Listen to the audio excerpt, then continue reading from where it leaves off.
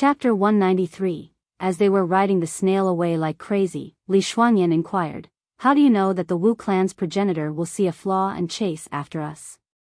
As an earth immortal, wouldn't he be just like the treasure lords and can't easily come into being? My method was impairing his judgment." Li Qie continued, "Us honoring the ancestor could be said to be perfect, so the Wu clan's progenitor was not going to find out that we were imposters. However, when we were leaving, I revealed a lion rush. If he saw it, then he would become suspicious. The moment he sees that we are escaping towards tyrannical immortal lion monarch's burial ground, he will absolutely think that we are closely associated with the monarch. The Wu progenitor will absolutely not be able to take losing the heaven-traversing eight-saber technique. However, even if we take a step back and say that he is able to accept this loss, once he assumes that we are related to the monarch, he absolutely will not be able to swallow this anger." Li Qie continued, "The Wu progenitor and the monarch are from the same generation. More importantly, they were mortal enemies and fought each other their whole lives. Once he believes that the monarch sent us to swindle his technique, he will absolutely go crazy and hunt us down." Everyone started to have cold sweat all over their bodies after hearing Li Qie. Wasn't this playing with fire? What about the Su Xiu clan? Is old alchemist Su Xiu also part of the Su Xiu clan? Chen Baojiao then curiously asked. "You are correct about this. When we brought up the Su Xiu clan, it was only a technique to anger him. The Wu clan's sacred ancestor is not comparable to its progenitor. One or two sentences can fool the sacred ancestor's heart, but the progenitor is different. The Su Xiu clan and his sacred Wu clan are mortal enemies. To be more exact, they were a match made in heaven. Before the sacred Wu clan existed, the Su Xiu clan was already an alchemist clan. When the Wu progenitor was younger, he wanted to marry a woman from the Su Xiu clan. Unfortunately for him, he couldn't marry her. Because of this, he had always maintained this grudge in his heart, which is why the sacred Wu clan was built in the Western River to oppose the Su Xiu clan." At this point, Li Qie couldn't help but to burst out in laughter and add, "When the Wu progenitor was alive, he was always antagonistic towards the Su Xiu clan without letting this matter go. However, later on, the later generations of the Su Xiu clan and the Wu clan were always in-laws for many generations. Simple words, I'm afraid that they were insufficient to stir the Wu progenitor, and he would not be willing to take out the heaven-traversing eight-saber. However, when I used the Su Xiu clan to anger him, this became a completely different matter. This was an obsession he carried his whole life, something that he was not able to let go of." Li Qie then commented, after hearing that the Su Xiu clan was bullying the Wu clan, he for sure was not able to swallow this anger. The group of Li Xuanyan was amazed because fooling Earth immortals was the defining danger out of all dangerous tasks. It was like playing with fire. However, Li Qie was very much at ease and relaxed as if it was only a relaxing stroll. How does young noble know that both the Wu clan, along with tyrannical immortal lion monarch, were both buried at the heavenly ancient corpse burial ground? Shi Gandang couldn't contain his curiosity and asked. The Wu clan's ancestors being buried at the end of a dragon vein, this was not something future generations were privy to, but Li Qie knew it like the back of his palm. This matter was too unimaginable. However, right after the question came out, Shi Gandang felt that his words were superfluous, for this was not the first time something like this had happened, and he didn't need a reason either. Regarding this inquiry, Li Qie only smiled and didn't answer Shi Gandang.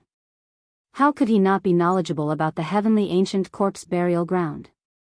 For generations till now, he came into this burial ground time after time. In fact, this was not the first time such a matter had been done. However, he didn't directly appear before people as the Dark Crow before. By riding the snail, they quickly flew past several dragon veins. Niufan's speed was very fast, and Li Qie brought the group of Li Xuanyan to the top of a wilderness. This wilderness was completely desolate. At this place, there were no high mountains, it only had short hills and it appeared to be very inconspicuous. However, Li Qie was standing on a melancholic place with broken walls as if there used to be a palace at this place, since there were many scattered broken tiles and bricks on the ground. Li Qie let Li Shuangyan hold the emperor's tiled seat up high while he held the heaven-traversing eighth saber with his 2 hands and loudly spoke, "Sacred Wu clan, 637th descendant. Under the command of the martial god, we are here to visit the heavenly desolate domain lord." Bang bang bang. At this time, the earth shook and an ancient palace suddenly erected and rushed out from the ground. With 2 majestic godly lions sitting in the front, this palace was extremely archaic, very lively and suppressive. Li Qie glanced at Li Shuangyan once, then Li Qie brought everyone inside this palace. It was extremely vast, but no one was inside.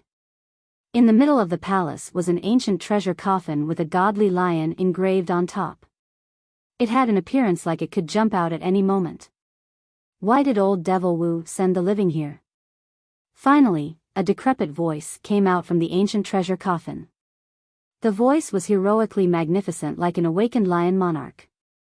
Li Qie raised the technique while Li Shuangyan also raised the emperor's possession, and then she raised her voice. "We, the Wu clan's descendants, are here under our ancestors' order to especially greet the heavenly desolate region lord, the great ancestor Ba Xian." If you have something to say, then just say it. If it wasn't for me never bullying juniors, just for the fact that you are old devil Wu's descendant, I would have crushed you to death. A domineering voice came from within the ancient coffin. At this point, the group of Li Shuangyan's hearts were quivering. One had to know that the lion monarch and the Wu progenitor were mortal enemies. The underworld river has appeared and the underworld boats are coming. Li Qie said with a solemn tone, "Being buried inside the dragon's cave for millions of years only for 3.5 years of life, the chance for revival is hopeless. My ancestor wants to live for another generation, so he wants to climb up an underworld boat." Here, Li Qie paused for a moment, then he continued, "My ancestor believes that ancestor Ba Xian's godly saber is invincible. If he could work together with ancestor Ba Xian, then it would be like the fusion between the heaven and earth. Your joint effort will surely be invincible, so my ancestor ordered this junior here, bringing along the heaven-traversing eighth saber, to form an alliance with ancestor." Heck, so there is a time when old man Wu can accept his loss. At this time, the loud laughter of lion monarch Ba Xian echoed inside the ancient coffin as he said, good time, good time. The old Wu who was stubborn throughout his whole life. In the end, he still has to accept his defeat towards me, The burst of laughter resonated, causing chills amongst the group of Li Shuangyan. The laughter eventually subsided, bringing back the silence inside the ancient coffin.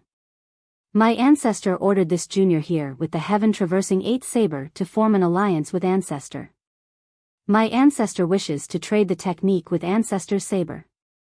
The 2 items will be tokens of trust.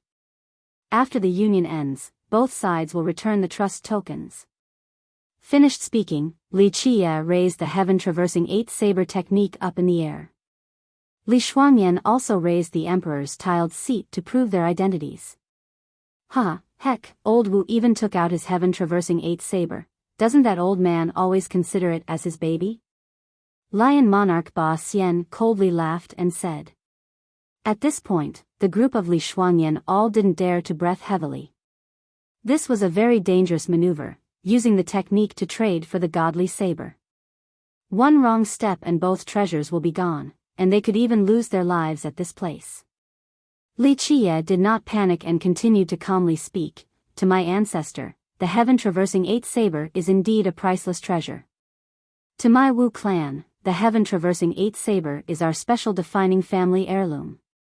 However, if it is possible to trade it for my ancestor's revival for another generation, a higher price would still be worth it.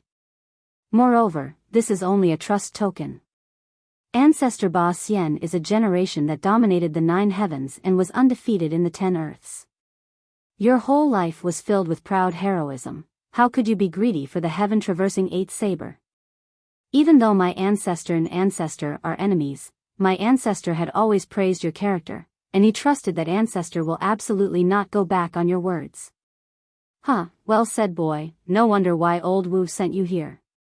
Lion monarch Ba Xian's laughter rang from inside the ancient coffin, and he then continued, "Boy, Your mouth can speak such lotus-flowery words and unleash such a deluge of heavenly flowers. This junior is only speaking the truth without the slightest exaggeration. Li Qiye respectfully bowed his head and added. The ancient coffin became silent as the group of Li Shuangyan started to become nervous. If Li Qiye guessed correctly, then the Wu progenitor was almost here, pursuing them. Amongst them, only Li Qiye was able to remain calm. Za, the ancient coffin finally opened. A person stepped out with his eyes closed just like the other treasure lords and earth immortals. After the old man came out from the coffin, his sight caused the group of Li Shuangyan to marvel in astonishment. No wonder this old man was called Lion Monarch Ba Xian by others. He had golden hair just like a golden lion and he emanated a domineering aura like the king of all beasts.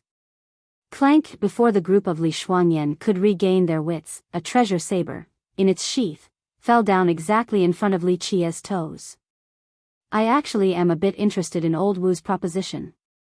Lion Monarch Ba Xian began to speak and then stretched his hand forward, bring the heaven-traversing 8th saber over here. However, Li Qiye did not reply and took a step back instead. What, changing your mind, boy? Even though Lion Monarch Ba Xian's eyes were still closed, it seemed as if he was still gazing intensely at Li Qiye.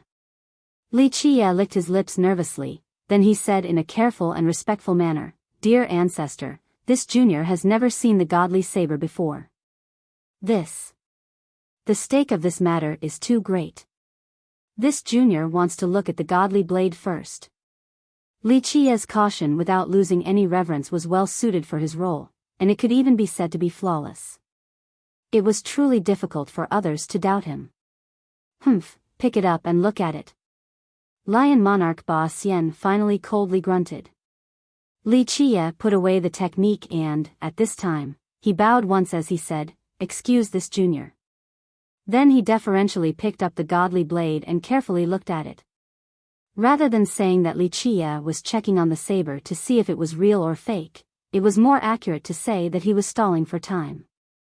As Li Qiye was meticulously looking at it, he was carefully calculating the arrival time of the Wu progenitor in his mind. Chapter 194. I will be using the word intent here in this chapter. For people who are unfamiliar with this term, intent is the art of the weapon. It can be a sword intent, saber intent, spear intent. It is not the will nor awareness of the weapon, but it is the understanding of the user towards the Tao of the weapon. For example, when a sword master reaches a certain level with his sword intent, even a leaf can become a sword. Sword and man becoming one is one level of the sword intent. Another level of the intent is everything in nature is a sword.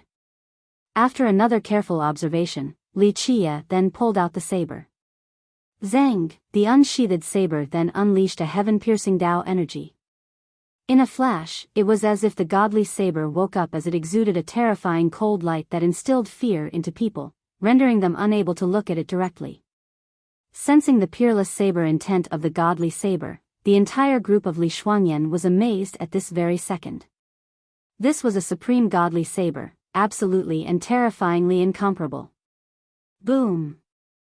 While Li Qiye was still carefully looking at the saber, a sudden loud bang exploded as another aura surged forward in the sky. Old Wu, Lion Monarch Ba Xian coldly snorted and said, Did you think I would bully your descendants without you around? However, in the blink of an eye, a blade cut through the sky, containing an invincible saber intent. This invincible blade that was capable of even cutting through the primordial beginning aimed straight towards the ancient palace. Old Wu, you still want to fight? Against the incoming blade, Lion Monarch Ba Xian coldly scowled and unleashed an upwards fist that was capable of causing the heavens' demise. Old lion, eat my blade. The martial god's roar finally reached them. A shadow void stepping in the air finally came. He finally regained his wits and immediately pursued to this place. Go! Amidst the lightning and fire of the eventual battle, Li Qiye shouted. In the blink of an eye, Niufen carried everyone away as his body resembled a spinning top. In just a flash, Niufen actually traversed the void and turned into a curve to immediately escape Lion Monarch Ba Xian's territory. This speed was truly unbelievable. Heavenly ancestral snails had unimaginable divine abilities, especially after Niufen was given the divine solution by Li Qia. He became even more incredible. Old lion, you actually dare to think about my heaven-traversing 8 saber. Today, not decapitating you won't do. The roar of the martial god rang from the far distance. It was met by the angry shout of Lion Monarch Ba Xian, "Quit your bullshit, I don't even want that rubbish junk." Bang bang bang. At this moment, the martial god and the Lion Monarch had started their battle. They escaped in just an instant, and then Li Qia signaled for Niufen to head towards an even deeper territory, which prompted Li Shuangyan's horror as she asked, "We're not escaping from the heavenly ancient corpse burial ground?" "Too late, there is someone even more formidable ahead, we will go there." Li Qia shouted as he put the tyrannical immortal saber into the treasure box of the Middle Continent Ancient Kingdom. "Old Wu, you dare to scheme for my godly saber." In an instant, Lion Monarch Ba Xian lost the connection to his saber. His facial expression greatly soured as he roared furiously. "Stop breaking wind, I don't care for your lousy saber." The martial god angrily roared and said, "Old lion, give me my technique scroll." Between the fire and lightning of this battle, the group of Li Qia had escaped for a long distance with Niufen exerting his fastest possible speed. However, such a distance for existences like Lion Monarch Ba Xian was simply not far enough. In just a moment, there was a tall mountain blocking the path of Li Qia's group. The vastness of this mountain was impossible to describe. One could even say that this was the highest mountain they saw ever since they came to this burial ground. It could even be the highest mountain in the heavenly ancient corpse burial ground. The high mountain pierced straight to the sky's horizon as if it had inserted itself into the deepest part of the sky. In the end, one could not see how tall it was just by looking up. It stood in the middle of the heaven and earth as the sun and moon appeared inside with the celestials rotating around it. Any existence would feel that they were so inconsequential when standing at this mountain's base. "Rush in!" Li Qia shouted at Niufen right at this moment. Niufen, in the blink of an eye, headed towards this high mountain, wanting to climb above. Bang bang bang. At the very next moment, there was thunder at the edge of the horizon as 2 gigantic hands reached forward to this direction. "Little demon, you dare to steal my godly saber." At this time, the furious voice of Lion Monarch Ba Xian appeared. It was immediately followed by the thunderous explosive sound of the Wu progenitor. "Where are you from, demon spawns? Daring to pretend to be my Wu clan's descendants?" 2 hands, one was from the Lion Monarch, and the other was from the martial god. Both of them reached across the heaven and earth and aimed straight to grab Li Qia. Boom! At this moment, Niufen, who was dashing towards the high mountain, was bounced back. It was as if this mountain was covered by an impenetrable divine force. In the bamboo forest, an arrow that pierces the heavens.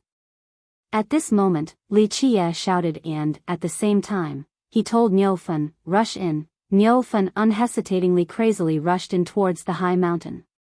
Boom! In the blink of an eye, Niufen managed to carry the group into the high mountain while the 2 hands collided with the unparalleled divine power of the high mountain and were immediately pushed back. After finally making it to the mountain, Niufen almost collapsed to the ground.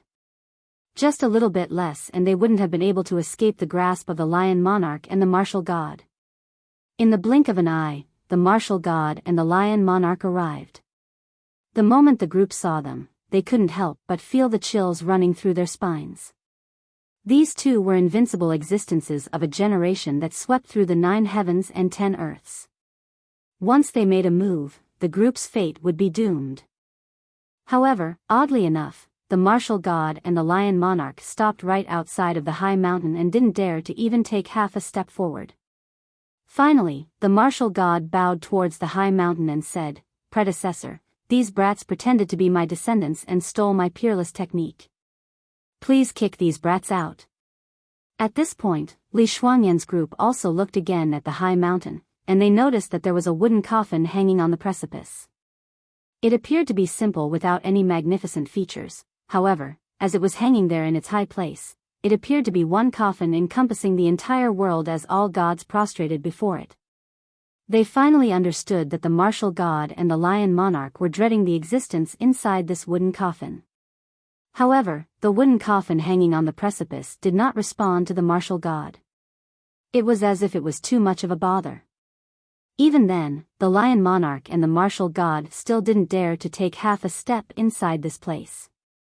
Seeing such a scene, regardless of whether it was Li Shuangyan or the group of Niu Fun, everyone felt a chilling and shocking sensation in their hearts. Who was the martial god and the lion monarch?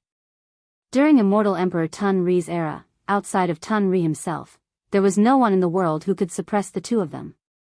If they combined forces, no one outside of Tun Ri during that generation could put a halt to their advance. Their joint power could decapitate the gods in the heavens and destroy the devils in hell. But today, even though they came together, they did not dare to trespass into this place. One could only imagine how frightening the existence inside the wooden coffin on the precipice must be. Since the existence inside the wooden coffin did not answer, the lion monarch and the martial god were helpless. At this moment, the anger appeared in their eyes as the bloody rays flashed straight at Li Chia. "Little demon, where on earth are you from, daring to pretend to be my Wu descendants?" The Wu progenitor coldly inquired.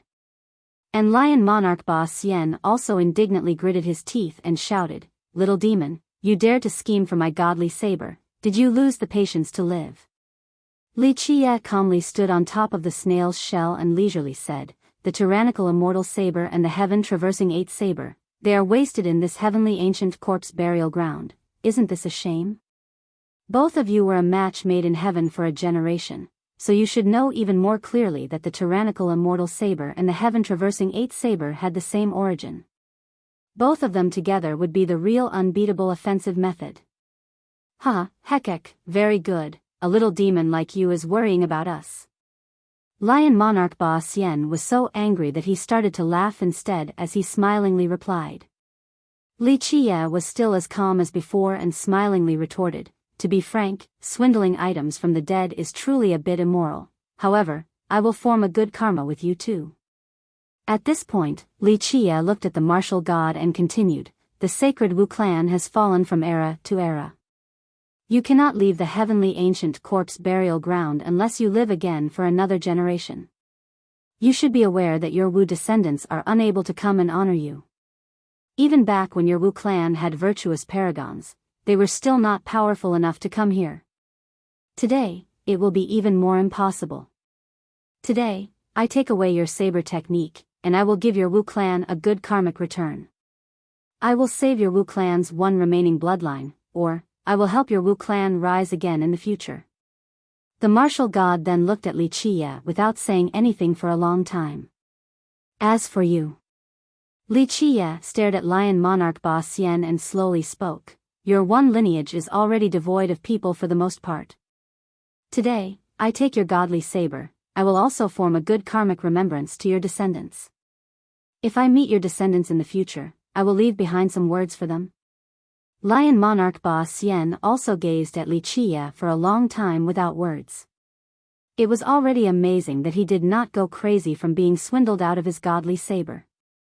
"Both of you should go back. It is not beneficial for either of you to be away from your dragon caves for so long." Li Chia leisurely looked at the both of them and smilingly said, "Today, I took away your treasures. To tell you the truth, I don't need to form good karma with you too. I didn't even need to swindle the both of you. It is not impossible for me to destroy or alter your dragon veins. Out of my own sentimentality for the relationship between you two and immortal Emperor Tun Ri, I didn't change nor move your dragon veins. If I wanted to destroy your dragon caves along with your blood effort for millions of years, it was not an impossible matter." Li Chia leisurely declared. Both the martial god and the lion monarch remained silent for a long time. "Go back, my words are resolute. Today, I take away your treasures, I will form a good relationship with your descendants in the future." Li Chia finally said with a smile. "Good." In the end, the martial god stomped on the ground once and then turned around to leave without any hesitation. Lion Monarch Ba Xian lingered for a moment, then he finally threw an item forward and gravely shouted, "Don't forget the positive karma today." With that, he turned around and left. The Lion Monarch's item eventually fell into the hand of Li Chia. It was an ancient box with an unknown item inside. Li Chia only looked at it once, then he put it away. When the two finally left, Li Shuangyan's group was finally able to let out a sigh of relief. Their stressed nerves were suddenly relaxed as they sat down on the ground. It was really dangerous just now. Even Niufen couldn't help but to wipe away his cold sweat. They actually managed to obtain two supreme treasures. This will be an unimaginable and legendary tale. Chapter 195, Mysterious Dead Person, 1. Who are you? When Li Shuangyan's group was resting on the ground, there was a voice from the sky that suddenly descended down, and it startled all of them into jumping up. At this point, they noticed that the wooden coffin hanging on the precipice had been opened as a person was sitting inside. Sitting in the wooden coffin was a man dressed in armor. The armor was already dull without any brilliance. The more frightening part was that the chest piece of the armor was pierced through. And not just the armor, but even the man's chest was penetrated. From the broken trace of the wound, no one would even dare imagine how terrifying this attack was. However, this puncture did not affect his presence. The man was handsome and tall with eyes like the swords and facial features as bright as the moon. One could tell that he was absolutely an attractive man that year. Even though the man did not open his eyes, he could still see Li Chia. At least, others got that feeling. Seeing such a man left the group of Li Shuangyan in a daze for a while. When the martial god referred to him as predecessor, they assumed that the person inside the wooden coffin would be an ancient old man, not just a young man. In the bamboo forest, an arrow that pierces the heavens. In the high sky, a war to slaughter the heavens. One feathered arrow as a sign of trust, 10,000 saints all obey. Li Chia, while facing the man, smilingly spoke. These eternal existences had lived for one generation after another and only had a single breath left. They were afraid of death more than anyone else, and they did not spare any method in order to prolong their survival. With the arrival of the underworld boats, this was another opportunity for these eternal dying existences to live again. At this time, countless powers in the world were carrying coffins that contained wise sages who have been dead for countless years or eternal existences who were holding on to their last breaths. For the dying or the already dead, the underworld boat was worth betting on. Once successful, it would be a rebirth for another generation. Even an immortal emperor did not have such an opportunity. The appearances of some coffins actually caused quite a commotion. Coffins that were capable of stirring the crowd meant that they were carrying amazing characters. Isn't that the Eastern Hundred Cities' immortal goal ancient sect? At this time, a black coffin was being carried into the city, and a cultivator from the Eastern Hundred Cities quietly murmured. Seeing this black coffin, a sect master was surprised as he muttered, "The immortal goal ancient sect has a requirements for burial. People who are qualified to use a black coffin are very few in number. To be buried in a black coffin, the person must be of a grand creation generation and had incomparable merits for the sect." The immortal goal ancient sect didn't have anyone from a grand creation generation for the last 30,000 years. Could the person inside this coffin be Demon King Tsang-Hu from 50,000 years ago? A golden coffin crafted from extreme mysterious chilled gold awe. At this moment, a golden coffin was carried into the city and was met by an emotional exclamation. The Northern Grand Sea's Tortoise Country actually paid such a great price to use the extreme mysterious chilled gold for a coffin. This is such a grand gesture. You don't understand. Inside the coffin is the 6th-generation son-in-law of the Tortoise Country's king. A demon merman, who came from the Northern Grand Sea, shook his head and said, "A prince-in-law is treated so well like this?" Someone was caught by surprise and asked. The merman then replied, "The 6th-generation prince-in-law of the Tortoise Country is an unfathomable character. He came from a merman tribe, but his bloodline was actually 1/4 charming spirit. He actually transformed from a carp to a dragon and had climbed up the mythical dragon gate before. He is not only the pride of the tortoise country, but also the pride of the merman race. Having said this demon merman couldn't help but to reveal a proud expression. When the words, charming spirit, was brought up, many cultivators were astonished because, to them, no matter if they were human or demon, to be able to carry the charming spirit's bloodline was a matter worthy of pride. The charming spirit race was the favored child of the high heavens. Their first branch's cultivation could be described to be extremely easy. There were even people who believed that the charming spirit race were descendants of the ancient immortals. There were also some who referred to them as the godly race or the heavenly race. To many people, it was indeed a proud matter to have some charming spirit blood. Even though the heavenly devil race and the ghost immortal race both did not recognize the charming spirit race as the most excellent race in the world, they could not deny that the first immortal emperor came from the charming spirit race. Immortal Emperor Gu Chun. Ancient Purity, the Southern Barren Earth's Yifeng clan, Dark Phoenix, is also here. Seeing a clan carrying a wooden coffin forward, a cultivator from the Southern Barren Earth couldn't help but murmur, the Yifeng clan has not showed up for almost 10,000 years but they made an exception this time. I heard that the Yifeng clan had no other choice. Their last ancestor only has one breath left and has to rely on the large amount of Era bloodstones to stay alive. But recently, the clan sent out news that the Era bloodstones could no longer maintain the seal even with a higher quantity, so they couldn't afford not to gamble and bring their ancestor up to the underworld boat. A royal lord who came from the Southern Barren Earth softly sighed and explained. For millions of years, how many characters dominated for so long yet, in the end, still didn't want to die. They even buried themselves in the heavenly ancient corpse burial ground to be friends with countless corpses. Of course, characters like this royal lord, even if they feared death, they still weren't qualified to be buried in the Feng Shui treasure earth in the burial ground. Chapter 196, Mysterious Dead Person, 2. Since many sects and countries from the Southern Barren Earth, along with the Northern Grand Sea, all brought coffins here, needless to say, plenty of sects and countries from the Grand Middle Territory near the ancient Heavenly Corpse burial ground had even more coffins. Someone calculated that, without taking into account the size of the sects and powers of the countries, there were more than 100 coffins being brought into ancient Sky City each day, and more than half of these were from the Grand Middle Territory. Even a heritage like the Jewel Pillar Sacred School was not an exception. It also brought one coffin into ancient Sky City. Plus, their descendant, Jewel Pillar Saint Child, was personally greeting the coffin. Crafted from godly wood. Seeing the coffin of the Jewel Pillar Sacred School, a cultivator couldn't help but say, who is the person that the Jewel Pillar Sacred School wants to bring on the underworld boat? Many people's expressions became distorted when it came to the Jewel Pillar Sacred School. Even though it did not produce an immortal emperor and it was not an immortal emperor's lineage, it was the heritage with the most saint physiques in the Grand Middle Territory and even in the whole mortal emperor world. There was even a rumor that they had someone with an immortal physique and that it was just a bit lacking from grand completion. The Jewel Pillar Sacred School has several ancestors with grand completion saint physiques.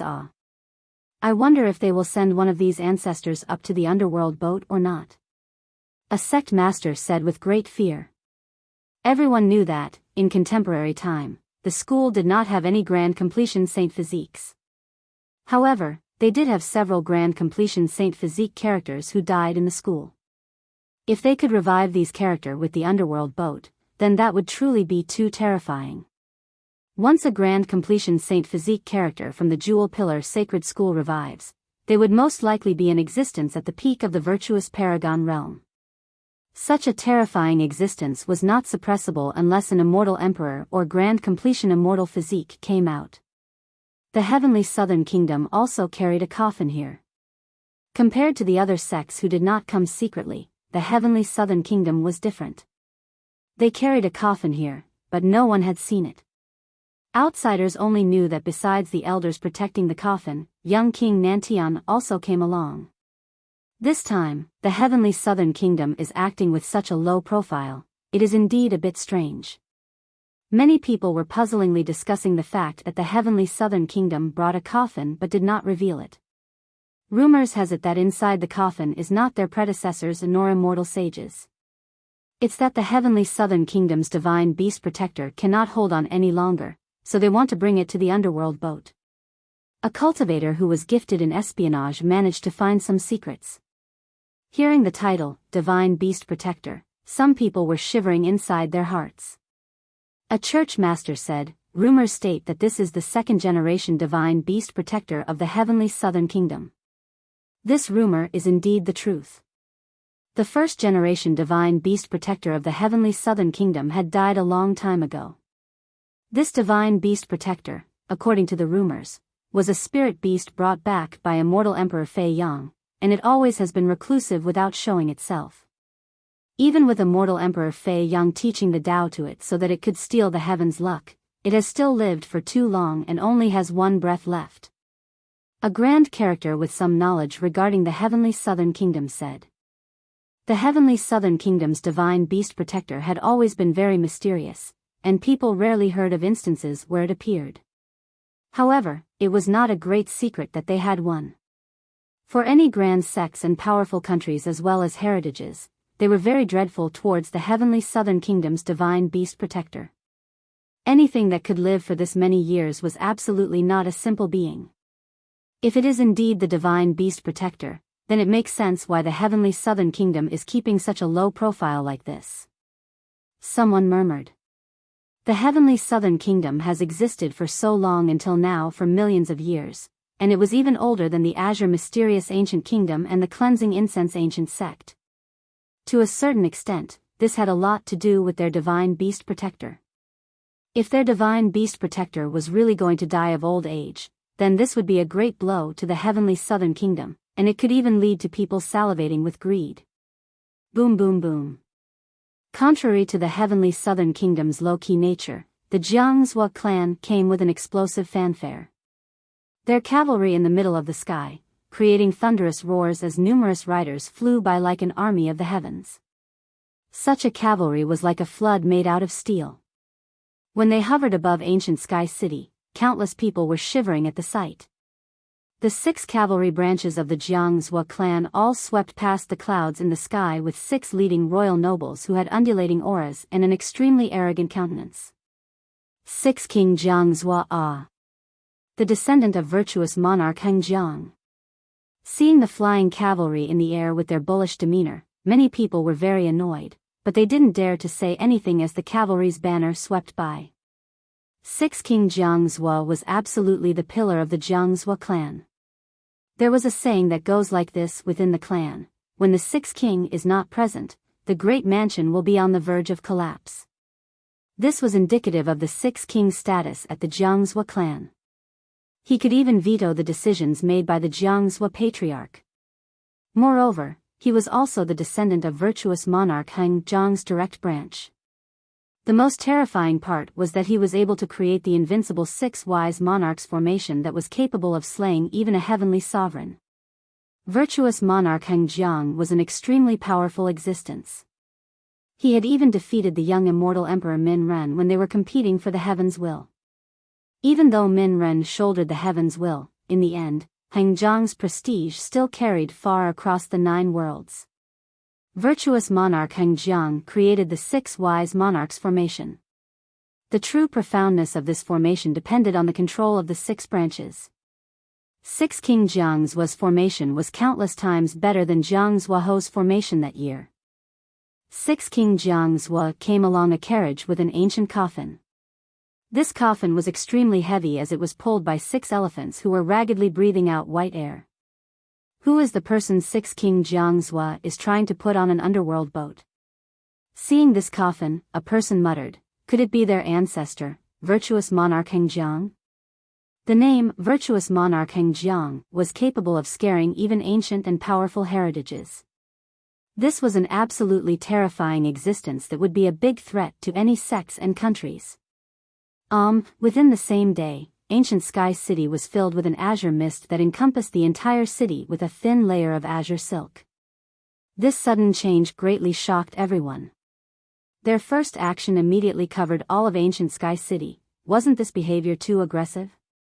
However, when people saw the azure energy crossing the sky as masters, one by one, walked forward on an azure rainbow, no angry spectators dared to say a word. Azure Mysterious Ancient Kingdom. Seeing the experts walking on the azure rainbow, a person muttered. Inside ancient Sky City, there were numerous sects and countries gathered with countless experts. A sect that dared to take any action involving all of ancient Sky City was truly too arrogant and did not put the world into its eyes.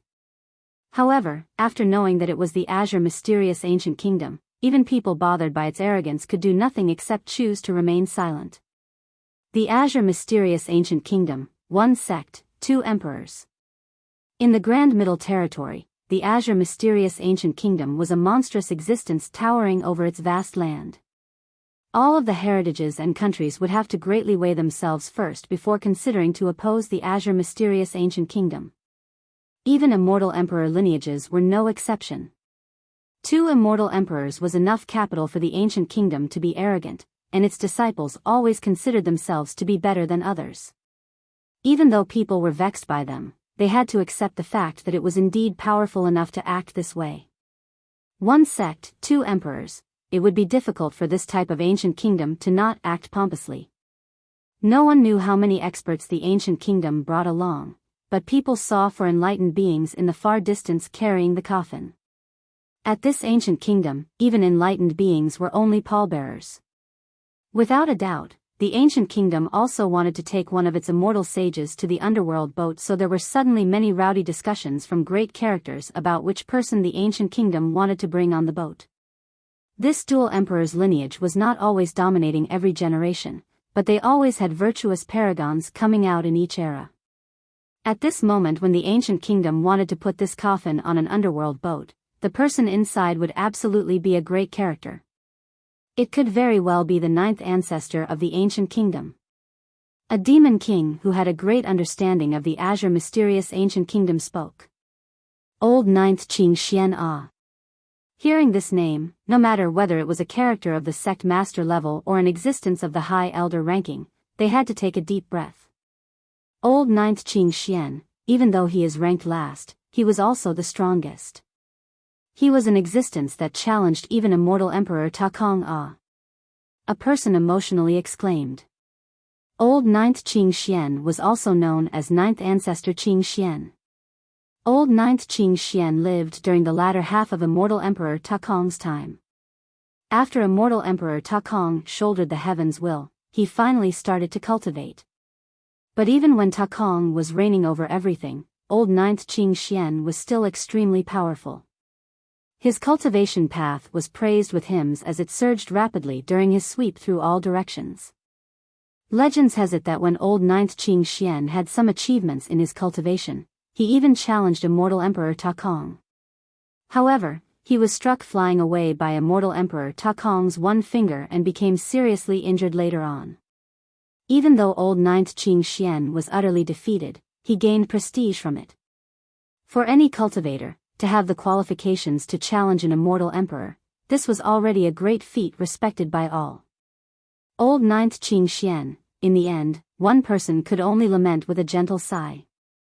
The Azure Mysterious Ancient Kingdom appearing caused great pressure to many heritages that wanted their own predecessors to have a chance at rebirth. This was competing against the Azure Mysterious Ancient Kingdom for an underworld boat. Chapter 197, Calamity Befalls the 9 Saint Demon Gate. 1. Ancient Sky City was boiling up with countless existences. They readied their fists as even more coffins entered the city. I'm certain that all the earth corpses will be scrambling for the underworld boats, and that will be the best time for us to enter the burial ground for treasures. Sects and cultivators who weren't here to bury their predecessors were preparing quickly and cautiously. The ones who wanted to revive during the emergence of the underworld boats was far from just dying cultivators. The earth corpses, treasure lords, and even the earth immortals of the burial ground wanted the chance. Once the underworld boats arrived, countless earth corpses would rush towards them. This was their best opportunity to live again, because this was not only a chance at rebirth, they would also be able to escape from the heavenly ancient corpse burial ground. There would also be a few impatient treasure lords who wouldn't mind the lifespan they accumulated throughout millions of years just to come and seize an underworld boat. The same case applied to the Earth Immortals. However, their numbers were fewer than the treasure lords, because they already have a more promising rebirth chance due to their dragon veins. And so, when all the Earth corpses and treasure lords rushed for the underworld boats, all of the treasure inside the burial ground, at that time, was coveted by everyone. Even though it was an extremely sinister place, there were hordes of salve-inducing treasures such as treasure metals, godly ores, and sacred wood. More importantly, due to the countless people who died at the burial ground, it was understood that countless life treasures, technique scrolls, and godly items were left behind. Even with the erosion of time which caused many lost life treasures at the heavenly corpse burial ground to lose their divine awareness and turn into scrap metal, those within 300 to 500 years would still be usable.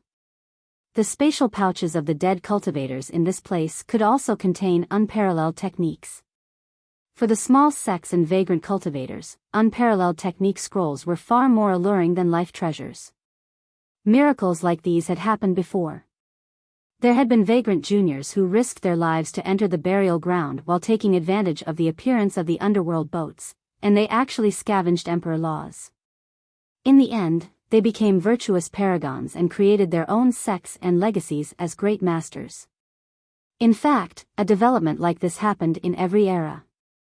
This was another reason why the appearance of the underworld boats attracted an influx of cultivators to the burial ground.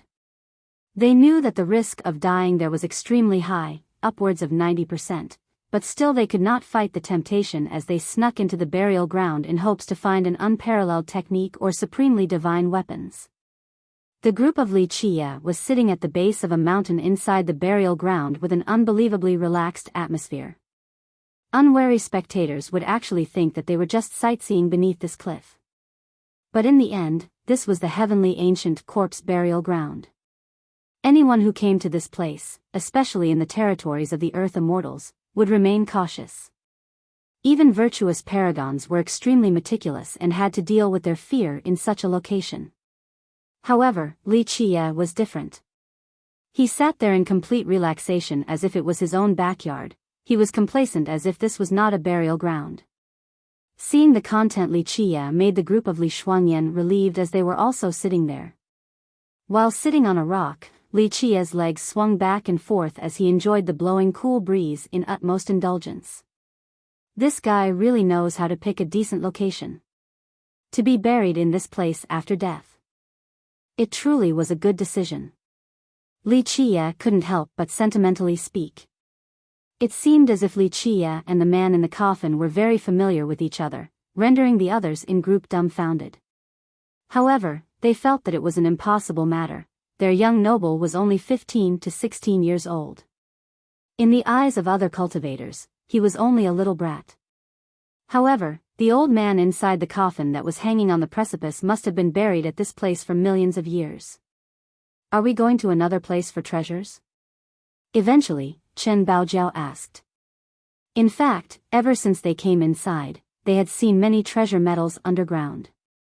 However, the first time they ever came here was for transactions and the second time was for the honoring ceremony, so they couldn't dig up any treasures.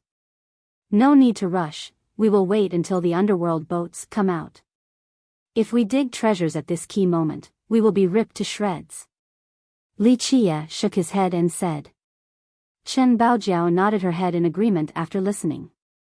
She was already very satisfied with her tyrannical immortal saber and heaven-traversing 8 saber.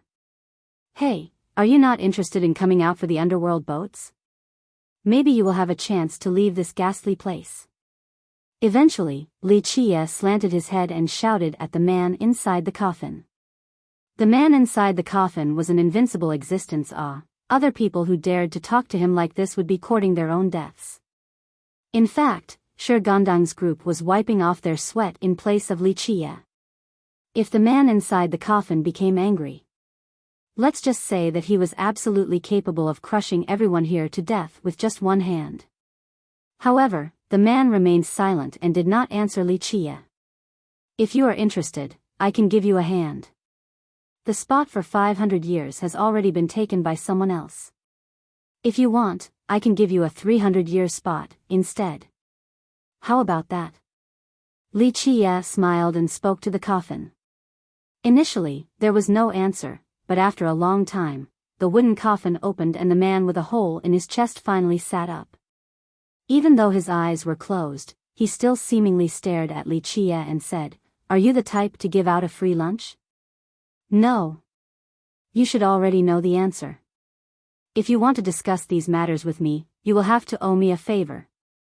Li Qie calmly replied, "But out of pity for your difficult time here, I am already a great person for not asking you to pay the favor."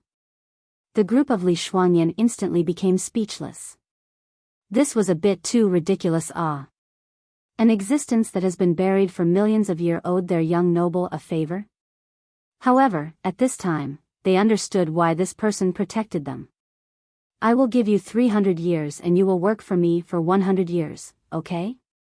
In my opinion, this is a very good deal. At least, it's much better than you staying here for millions of years." Li Qie smilingly said. "Not good enough." The man ultimately went back inside and closed his coffin lid. Li Qie could only shrug as he added, "Really now? You can do many things in just 200 years. Of course, your wound is also very problematic." After a long moment of serenity, the coffin opened once more. The man sat up and asked Li Qie, "Can I live for another era?" "If I can live for another era, you can name your price." "Are you joking?" "Pa." Li Qie then angrily answered, "Do you think I would still look for you if I knew how to live for another generation? I would rather keep it for myself. Who wouldn't want to live for another generation? If I could live for another generation, I would absolutely reach eternality." The old man from the war god temple lived for another era. The man, with closed eyes, directed his gaze at Li Qie. Are you talking about the old fellow war god Mu?" Li Qie laughed, heck. Of course he was clear about this matter. Naturally, without his aid, war god Mu would definitely not have been able to live for another era. At this point, the crowd of Li Shuangyan couldn't help but to glance at Li Qie. Living for another era, there was indeed this legend. Li Shuangyan was even more attentive because she had heard her master, Luan Ri, talk about this. War god Mu of the War God Temple did indeed live for another era inside the heavenly ancient corpse burial ground. Living for another era, this chance is too small. I'm afraid there won't be another opportunity like this in our lifetime. Li Qie shook his head and continued on. War god Mu being able to live for another era was merely a gamble, and he actually paid a huge price. In my opinion, wanting to live for another era in this generation. This chance of this happening is much smaller than wiping out all the ancient Ming brats. I can wait for the next generation. Having heard this, the man stuck his head back inside the coffin. Wait for the next generation? Li Qie chuckled and then responded, "With just you, I'm afraid you won't be able to live for another era, so why bother caring if there is a chance in the next generation?" Since the man in the coffin no longer said anything else, Li Qie could only shrug and murmur, "This personality of yours is still as stinky and hard as a pebble in a manure pit." Once again, the group was scared out of their minds because Li Qie's words were directly provoking an invincible existence awe. However, what confused them was that the man in the coffin didn't bother to even retort, let alone become angry. It was as if he didn't hear what Li Qie said at all. "Hey, give us a ride. Walking out of here is truly too troublesome." At this point, Li Qie turned his head towards the man in the coffin and shouted. Such words made the group of Li Shuangyan turn silent while Niu Fun was filled with embarrassment. This was an invincible existence a preeminent sovereign Who did our young noble think he is? A carriage driver? Or a litter carrier? At this moment, they were stunned because only their young noble would dare to say such a thing to an invincible existence. During their moment of absence, the man in the coffin held out his hand and lightly shot out a wave with his finger. A godly rainbow immediately appeared and stretched over the heavenly ancient corpse burial ground all the way to its frontier. At this point, the group of Li Shuangyan lost control of their bodies as they walked over to the godly rainbow and flew towards the burial ground's entrance. This speed was simply too fast. They flew from the Earth Immortal's dragon vein to the frontier in just the blink of an eye. When they reached the frontier, the godly rainbow immediately disappeared, resulting in the group falling down like potatoes as they tumbled on the ground. Chapter 198, Calamity Befalls the 9 Saint Demon Gate, 2, Such a Good Guy. Purposely making me look like a fool. Li Qie murmured after he rolled on the ground. The group of Li Shuangyan could do nothing except remain silent. For an enlightened being like Shi Gandang, even if he was 10 times more courageous, he still wouldn't dare to make a comment about such an invincible existence, but their young noble didn't care at all. Bang! When the group intended to return to the ancient Sky City, someone suddenly rushed up and was completely ecstatic to see them. The person tried to shout while running over, but he fell to the ground before he reached them. Li Shuangyan's group was quite surprised to see him. He was Zhang Yu of the Cleansing Incense Ancient Sect, but what was even more alarming was that his body was covered in blood. What happened? He was already unconscious when they were propping him up. Shi Gangdang quickly treated him to wake him up. Seeing his wounds, Li Qie's expression sank. He clearly understood that Zhang Yu was pursued by enemies. Heavenly God Sect. The Heavenly God Sect attacked the resting location of the 9 Saint Demon Gate. Zhang Yu frantically exclaimed as he was gasping for air. Right then and there, more than a dozen people descended from the sky and surrounded Li Qie. There was an azure energy faintly hidden on their bodies. Seeing Zhang Yu being saved, the leading disciple quickly shouted, "Who are you people? Quickly hand over the Azure Mysterious Ancient Kingdom's criminal to avoid any mistakes." Azure Mysterious Ancient Kingdom. Li Qie's eyes narrowed as he gazed at the 10 young men ahead. "It is good that you are aware. Hurry up and hand this criminal over. Our Azure Mysterious Ancient Kingdom will not pursue you saving this criminal. Otherwise, all of you will become accomplices and we will capture everyone." This Azure Mysterious Ancient Kingdom's disciple proudly stated. In their minds, as long as they announced the name Azure Mysterious Ancient Kingdom in the Grand Middle Territory, no heritages or cultivators wouldn't sell them some goodwill. In all of the Grand Middle Territory, who would dare to be their enemy? What the hell is the Azure Mysterious Ancient Kingdom? Li Qie narrowed his eyes while gazing at the disciples in front. This thing doesn't know life from death, capture him. The disciple immediately became furious and emphatically shouted as they surrounded Li Qie's group. In such a place and under such a situation, the Azure Mysterious Ancient Kingdom's disciples did not need a reason for killing a few cultivators. They simply were not afraid of other people looking to cause trouble for their ancient kingdom. This was the power of one sect with 2 emperors. Courting death, Li Qie squinted and lightly shook his body while rushing forward. "Big brother, careful, their sword formation is very fierce," Zhang Yu quickly reminded Li Qie with a shout. If he didn't escape earlier with the violet diamond cauldron protecting his body, he would have died under the hands of these 10 Azure Mysterious disciples. Even though the 10 ahead had not cultivated for a long time, but their sword formation was very fierce, just like a powerful beast. Bang bang bang noises resonated in the air. Before Zhang Yu could finish speaking, pathetic screams already resounded as the Azure Mysterious disciples were struck flying away as the sounds of their bones broken, instilling fear into the hearts of listeners. Li Qie did not use any techniques or merit laws. His body rampaged forward through the life treasures and techniques. Once hit by the hell-suppressing godly physique, everything immediately shattered. The Azure Mysterious disciples like sandbags were knocked away by Li Qie.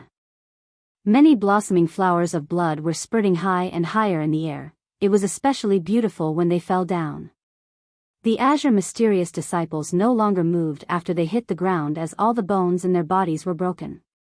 Under the impact of the godly physique, it would be a miracle if they managed to survive with such shallow cultivation. Azure Mysterious Ancient Kingdom isn't shit. Li Qia lightly dusted off his collar and calmly said. Zhang Yu with his mouth still opened had to recall his words. His apprehension was completely redundant. The Heavenly God sect got the Azure Mysterious Ancient Kingdom as its backing. Li Shuangyan was more worried than anyone else since the 9 Saint Demon Gates resting area was attacked by the Heavenly God sect. The Azure Mysterious Ancient Kingdom isn't anything. Daring to oppose me, even the Soaring Immortals sect would still be slaughtered. Li Qia tapered his eyes and slowly said, Come, we will go back to the ancient Sky City and deal with them. Big brother, the wounded Zhang Yu quickly called for Li Qia and said, Big brother too told me that if I meet Big brother, I must tell you to not go back to the ancient Sky City, but find a place for refuge first. The Heavenly God sect brought many royal nobles, plus, the ancient kingdom also carried a coffin over. I heard that their ancestor could be there. If Big brother come back to the ancient Sky City, I'm afraid that the ancient kingdom will not let you go. Big brother too implored that Big brother should still avoid the frontal wind right now. Zhang Yu was able to escape because of Tu Buyu's help.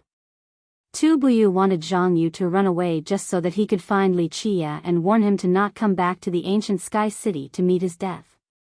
Azure Mysterious Ancient Kingdom's ancestor, could it be that the Qing Xian 9 ancestors had arrived? Qing Xian 9 ancestors were definitely frightening characters, especially old 9th Qing Xian. Legends had it that he challenged immortal Emperor Ta Kong. Even though he lost, he gained prestige and fame from it. Young noble, if the Qing Xian 9 ancestors actually came, it is better to take a step back. At this moment, Li Shuangyan lost her colors. She was concerned about the 9 Saint Demon Gates rest area being attacked more than anyone, but if the Qing Xian 9 ancestors actually came, she was even more worried about Li Qia's safety. She had heard of the Qing Xian 9 ancestors' legends. Any of them would be unbeatable, unless her 9 Saint Demon Gates elder Jian came, otherwise, no one would be able to stop these existences. Qing Xian 9 ancestors aren't anything. Li Qia said without a care, daring to kill my people, don't even mention the Qing Xian 9 ancestors, even if immortal Emperor Qing Xian is still alive or immortal Emperor Sandao is revived, I would still make the ancient kingdom pay a big price. With that, his eyes became fierce as his battle intent surged to the sky with a matchless domination. Everyone was shocked by such a statement. Even if immortal Emperor Qing Xian is still alive or immortal Emperor Sandao is revived, daring to challenge such existences, how domineering and confident was this? Come, we will go kill all of them. Li Qia shouted with the utmost swagger. Kill. Inside the ancient Sky City, a battle broke out with life treasures and weapons soaring all over the sky as magic swept through the horizon in the forms of countless multicolored rays.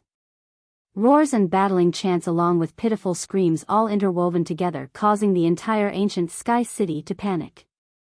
Cultivators in the world were not unfamiliar with war and murders for different interests. In fact, in the ancient Sky City, there were killing every day, but a large-scale invasion of a sex resting area was a very rare occurrence. The ancient Sky City in the Grand Middle Territory did not belong to any one sect or country. Many powers balanced the situation in this city, and very few of them wished to see a large-scale battle against another sect. Such a matter was too arrogant and inconsiderate of the rest of the world, and surely it would bring about animosity from everyone else. But today, the Heavenly God sect threw all cautions to the wind, and without any prior warning, they attacked the heavenly grotto of the 9 Saint Demon Gate, shocking all the cultivators inside the ancient Sky City. This matter happened too sudden for many people to respond in time. It was also too irrational, invading the 9 Saint Demon Gate in the ancient Sky City. Was the Heavenly God sect crazy? In just a second, countless grand sects and powerful countries along with secret heritages all followed this matter carefully. Many royal nobles appeared around the 9 Saint Demon Gate's heavenly grotto just to watch this battle. 6 King Jiangzhua, young King Nantian, Sword God Sacred Ground's descendant, Jewel Pillar Saint Child. Countless great characters all appeared to observe this battle from afar. Kill, the 9 Saint Demon Gate experts once again formulated a counter-offensive, but they were pushed back by the Heavenly God sect. Their resistance had failed time and time again. Today, we will destroy the 9 Saint Demon Gate's Heavenly Grotto. As the descendant of the Heavenly God sect, Tao Child Xingtian crazily roared as the vanguard and immediately slain more than a dozen of the 9 Saint Demon Gate experts. At this time, his eyes were reddened from bloodlust and pulled out all of his techniques and strength while carrying an invincible momentum. His robe was stained red by blood, the blood of the 9 Saint Demon Gate's disciples. Tao Child Xingtian is massacring like mad. Seeing his savageness, a spectator murmured. The few younger geniuses like young King Nantian and Jewel Pillar Saint Child were carefully watching each moves of Tao Child Xingtian. Young King Nantian was even more focused, for he was the heaven's proud son. Tao Child Xingtian was a natural-born Saint Fate, while young King Nantian was a natural-born Saint Wheel. Both of their innate aptitudes were equal, and it was unclear who was stronger. Until the moment of life and death, who knew how many secret moves they were hiding? Today, when Tao Child Xingtian fiercely attacked like a tiger leaving its mountain and dragon emerging from the sea, without a doubt, this was the best time for the group of young King Nantian to observe the cultivator and means of Tao Child Xingtian. Kill! Tao Child Xingtian crazily screamed as the blood stains on his robe further fueled his bloodlust. Tao Child Xingtian finally found a place to vent his grievances. A cultivator muttered after seeing Tao Child Xingtian's ferociousness. Hearing this, many spectators immediately understood that Tao Child Xingtian's ruthlessness was due to the humiliation that day. Not long ago, he was forced to kneel down and plead guilty before Wuxia.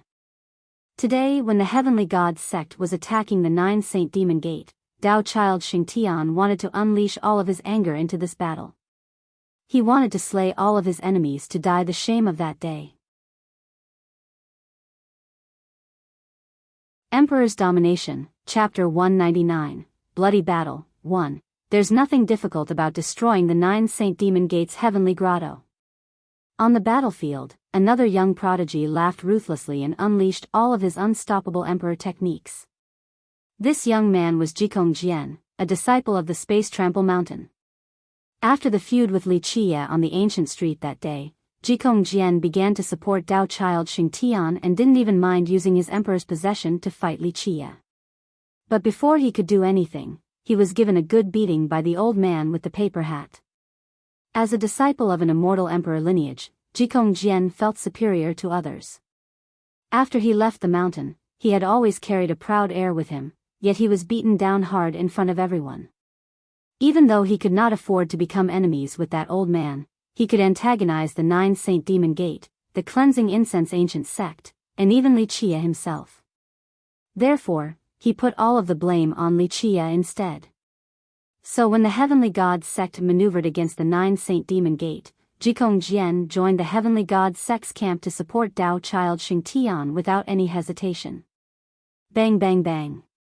At this moment, the experts from both sides fought from the ground all the way to the sky with godly swords swerving in the air, cutting through the earth. If ancient Sky City had not been protected by generations of invincible characters, it would have been destroyed much earlier. Old man Qi, you are now old and won't do any more. On the side of the Heavenly God sect, Wan Xingjian, with an unstoppable momentum, fought against the 9 Saint Demon Gate's Qi Yun. Even though Qi Yun was one of the 4 supreme elders and also an experienced ancient saint, he couldn't garner a glimmer of advantage against Wan Xingjian and was repeatedly pushed back. Open! Elder Yun of the 9 Saint Demon Gate roared fiercely, wanting to break through with his most elite disciples, but he was deterred by the Heavenly God sect elders. This time, the Heavenly God sect came prepared. Besides a peak ancient saint like Wan Xingjian, the Heavenly God sect also had 2 other elders who joined the fray. They blocked Elder Yun's path, rendering him incapable of breaking through the entrapment. Zhang, on the other side, the sounds of swords continuously rang as dragon roars reached the heavens as well. The outbreak of 2 Buyu's enlightened being strength with his flying dragon sword had a battle intent capable of punishing the heavens itself. Each of his sword moves were completely fatal. Seeing how fierce Tu Buyu was, not only the experts from the Heavenly Gods sect, but many sect masters and royal lords along with demon monarchs standing to the side were astonished. Is that the war god formula of the legends? Seeing Tu Buyu taking action, a royal lord from the previous generation murmured, an insect losing its 100 legs still lives on. The cleansing incense ancient sect is indeed worthy of its immortal emperor lineage. After declining for so long, it still carries some emperor's power. Even though Tu Buyu was nothing short of extraordinary, he still couldn't change the grand scheme of things. He had to protect the group of Chu daily as well as help the 9 Saint Demon Gate's disciples repel the enemy. His strength alone was insufficient to protect everyone. He led Chu daily, along with the young 9 Saint Demon Gate disciples, to break through the barricades several times without any success. Boom! A decisively loud explosion resounded and the heavenly grotto of the 9 Saint Demon Gate couldn't hold on any longer, ending in its demise. The screaming enemies broke through the entrance and charged into the heavenly grotto. Open the formation, set down the formation stone. Qi Yun roaringly commanded. With his instructions, the heavenly grotto once again thrusted a bright ray forward as the 9 Saint Demon Gate disciples activated the formation stone once more. They added a huge amount of refined jades to repair the heavenly grotto's damage. However, even this was not enough to make up for the losing situation as the 9 Saint Demon Gate continuously retreated. The 9 Saint Demon Gate has lost its morale. Unless there are reinforcements, they won't be able to hold on to this resting area. Seeing the breached heavenly grotto, a sect master lamented with a soft sigh. Isn't the 9 Saint Demon Gate's goddess Li also at ancient Sky City? What about that extremely arrogant Li Chia? Didn't he appear recently as well? Seeing the 9 Saint Demon Gate losing their momentum, a cultivator asked in puzzlement. Once Li Chia was brought up, many people glanced at each other. This kid was so arrogant, and he even hectored Dao Child Xing Tian before. Even someone of Dao Child Xing Tian's level had no choice but to kneel in public as he was forced to confess. How come this chaotically arrogant kid hasn't appeared yet even at this point? The 9 Saint Demon Gate is only a minor sect, yet you still dare to be presumptuous. At a time when everyone was silent, a bronze chariot appeared on top of the 9 Saint Demon Gate's heavenly grotto. An old man stood on top of the bronze chariot while exuding his extremely thick azure aura that hovered around his body like a dragon. The bronze chariot below the old man was not pulled by flying beasts, but by 4 bronze stallions instead. The 4 bronze stallions were extremely vibrant. It was as if they were alive. Moreover, this bronze chariot was extremely ancient beyond antiquity. This bronze chariot was designed for battle. Its body was covered with innumerable arrow holes and blade marks. Just a glance and one would immediately know that this chariot had been through countless battlefields. A coiling dragon was carved to its right and a god king was carved to the left. In the front was a qilin and the back had a white tiger. All of these beings had lost their colors and was bereft of the colors of life. They were nothing more than decorations at this point.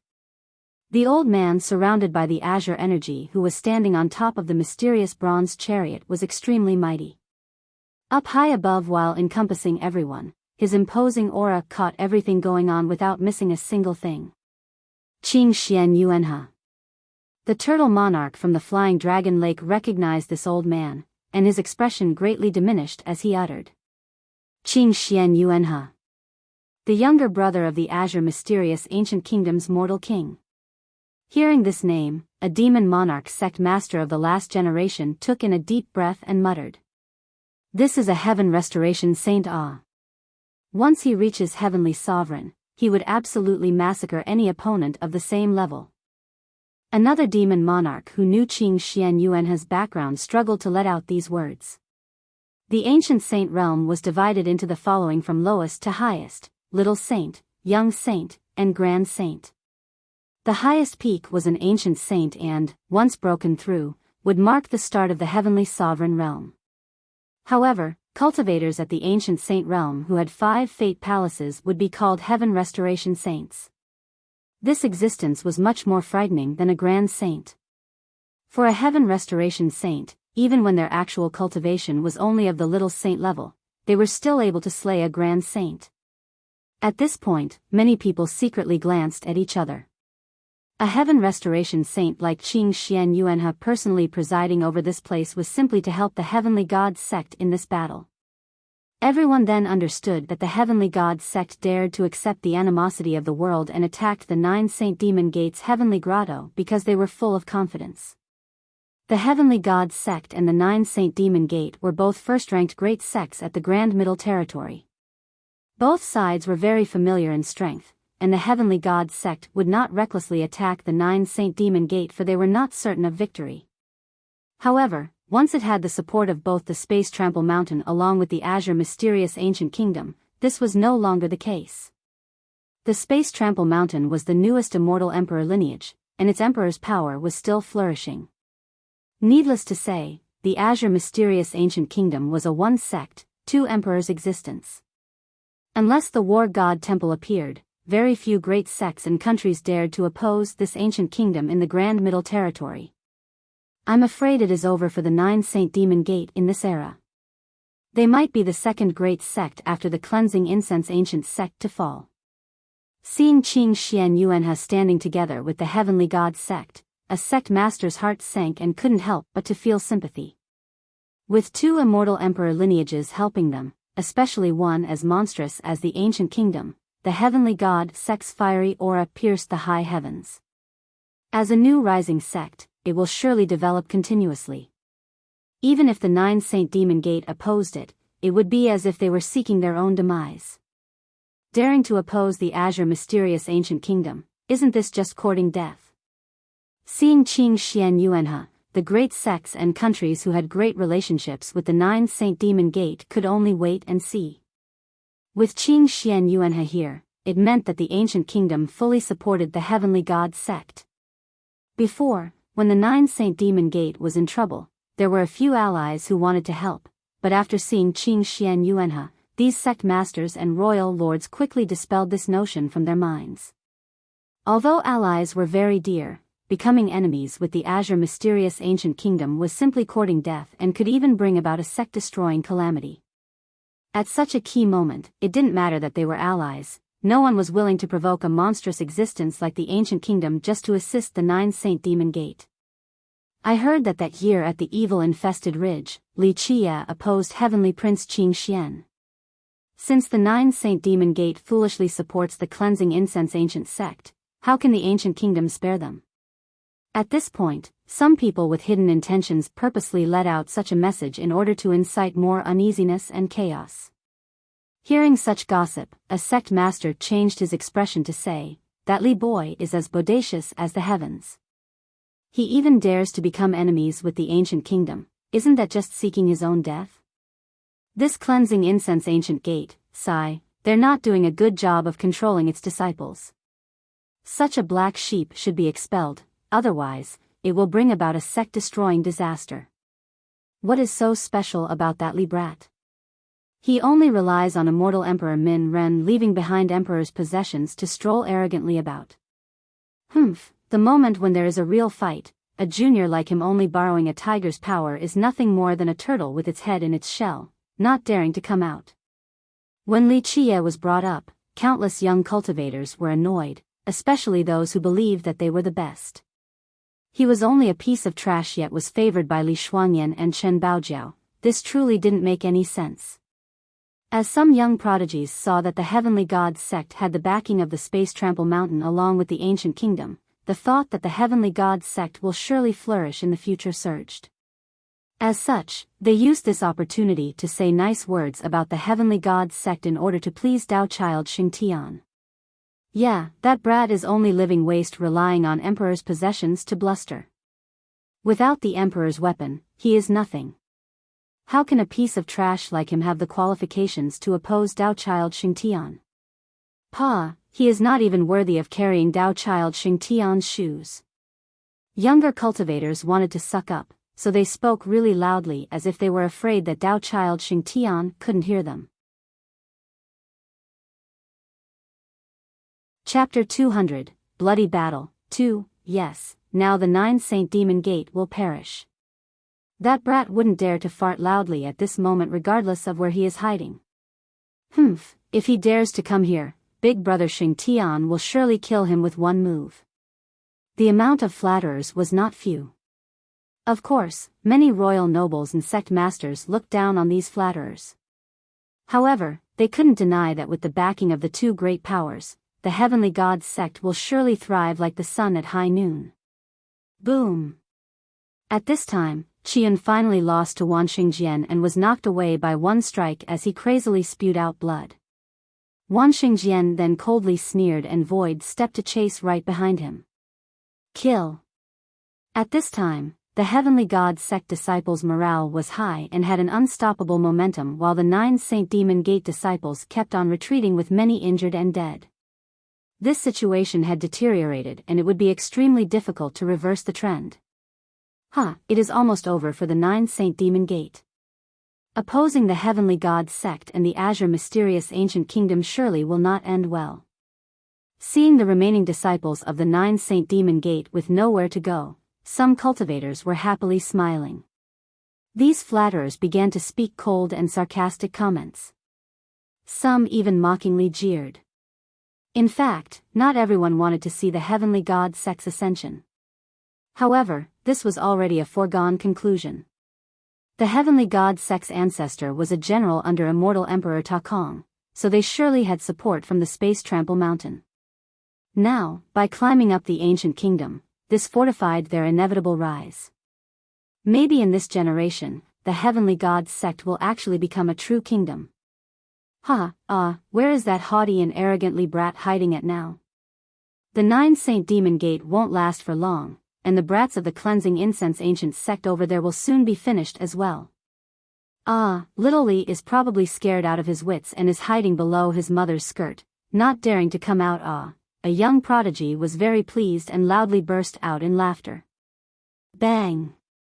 But after this young prodigy's words came out, a shadow with unparalleled speed struck forward, causing him to fly up in the air as blood spurted out like a majestic spring.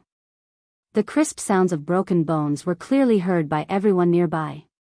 When this prodigy fell to the ground, he was no longer breathing since he became dead on the spot. What was that about the Azure mysterious ancient sect? Do you think such a small sect like this could scare your grandfather? At this time, an unhurried voice rang as Li Qia stepped forward with a cold, high-spirited demeanor while looking at the crowd. Li Qia. It's that brat from the cleansing incense ancient sect. Seeing Li Qia's sudden appearance, everyone couldn't help but become alarmed. Li Qia's cultivation didn't matter. The emperor's possession in his hands alone was enough to make people dread him. Li Qia, after seeing his appearance, Dao Child Xingtian cried out with a roar filled with anger and animosity. Following his roar was a virtuous paragon's aura that shot up to the sky. Suddenly, all of his blood energy channeled up high in the sky.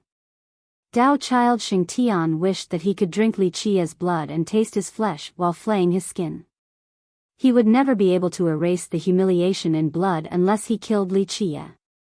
So, right when Li Qia showed up, he immediately shouted and took out his virtuous paragon life treasure to directly aim for Li Qia. He wanted to kill Li Qia before he had the chance to take out the emperor's possession. A declining cleansing incense ancient sect. An emperor's possession isn't shit. As Dao Child Xingtian was rushing forward, Jikong Jian also shouted and took out his inkstone with its immediate rolling emperor's power. Dao Child Xingtian and Jikong Jian had the same thought and both attacked at the same time, wanting to give Li Qia a mortal blow without giving him a chance to take out his emperor's possession. Scram! Before Dao Child's virtuous paragon life treasure could strike down, the separated yin and yang along with the 6 Dao culminating into a sword traversing the heavens came down with a clank. With just one blow, it repelled the virtuous paragon life treasure.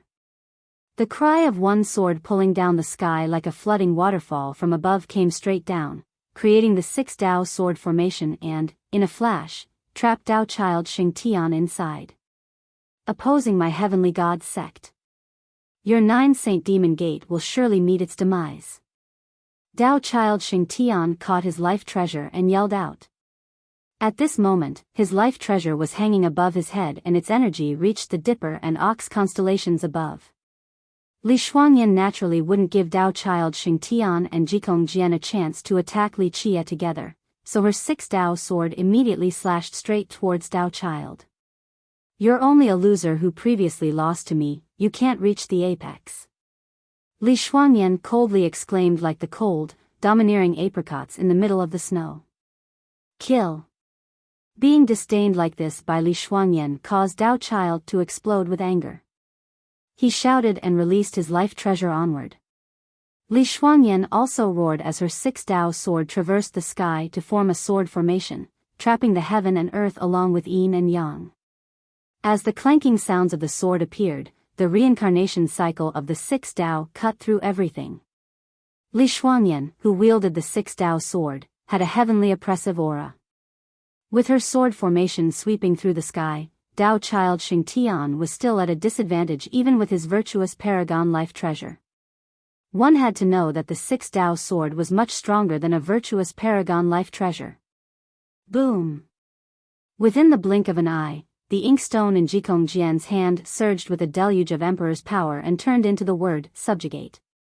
People immediately felt as if an immortal emperor was striking forward with his spear.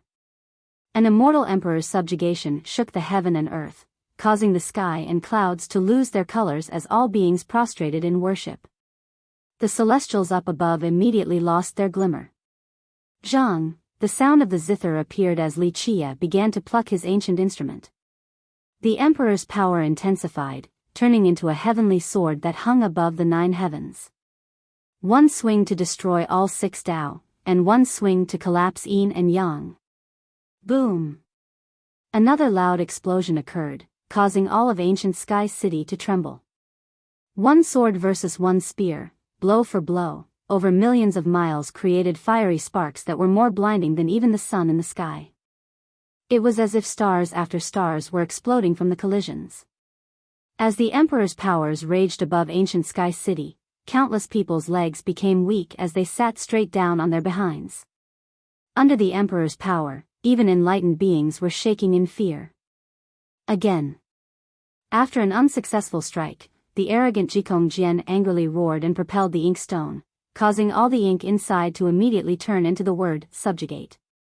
All of the remaining Emperor's power amalgamated under this one attack.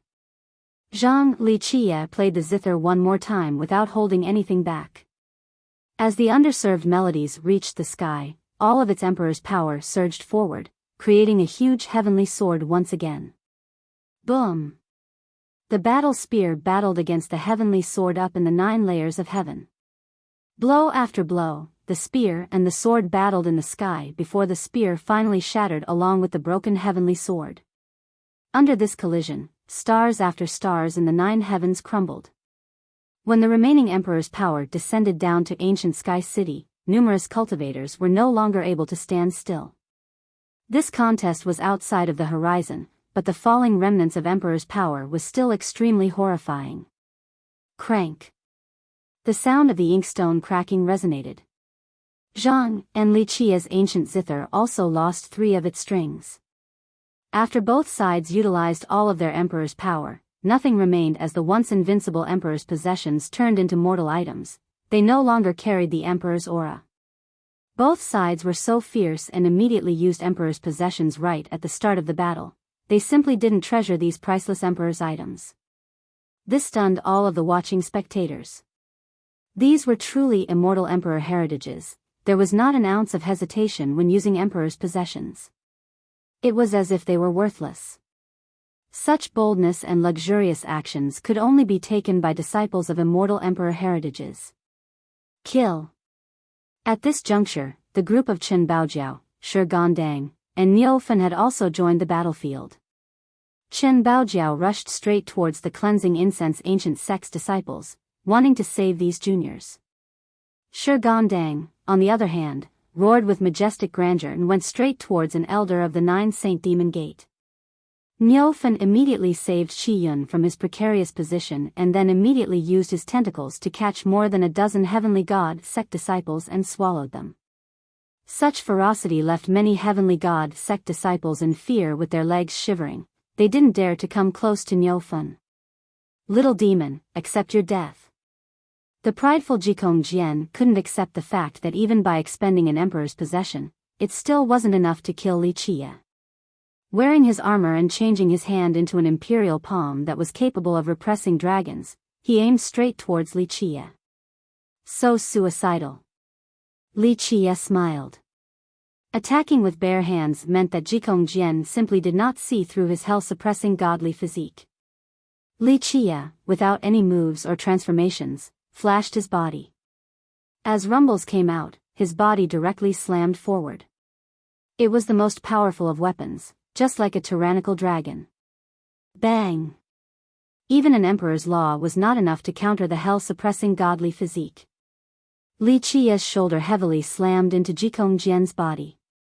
Crank-crack sounds of shattering appeared as Jikong Jian's armor was annihilated on the spot, followed by the sounds of broken bones as his entire body flew backward, crazily spurting out blood.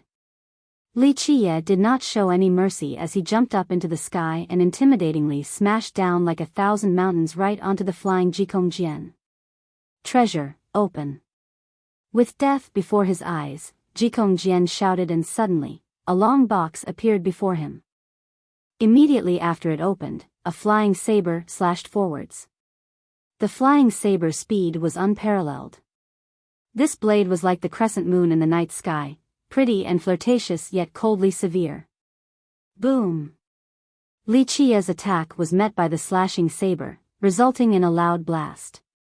Blood was spilled as Li Qie was cut by the flying saber. Even his fortified body was chopped, leaving behind a deep cut while revealing bare bones. This flying saber had a remarkable origin, but the hell-suppressing godly physique was not just for show.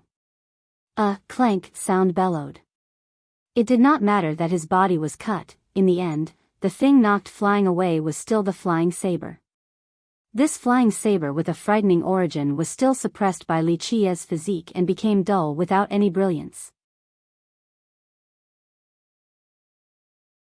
Chapter 201, Tetrawar Bronze Chariot, 1. The shocked crowd took a deep breath at the sight of Li Qie using his body to block the saber.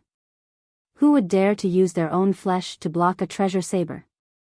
Li Qie didn't try to escape and actually hammered the saber. Such crazy valiance despite his injury. Hand me the sword. Li Qie roared. At this time, Li Shuangyan was busy trapping Dao child Xingtian within her sword formation. After hearing Li Qie's words, she unhesitatingly turned the 6 Dao sword into a bright light which instantly flew into Li Qie's hand. Kill, Dao child Xingtian, like a ferocious tiger escaping its cage, became even more fierce. With a loud boom, his blood energy soared to the sky as his 4 fate palaces coalesced above his head, creating an endless boundary. Li Shuangyan, accept your death.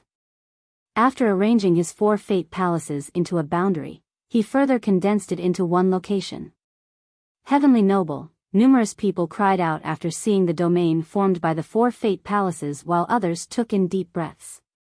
Even young King Nantian and Jewel Pillar Saint Child became serious as they gazed towards Dao Child Xingtian. From low to high, the realms for cultivators were in this order: Palace Foundation, Palace Expansion, Physique Accumulation, Provisional Palace, Inner Longevity, Heaven's Mandate, Warrior Canopy, Purified Rebirth, Heaven's Primal, Soul Creation, Mysterious Fate. Amongst these realms, Soul Creation cultivators could be bestowed the title of Named Hero, and Mysterious Fate cultivators could be bestowed the title of Royal Noble. Royal Nobles also had 4 different levels. From low to high, they are in the following order: New Noble, King Noble, Rebelling Noble, and Fate-Destroying Noble.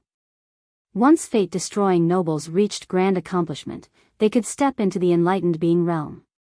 However, this Royal Noble realm was the second time when cultivators could open new Fate Palaces. At the Provisional Palace realm, cultivators would have 2 Fate Palaces. Royal Noble was the second opening period, and new nobles at grand accomplishment would have their 3rd Fate Palace.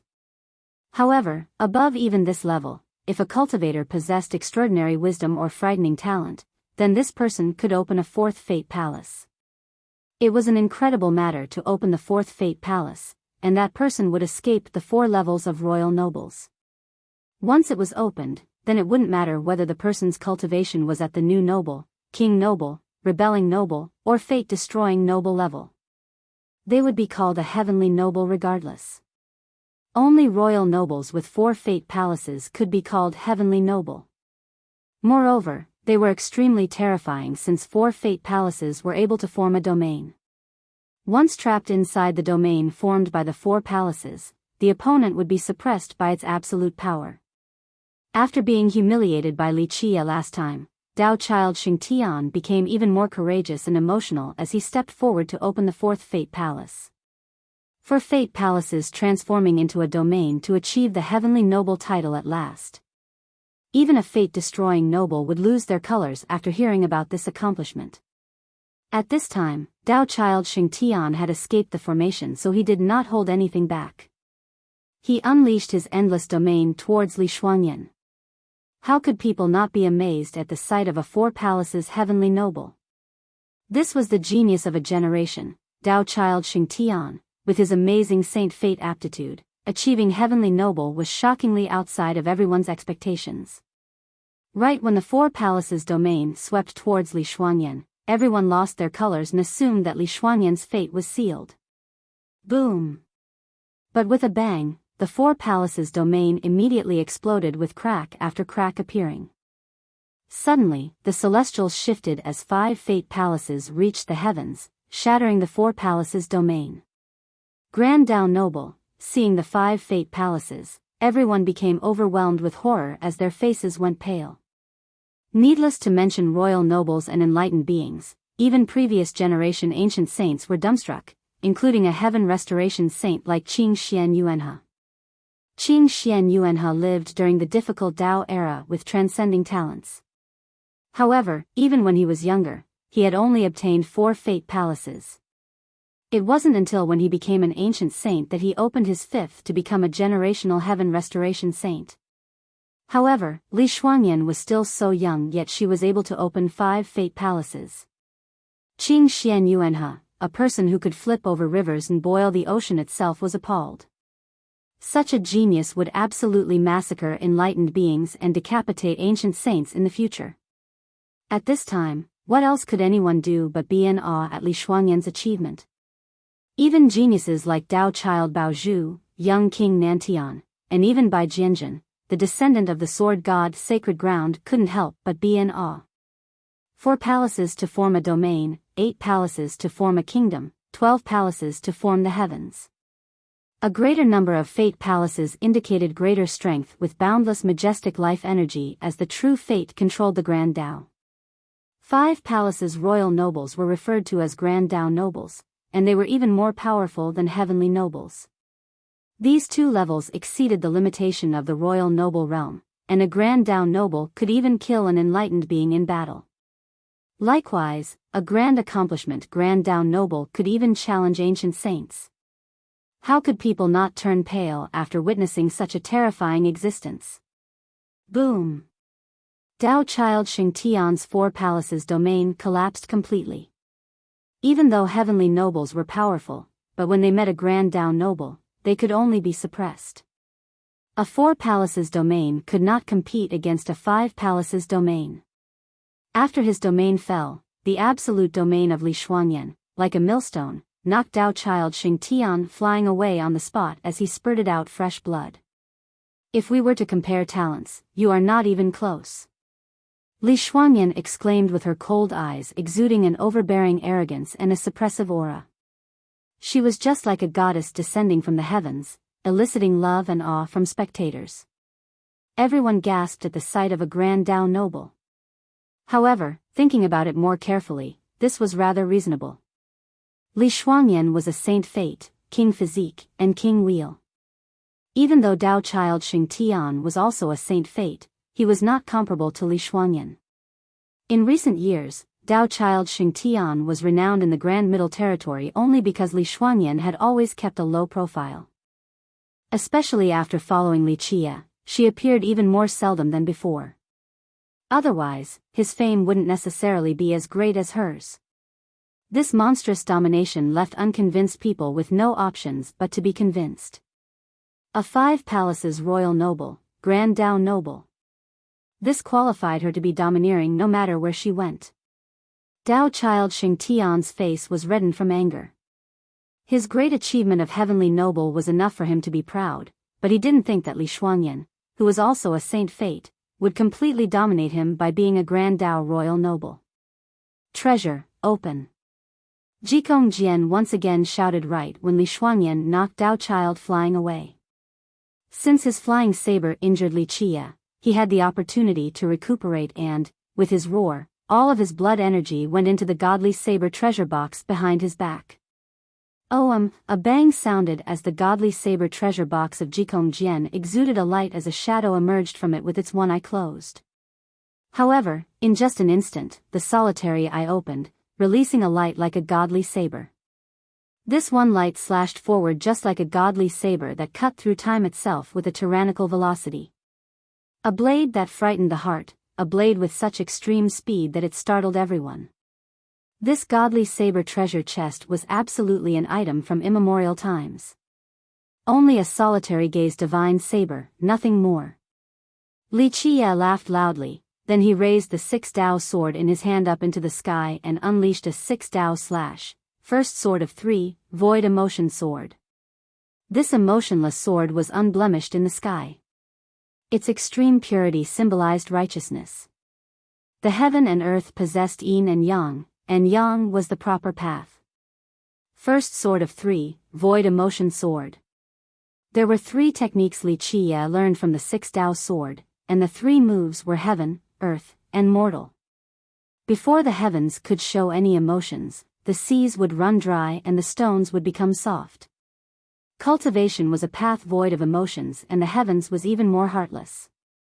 With this emotionless sword slashing down with boundless majesty, it was not a second-rate murderous Dao filled with vicious cruelty, it was the pure Dao that was void of emotions. Under this sword that encompassed the sentience of the heavens with emotionless righteousness. Boom! This sword froze the sky and split the earth. Another terrifying thing happened as Li Chia's Kunpeng rushed out of his fate palace while using its dark space transformation to allow Li Chia's sword to reach a speed that was capable of cutting time itself. This sword was void of any emotions and slashed away any concept of time. However, this was not the most frightening phenomenon. Li Chia's hell-suppressing godly physique erupted with a power that suppressed all existences. Even the gods and devils. Using the hell-suppressing godly physique to unleash one slash of the heavenly Tao was truly horrifying. The void was cut open and strange phenomena began to appear. This one sword was not only powerful since it struck out with the speed of a Kunpeng, but it also carried the supreme immortal power of immeasurable weight. The nether collapsed and there were countless chaotic gaps in the sky as time and space was broken into nothingness. Everyone present felt dismay while witnessing this sword. It was truly tyrannical. Even the sword god Sacred Ground's descendant, Bai Jianjun, who used the sword to become invincible, also lost her colors. She had traveled very far on the path of the sword, but seeing this sword of Li Chia, she was also appalled. This sword already had the style of an emperor's sword. Bang! Even the godly light of the flying saber could not hinder this sword as it was split apart. Li Chia's sword did not deviate from its path as it kept on slashing towards the one-eyed giant. The single eye of the giant immediately emanated a blinding brilliance after it saw this sword, and the brilliance turned into a supreme sword Tao as sword hymns filled the air. In an instant, inside ancient Sky City, the swords of all the cultivators were singing hymns in resonance. Such a phenomenon surprised everyone. This treasure was truly great. This even caused a royal noble to murmur, "I'm afraid this has to be a treasure of the gods. Just one ray like before, yet you still dare to be arrogant in front of your father. However, this solitary eye is almost worthy." Li Chia shouted.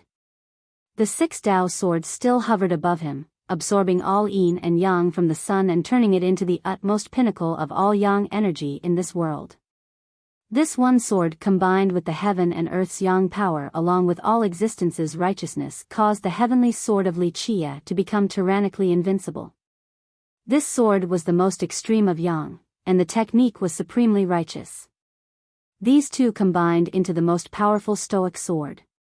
The majesty of the Grand Tao and the aura of emperors would not be any more amazing than this.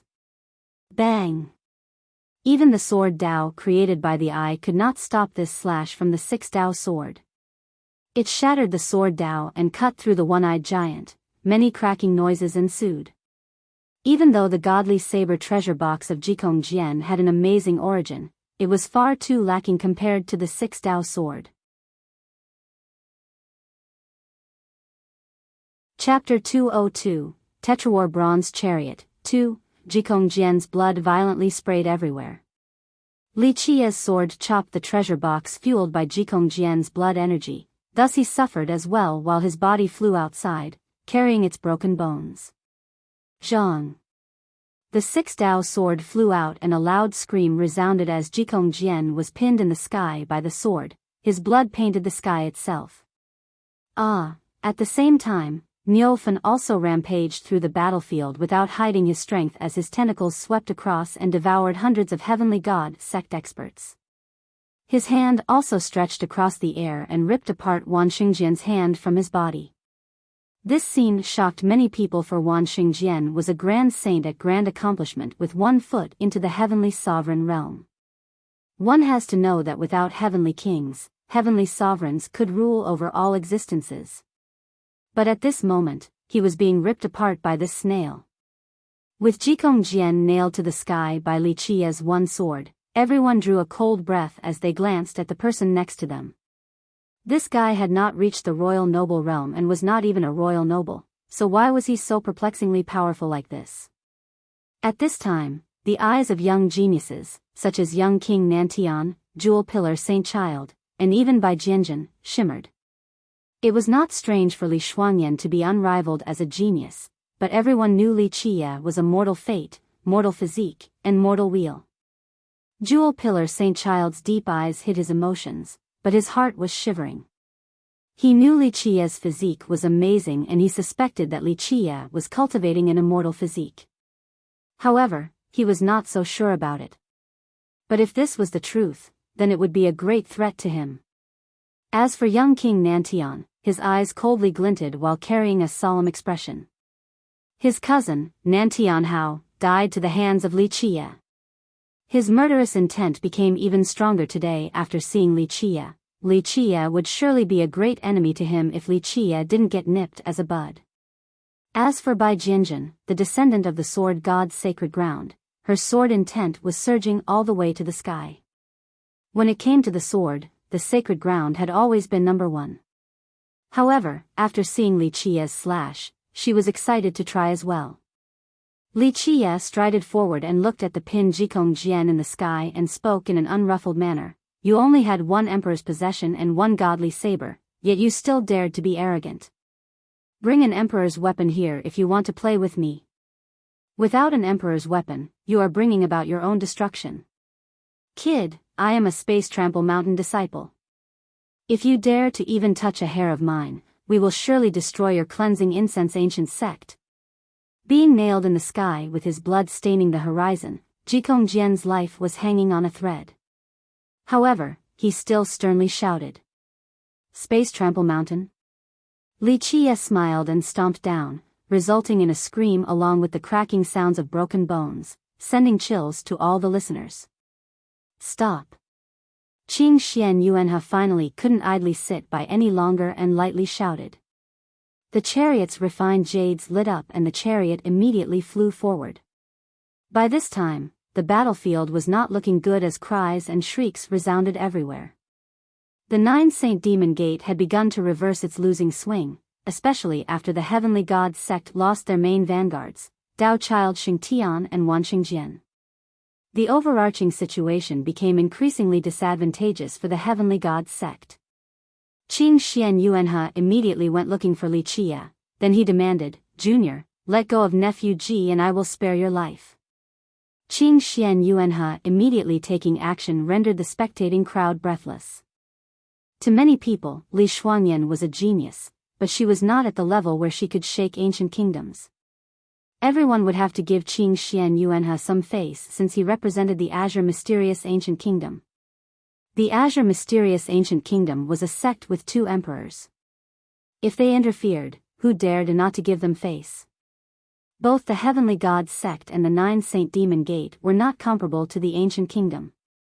What are you? Li Qie didn't bother to glance at him. Finished speaking, the 6 Dao sword cut Jikong Jian in half with a zhang. With a pitiful Jikong Jian was slashed in half. His skull was split open, so even if his body was restored, he would not be able to live for much longer. Qing Xian Yuanhe was too late to the rescue. Li Qie's sword was too fast, and even he didn't expect that this kid wouldn't give him any face. Many spectators were stunned with their eyes wide open. Such murderous determination. Not leaving any face for Qing Xian Yuanhe. This was an expert from the Azure Mysterious Ancient Kingdom, the brother of mortal King Qing Xian. Many audacious geniuses were always arrogant, but at this moment, when they stood in front of a giant monster such as the Azure Mysterious Ancient Kingdom, they had to think twice about becoming its enemy. Yet this 15 or 16-year-old boy before them was true to his words. What are you? He essentially didn't put the Azure Mysterious Ancient Kingdom into his sight with his level of unbridled haughtiness. Kid, since you want to die, don't blame me for being ruthless. Qing Xian Yuanhe instantly became angry, and following his rising saint aura, he shouted. A group of fate palaces emerged with its boundless domain soaring straight towards Li Qie. They aimed to pull him inside. A Heaven Restoration Saint's 5-palace domain would even refine a Grand Saint once they're trapped inside. Many people couldn't help but gasp. This kid is dead for sure. Even Grand Saints cannot escape from a Heaven Restoration Saint's domain. A sect master murmured. Be careful. Seeing the 5-palace domain, Li Shuangyan's group immediately reminded Li Qie in astonishment. Xsh. At this juncture of life and death, Li Qie suddenly whistled at a rapid pace. This sound contained many different and indiscernible musical rhythms and resounded at varying speeds. Nay. At this very moment, the cries of horses rang out. With a boom, the bronze horses charged forward. Qing Xian Yuanhe, who was standing on top of the chariot, initially wanted to trap Li Qie inside his domain, but at this time, his body was sent flying upward for more than 1,000 miles. Even an ancient saint like him could not maintain his stability. He couldn't stop the chariot from turning him over. Bang! Qing Xian Yuanhe was struggling as his body was shot up high. Even his techniques couldn't steady his body. The bronze chariot's lifting force was capable of overturning the heavens, horizon and grand earth. Bang bang bang, within just a blink of an eye, the bronze horse chariot that was originally sat on by Qing Xian Yuanhe rushed over towards Li Qie and stood right in front of him. Good little horses, good little horses. Li Qie gently patted the heads of the 4 bronze horses. Each of his pats contained mysterious arrangements. After each pat, a strange magical rune appeared on the heads of the horses. Eventually, Li Qie stood by their side and whispered into their ears. Nay nay nay. An unbelievable matter happened. The 4 bronze horses suddenly flared out their eyes as hissing sounds resonated. At this moment, the eyes of the 4 bronze horses became vibrant and vivid just like real-life ones. What was even more incredible was that the 4 horses seemed to be alive and they used their heads to hug Li Qie affectionately. It was as if they had met a loved one. Good little horses. After lightly caressing the horses, Li Qie jumped on the bronze chariot with one hand on the arm rail. Then he said, "This is a supreme treasure, yet you used refined jades for its activation. So ignorant." Under a light tap from Li Qie, cracking sounds reverberated. All of the engraved refined jades on the chariot fragmented into pieces and fell down. Boom! Finally, the 4 bronze horses leapt into the sky, pulling along the bronze chariot with a thunderous noise. At this very moment, the true dragon coiled over the empty sky and the divine phoenix soaringly followed. The white tiger was crouching down and was silently observing while the Qilin was expanding on the Tao. The true appearance of the bronze chariot created a sweeping emperor's aura in the air in all of its towering tyranny. Different images began to appear as if an immortal emperor was departing on an adventure. The chariot carried Li Qie around in a circle before stopping. The 4 bronze horses trampled in the sky in high spirits with a momentum like a profound dragon soaring in the sky or a fierce tiger leaving its mountain, the feeling of a vast sea for the fishes to swim freely and a high sky for the birds to fly with liberty. Tetrawar bronze chariot, Li Qie murmured while gently stroking the bronze chariot with endless remembrance. At the same time, the bronze chariot seemed to have its own awareness and emitted pure sounds from Li Qie's touch. The Tetrawar bronze chariot carried countless memories of Li Qie as the dark crow for millions of years, for it used to be his carriage. In many eras, the moment the Tetrawar bronze chariot appeared, the gods had to retreat and even existing immortal emperors had to greet him in person. This chariot left Li Qie with too many recollections. It followed his battles throughout the 9 heavens and 10 earths. It fought against gods and devils and even punished immortal emperors. Countless wars that eternally frightened the world were fought with him riding this bronze chariot.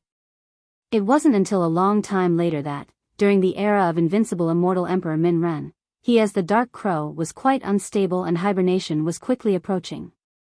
Coincidentally, immortal Emperor Min Ren adopted a daughter at this time. This foster daughter had quite an origin. She was the daughter of a general below immortal Emperor Min Ren. This general had followed Li Qie and Min Ren into battle after battle. Especially during the last battle for the Heaven's Will, he fought to the very bitter end and died in battle. As the Dark Crow, he promised this general to train his descendants in the future. Alas, when the general's daughter grew up, he was already near unconsciousness and was already starting his deep hibernation. Since he couldn't train her personally, Li Qie entrusted the daughter of this divine general to immortal Emperor Min Ren, and he gave his chariot, his symbol, to her in order to show her status. Immortal Emperor Min Ren then took her in as a daughter as well as a disciple of the Cleansing Incense ancient sect. All the way until she passed away, this chariot that represented a supreme identity was also left behind at the sect. Unfortunately, she did not pass down the method to ride this chariot, so even though it was an unparalleled treasure, no one in the history of the sect was able to ride it to battle. Later on, as time passed by, the world gradually began to forget that this chariot was the symbol for a supreme identity, and it finally fell into the hands of the Azure mysterious ancient kingdom. All the people who saw this scene couldn't help but get sent into a daze. This was the chariot of Qing Xian Yuanha, but now, the scene of Li Qie acting like the master of this chariot rendered everyone in disbelief. Chapter 203, I'm Arrogant, I'm Domineering. 1. The overturned Qing Xian Yuanha was both shocked and angry after seeing such a scene, for it was completely outside of his expectations. The Tetrawar bronze chariot really was not a treasure of his Azure mysterious ancient kingdom, it was an offering from the heavenly god sect. The elders of the ancient kingdom knew that it used to be the defining treasure of the Cleansing Incense ancient sect, but even after a long ponder, they couldn't find out its mysteries.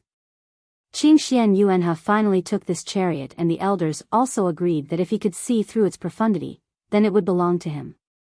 However, Qing Xian Yuanha thought for a long time yet still couldn't figure out the chariot's enigma.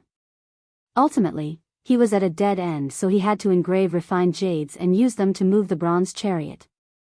After owning it for so long, he had never seen such a scene before. Until now, he only thought that the 4 bronze horses were only crafted from godly or into treasures, but from today's sight, this was not the case. The 4 bronze horses truly had their own life essence, just like real horses. Kid, hand my treasure chariot over. Qing Xian Yuanha, in his bewildered exasperation, deafeningly shouted. He trod on the sky as his saint energy turned into a bridge that inched closer. Each step exuded a magnificent saint aura. Behind him was a saint's weapon like a powerful ocean capable of drowning all things. Qing Xian Yuanha, as a heaven restoration saint, was not just for show. Even a grand saint would be easily massacred by him. At this time, Li Qie finally caught a glimpse of him. Even when facing a heaven restoration saint from the Azure mysterious ancient kingdom, he was still calm and nonchalant as he smilingly spoke. Your treasure chariot? You should be ashamed for even bringing this up. The Tetrawar bronze chariot is the defining treasure of my cleansing incense ancient sect. Today, it comes back to my sect. It is simply a natural course of events. Li Qia's statement left many grand characters watching the battle to look at each other. They did not expect such an inside story. The puzzle behind how Li Qia easily stole Qingxian Yuanhe's chariot was quickly solved. In the end, this was the cleansing incense ancient sect's defining treasure. It was clear that Qingxian Yuanhe did not grasp the mysteries of this treasure. At this very moment, a scream resonated in the air as Wan Xingjian's blood rained down from the blue sky. Niu Fen shattered his skull on the spot as his body fell down from the sky. Many people were aghast witnessing such a scene. Wan Xingjian. This was a grand saint of the Heavenly God sect. This was the disciple of the Heavenly God sect's ancestor, but today, he was killed by someone else. This was too bold, daring to kill his disciple. This was a provocation to the Heavenly God sect's ancestor. Qingxian Yuanhe, however, was not in the mood to save Wan Xingjian at this time. He coldly stared at Li Qia with icy glints in his eyes, then chillingly spoke, "Little devil, hand over the chariot, then my azure mysterious ancient kingdom will not pursue the matters today any longer." Li Qia was too lazy to even glance at Qingxian Yuanhe. He then replied, "No longer pursue. You think too highly of yourself, along with your azure mysterious ancient kingdom. Even if your ancient kingdom wants to let this go, I still won't forgive your ancient kingdom." Li Qia's words made everyone glance at each other while thinking, this kid is too much. Daring to talk like this, isn't he afraid of biting his tongue? Little devil, accept your death.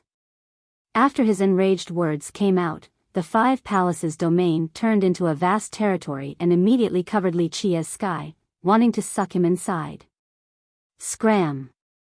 Li Qia was tired of him, so he sank his tone, then tapped on the chariot. Nay, the Tetrawar bronze chariot smothered the sky as it rushed forward while stomping heavily towards the approaching territory. Boom! After a loud explosion, an incredible thing happened. The horses trampled and shattered the kingdom, resulting in another deafening bang. There was a huge crack that appeared in the middle of the 5 palaces domain as the now bloodied Qingxian Yuanhe was kicked flying away by the 4 bronze horses. Such a display rendered everyone breathless. This was a heaven restoration saint, yet he was kicked flying away by 4 horses.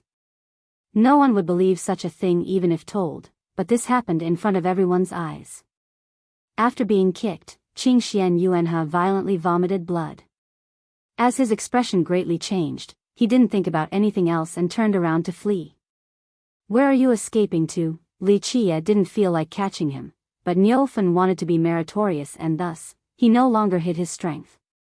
He shook his body and turned into an extremely giant snail in front of the world.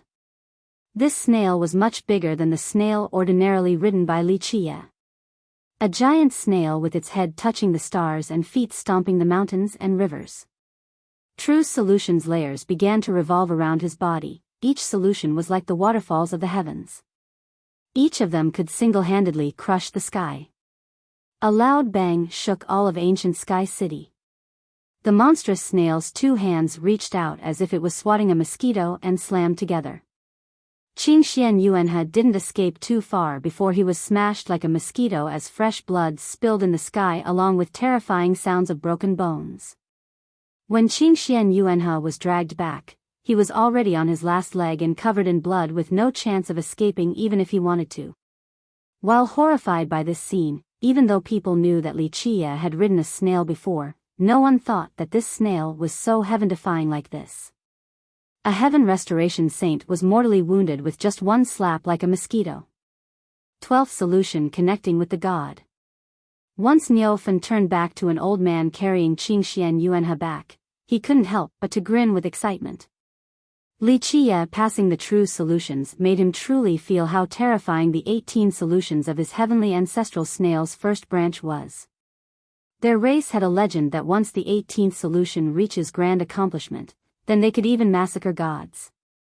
At this point, he finally got a taste of this god-killing power. Junior, I am a royal member of the ancient kingdom. If you dare to kill me, you will not leave this ancient city alive. At this moment, Qingxian Yuanhe was at death's door, but his momentum was still pressing down on others. Truly worthy of being a royal member of an ancient kingdom's clan, always frighteningly aggressive. Qingxian Yuanhe's words managed to change some people's expressions. This truly was not just an empty threat. The ancient kingdom really possessed this power.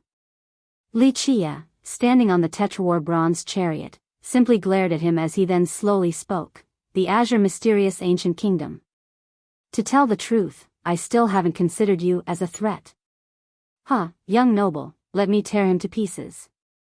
Niufen grinned and smiled. With one command from Li Qia, he would immediately tear Qingxian Yuanhe apart. You dare? Qingxian Yuanhe's face became deathly pale. At this moment, he knew he had met a little demon king. This kid in front simply was not afraid of the heavens nor the earth. There is nothing that I can't do. Li Qia smiled and simply waved his sleeve without looking at Qingxian Yuanhe one last time. No, at this moment, Qingxian Yuanhe realized that his death had come. After a loud scream, Niufen tore the still-alive Qingxian Yuanhe into 2 pieces. In a flash, his fate was destroyed. A generation heaven restoration saint was ripped apart alive. The visual impact of this scene was too devastating to all spectators. A heaven restoration saint was simply killed like this. This was an expert of the azure mysterious ancient kingdom. This was the little brother of mortal king Qingxian, yet he was still torn apart. Executing a royal family member of the ancient kingdom like this in front of everyone, how domineering was this? This was creating an unresolvable situation against the ancient kingdom. Even a renowned heavenly king in the current generation would not dare to make such a maneuver. However, such a tyrannical move was done by a 15, 16-year-old kid. At this point, everyone started to question whether the cleansing incense ancient sect was really in decline or not. This was a great blow to the heavenly god sect's morale. Such an invincible and high above existence who was impossible to defeat without the involvement of a heavenly sovereign, yet he was annihilated. Their confidence immediately collapsed with all morales plunged. Kill. At this point, countless experts of the 9 Saint Demon Gate began their counterattack as their bloodlust surged. The heavenly god sect's soldiers were now being pushed back. Such a reversal amazed all of the spectators. At this time, Niufen stood by Li Qia's side without taking any action. And Li Qia's eyes switched to the battle between Li Shuangyan and Dao Child Xingtian, and he saw that Dao Child Xingtian was being pushed back. Even though Li Shuangyan was ferocious, the virtuous paragon life treasure hovering above Dao Child Xingtian kept on releasing magical runes to stop Li Shuangyan's attacks one after another. Heaven, Earth, Root. Facing Li Shuangyan's most aggressive attack, Dao Child Xingtian activated his strongest murderous move to stop the sharpest blow from Shuangyan. With his deafening shout, the virtuous paragon life treasure on top of his head immediately released a mantra. This mantra blurred the heaven and earth back to the early primordial time. The 3 words mantra acted as a resolute wall of the heaven and earth and stopped one hegemonic sword from Li Shuangyan. This is not only a virtuous paragon life treasure, it is also crafted from a 7 runes treasure metal. What's even worse is that 3 of those runes had become mantras. A 7 treasure 3 mantra virtuous paragon life treasure, truly incredible. Seeing the 3 mantra words, a person couldn't help but exclaim. Life treasures were either crafted from heavenly beasts' Dao bones or from a grand Dao treasure metal. Grand Dao treasure metals were natural-born Dao runes from the heavens. The more runes there were, the more precious the treasure metal was. If these runes could actually form words or sentences, then the power of this life treasure would double. However, if these runes actually formed the mantra of the heaven and earth, then it was even more amazing. These life treasures would surely suppress others at the same level. Dao Child Xingtian's virtuous paragon life treasure was incredible. It was refined by a virtuous paragon ancestor of theirs from a 7 runes treasure metal. What was even more precious was that 3 of these runes had become mantras. Chapter 204, I'm arrogant, I'm domineering. 2. Heaven, Earth, Root. These were the 3 mantras born from the treasure metal. Their appearances were indeed capable of crushing all oppositions. If Li Shuangyan wasn't tough enough as a Grand Dao noble, someone who was capable of absolutely suppressing Dao Child Xingtian, then Dao Child could have used these 3 mantras to change the tide. In fact, the sword in Li Shuangyan's hand was not ordinary. This was a virtuous paragon life sword especially bestowed to her by Demon King Luan Ri. But compared to Dao Child Xingtian's treasure, there was still a big gap. A 3 mantras life treasure. Li Qie glanced at the battlefield and lightly said, Shuangyan, your sword won't be able to break through these heaven, earth, root mantras. Use your heavenly plate. Having heard Li Qie's advice, Li Shuangyan no longer hid her strength as a sacred light pierced the horizon. Boom! Following a loud explosion was the sky being replaced by a new empyrean. Everything became an illusion as the heavenly sky plate appeared, reigning over the universe. The sky plate poured down stars after stars. The heavenly sky plate was an immemorial treasure with a stunning origin. During the battle of the ancient gods, it had a distinguished reputation, but it disappeared later on without a trace. At this moment, this immemorial treasure had fallen into the hands of Li Shuangyan as it exerted its unparalleled sacred power. Heaven, earth, root, seeing the actualization of the heavenly sky plate, Dao Child Xingtian lost his colors and shouted while channeling his undulating life will, moving his longevity blood. All of this blood energy fueled his virtuous paragon life treasure and sacrificed for the 3 mantras. In a flash, the 3 mantras turned into the boundless world like the inception of a primal chaos. Boom! An explosion blasted the heaven and earth, even layers of universal laws protecting ancient sky city eroded away. Under this one attack, the sky had been shattered and directly turned into a black hole. As flesh blood tainted the blue sky, Dao Child Xingtian was knocked flying away. Even the 3 mantras of the virtuous paragon life treasure could not save him. His chest was penetrated, revealing a horrible gap that indicated tremendous damage taken. Withdraw, Dao Child Xingtian was gasping for air before shouting. At this time, nothing else mattered to him. He dragged his dying body to immediately escape far away. Even if his flesh was destroyed at this moment, he still wouldn't notice it during his scramble. Li Shuangyan wanted to pursue, but Li Qie waved his sleeve and smilingly spoke, a monk can flee but a temple cannot hide. Kill. After Wan Xingjian died in the battle and Dao Child Xingtian escaped, the 2 remaining elders couldn't handle it and died on the spot. This destroyed the heavenly god sect's disciples' will to fight as they turned around to run. However, how could the 9 Saint Demon Gate disciples give up such an opportunity to attack? If they didn't kill to the end, it would be a crime against their dead brothers. Many loud roars sounded as their morale reached the peak, like the lions and tigers, as they slayed their enemies and traded blood for blood. They would absolutely not spare any disciples from the heavenly god sect. Momentarily after came the sounds of murder. In the end, not many heavenly god sect disciples escaped with their lives. Blood stained the ground as the 9 saint disciples pursued the heavenly god sect disciples from street to street. Seeing this scene, all of the observing experts were silent without words. The heavenly southern kingdom, the Jiangzhou clan, the Jewel Pillar Sacred School. All of these powerful sects didn't dare to give out any opinions. The 9 Saint Demon Gate and the heavenly god sect's quarrel, this was absolutely a war between monsters. With the Azure mysterious ancient kingdom looming as well, no matter how strong one was or how great the sect was, no one dared to be sucked in this vortex of war. Sweep and annihilate the grotto of the heavenly god sect. Just after the battle, Li Qie swung his hand on the Tetrawar bronze chariot and commanded. As Li Qie's command vibrated the field, not to mention the juniors like Chu Daily, even all of the disciples of the 9 Saint Demon Gates were ecstatic with their blood boiling. Qi Yun, as the supreme elder, gave his orders, then the 9 Saint Demon Gate disciples immediately soared forward like the wind and clouds towards the Heavenly God Sect's grotto.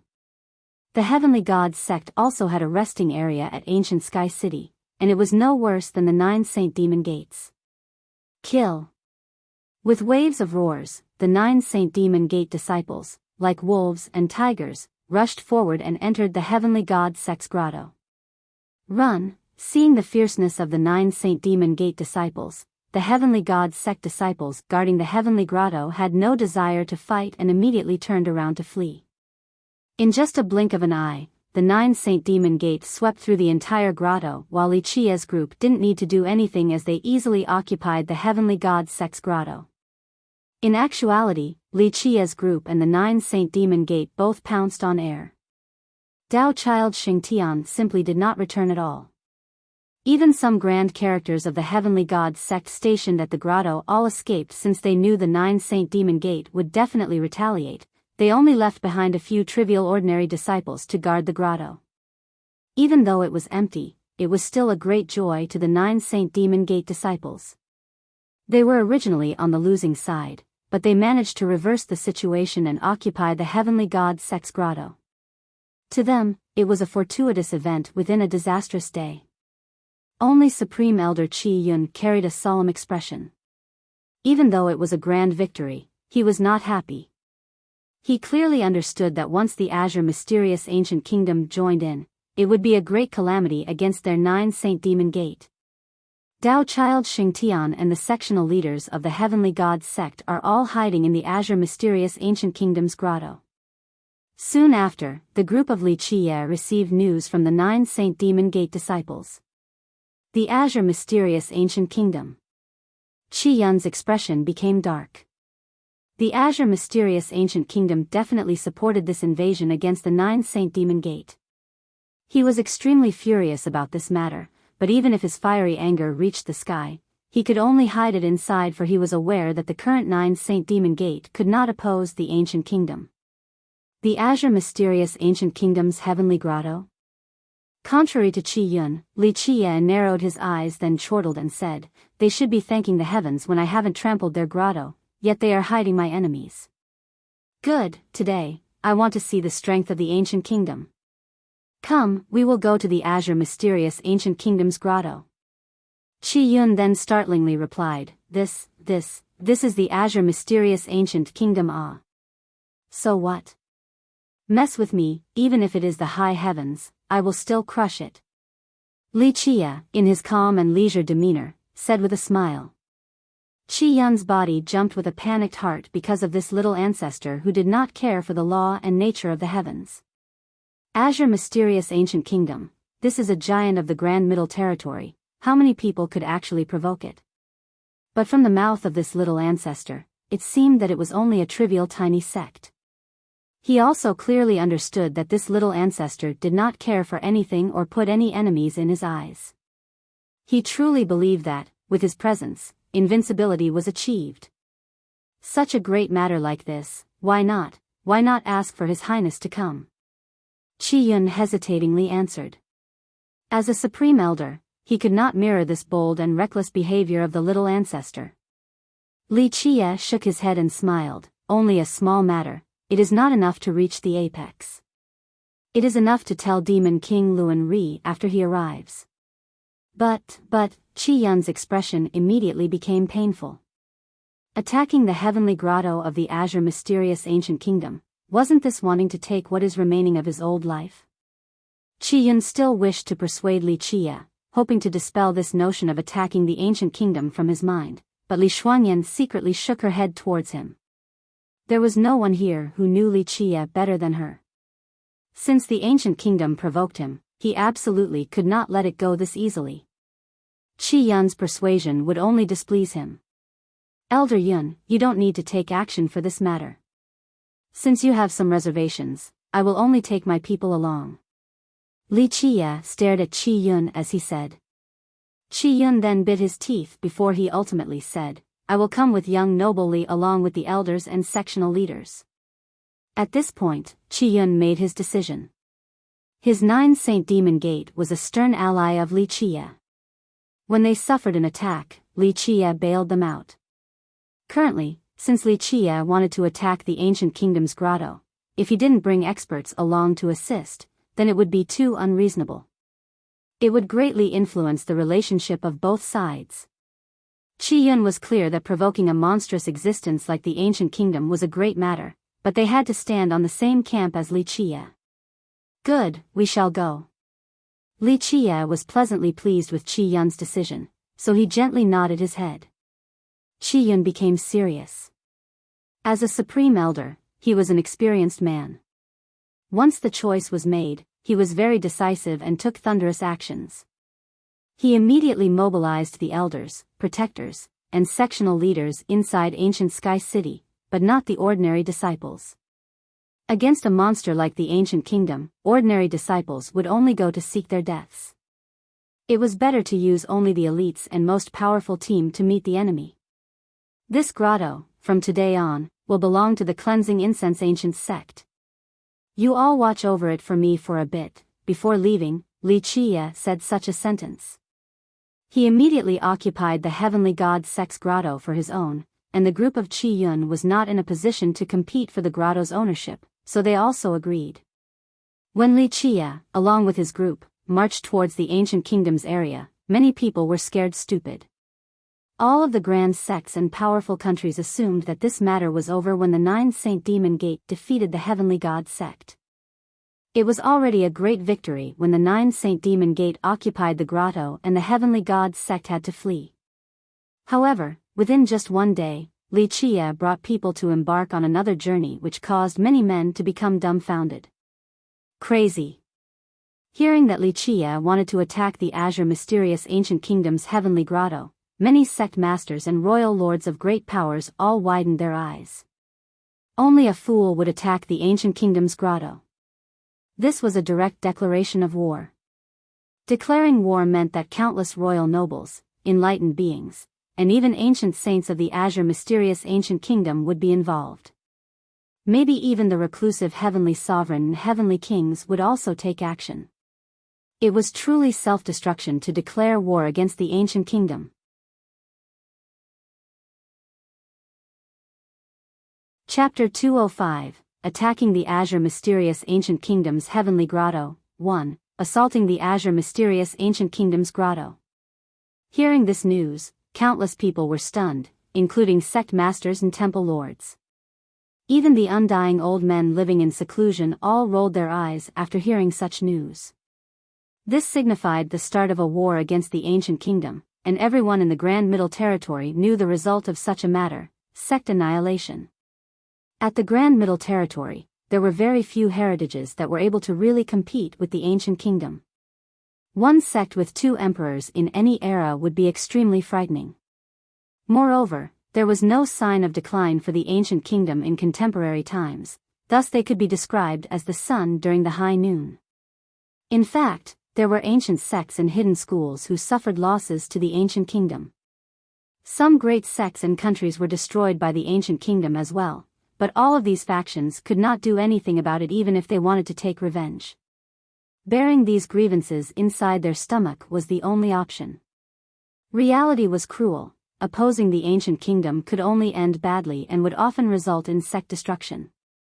No one could escape from this fate once they decided to ignite a war against the ancient kingdom. And so, upon hearing that Li Qie was leading a group to attack the ancient kingdom, many people became dumbfounded for a while. No matter the cultivation, even if one was a powerful heavenly king, they still wouldn't declare war recklessly against the ancient kingdom. However, this junior of 15 to 16 years of age was arrogant enough to challenge the ancient kingdom's prestige, leaving many grand characters in silence for a long time. As for the younger generation, they had different reactions and thoughts to this news. For young King Nantian, sitting high in his ancient chamber, his eyes coalesced after hearing such news. His royal aura was suddenly mixed with his blood energy, creating an encompassing sea of blood with vermilion birds flying straight to the sky that had the potential to incinerate all of the 9 worlds. Glinting with terrifying light in his eyes, young King Nantian slowly exclaimed, "It is a shame that I cannot personally kill this kid." Li Qie killing Nantian Hao, who was the cousin of young King Nantian, this was an unforgivable vengeance to the Nantian clan and the heavenly southern kingdom. This kid is indeed a bit devilish. In my opinion, he is surely cultivating some incredible physique law. An old man from the southern heavenly kingdom stated, however, Tinger, you are blessed with a saint will aptitude. Your life law is unbeatable, one strike slashes the stars and another assaults the sky itself. If this kid doesn't have an emperor's possession, you only need 3 or 5 moves to kill him. Young King Nantian was a saint will aptitude. In the world, many people believed that the fate palace and physique were more important than the quality of one's life wheel. However, this was not the case. If cultivated properly, a life wheel was extremely terrorizing. The better the life wheel, the more powerful one's energy will become, and they will have more powerful attacks. With his saint wheel, young King Nanshan's blood energy was much more formidable than others of the same generation. He cultivated a peerless longevity law. One could say that his blood energy was endless.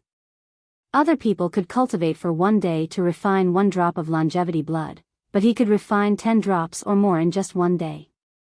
Therefore, the saint will combined with a peerless longevity law meant that his offensive power was extremely disheartening. He could kill without using life treasures. A single leaf or dried grass in his hands would all be powerful weapons. The more ordinary merit laws under his utilization would have 10 times the normal amount of power, or perhaps even more. 1 strike slashed the stars and another assaulted the sky itself. This was not only a legend, but a fact. With a serious gaze, young King Nantian eventually coolly spoke, Emperor's possession. When necessary, we can also summon an Emperor's possession. The cleansing incense ancient sect isn't the only thing in this world that has an Emperor's possession. Inside the Jewel Pillar Sacred School's heavenly grotto, Jewel Pillar Saint Child was also emotionally moved by such news. As someone who hid his skills, he was much more low-key than the other prodigies. Plus, he already fought against Li Chia with his grand completion king physique. He was very suspicious that Li Chia was cultivating a supreme immortal physique. After hearing such news, his eyes were glimmering with an unknown light, not letting people know what he was thinking. If the cleansing incense ancient sect truly has the hell-suppressing godly physique, one of the supreme physiques, then perhaps the cleansing incense ancient sect will be our target in the future. Behind him, an old man spoke in a muffled voice. Jewel Pillar Saint Child was a natural-born sacred mountain physique, one of the 2 king physiques within the hell-suppressing godly physique. With his grand completion, the foundation of his physique was extremely solid. He kept a low profile in order to advance to the saint physique. Each of his steps were to lay a fortified foundation for his physique. Even a grand completion saint physique would not satisfy him in the future. His aim was for a grand completion immortal physique. And that would be the hell-suppressing godly physique, the most powerful and invincible physique. Simply thinking about it gave Jewel Pillar Saint Child hopes and aspiration. He was completely confident, but his heart sank when it came to the hell-suppressing godly physique. The Jewel Pillar Sacred School was indeed the sect with the highest amount of physique laws in the Grand Middle Territory, and even in the entire mortal emperor world. His school even had immortal physique laws. They have a hell-suppressing manual, which was a way to cultivate the hell-suppressing godly physique. But unfortunately, this was an incomplete manual. This was the reason why Jewel Pillar Saint Child cultivated a king physique law at the start even though he was a natural-born king physique. If it was another disciple from a different sect with a natural-born king physique, they would cultivate a saint physique law from the start because this was the easier method to achieve a grand completion saint physique. Li Xuanyan was such a case. She was a natural-born king physique, thus she cultivated a saint physique law from the beginning. Jewel Pillar Saint Child's goal was the hell-suppressing godly physique, but with only an incomplete manual, he could only start from a king physique law to, step by step, improve from a king physique to a saint physique before finally reaching an immortal physique. No one would dare to cultivate an incomplete law and thus, he focused on creating a solid foundation, instead, while he slowly and steadily built his physique. This was the only way for him to not suffer chi deviation when cultivating an incomplete law in the future. And so, When he was thinking about how Li Qia was likely to own the supreme immortal physique law of the hell-suppressing branch, how could his heart not be moved? After their battle, he was sure that Li Qia was indeed within the family of the hell-suppressing physiques. However, he was not certain as to whether Li Qia was cultivating an immortal or saint physique law, but there was a slight inclination towards the former. The hell-suppressing godly physique, and a complete version on top of that. How could Bao Zhu not be excited? This was the thing he had always dreamt about. If he could cultivate such a law, then he definitely could reach grand completion immortal physique in the future. Grand completion immortal physique. This meant obtaining invincibility. His heart began to burn vigorously with these desires. Nevertheless, he did not lose his calmness and was not in a rush to immediately seize the immortal physique law from Li Qia. When the time was right and with the utmost confidence for success, he will strike. Outside of ancient Sky City, on top of a solitary peak, the descendant of the sword god's sacred ground, Bai Jianjun, was embracing her sword while sitting on the ground in complete silence during the night sky, completely assimilating herself into the darkness. As the sword god's descendant, she was a maniac for the sword her whole life. Bai Jianjun was just like her sword, cold and emotionless with chilling murderous intent filling the sky.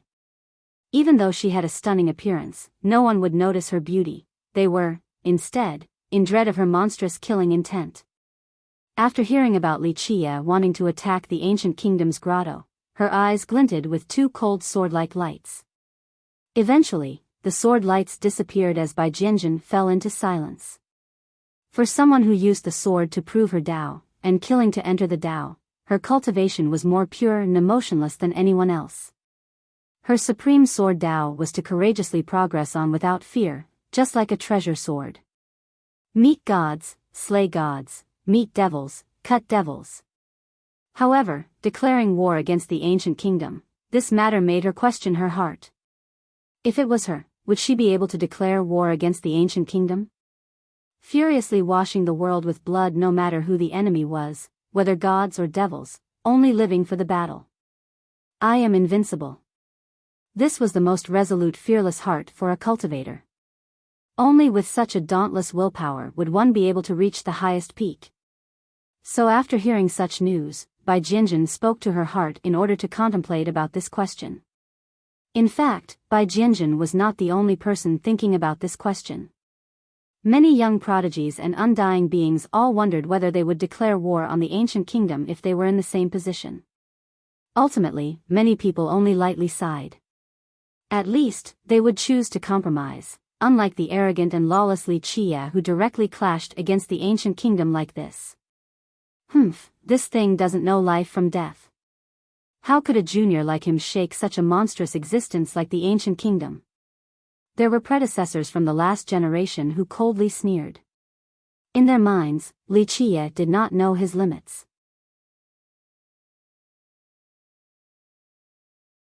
Each step of his carried an endless saint aura that was capable of sweeping through all people in front of him. Qing Xian Yuanshan, seeing this old man step out, one person murmured, the older cousin of Qing Xian Yuanhe. He was a former guard of mortal King Qing Xian. This old man, Qing Xian Yuanshan, brought along a group of royal nobles and arrogantly looked down at everyone. Well done, Qi Yun, your 9 Saint Demon Gate truly ate the tiger heart and leopard guts. Not only did you kill my cousin, but you also dare to announce attacking my ancient kingdom's mansion. Just wait for your sex annihilation. Qing Xian Yuanshan stared at Qi Yun and said with a harsh disdain. Who is right and wrong? Your ancient kingdom knows clearly more than anyone. Even when facing the ancient kingdom, Supreme Elder Qi Yun still didn't want to act weak and lower his prestige, thus he said drily. Both of Qing Xian Yuanshan's eyes widened, revealing an oppressive ray as he harshly spoke, who is right and wrong? Killing my ancient kingdom's disciples, this is a capital offense worthy of 9 familials extermination. Qi Yun, if you surrender now, perhaps it will save your 9 Saint Demon Gate from a sect annihilation. Otherwise, I will destroy your azure mysterious ancient kingdom. At this point, Li Qia lazily interrupted Qing Xian Yuanshan. He provocatively winked as he looked at the group of Qingxian Yuanshan and inattentively continued, "Don't act so prestigious without being able to back it up. Only an azure mysterious ancient kingdom, so what? I'll borrow your words. Today, if you kneel down and cut off one hand, then maybe I will spare your ancient kingdom once. Otherwise, I will completely trample this place, today." Li Qia's words immediately sparked many questionable gazes from the sect masters and temple lords. This was not their first time seeing Li Qia's ego, but to say that he wanted to annihilate them right outside of their gate, this was truly smugness to the point of causing chaos. Having heard Li Qia, Qingxian Yuanshan's countenance turned pale from being livid as his body was shivering. All of the royal nobles next to him were also glaring at each other. "Little beast, all of you accept your deaths. Taste the anger of an ancient kingdom." Qingxian Yuanshan shouted while reaching out his hands to reveal an emperor's decree. Boom! After a loud boom, an emperor's decree appeared with the word "deter." Countless experts shivered the moment the strands of emperor's power came pouring out. Bang, bang, bang, many various crisp sounds appear as this emperor's aura rushed outside all the way to the sky, turning into a giant palm that blocked the sun as it headed straight towards the group of Li Qia.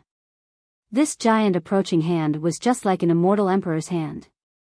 Many Nine Saint Demon Gate experts could not handle such an imperial aura and thus, they shivered in fear as their knees became soft.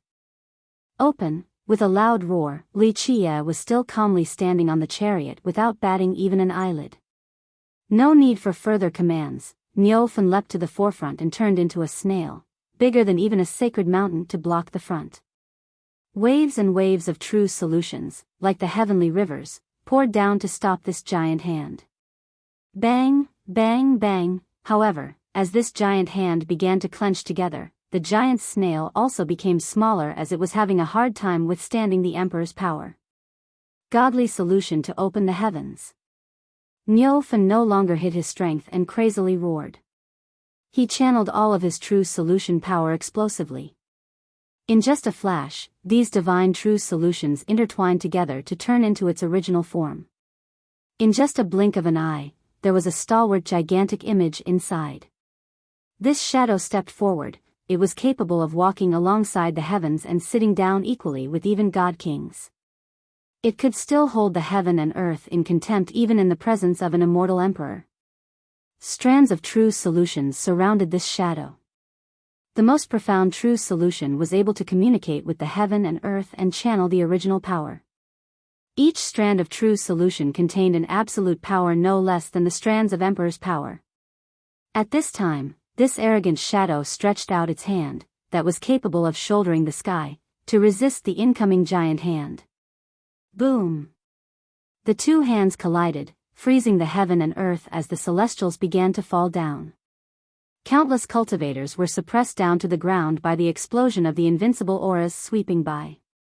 No matter if one was a royal noble or an enlightened being, all were ants under this force. Both the emperor's power and the arrogant gigantic shadow disappeared after the collision.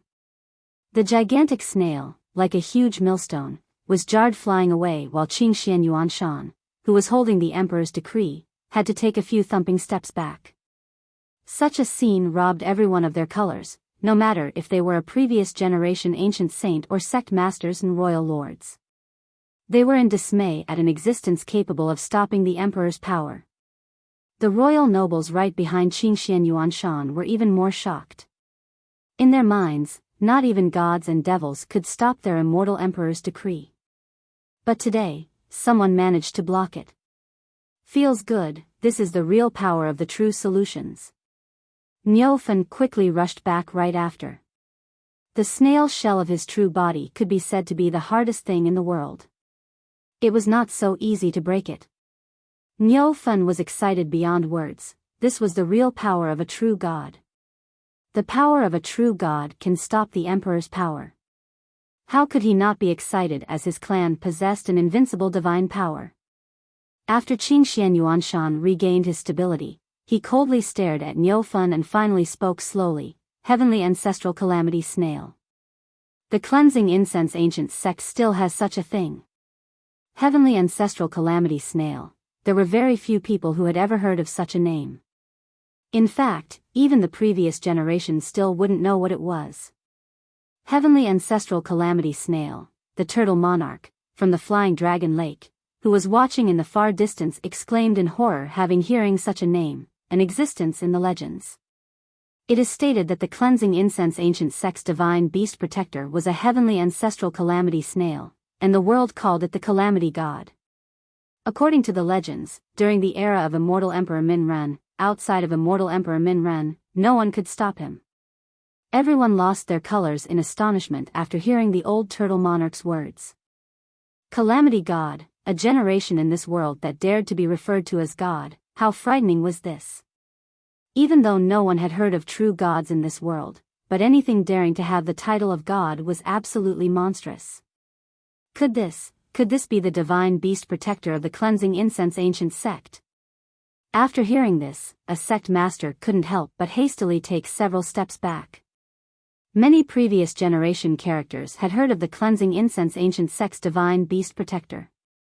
It was an invincible existence, true invincibility. Even Qi Yun was completely aghast. The Nine Saint Demon Gate used to be a subsidiary of the cleansing incense ancient sect. How could he have not heard of the divine beast protector? Even the Nine Saint Demon Gate's progenitor was one generation below the calamity god even when he was alive. This is impossible. When the cleansing incense ancient sect lost that year, their divine beast protector did not appear. Rumors has it that it had died from old age 50,000 years ago. A royal lord who knew about the battle 30,000 years ago couldn't help not murmur.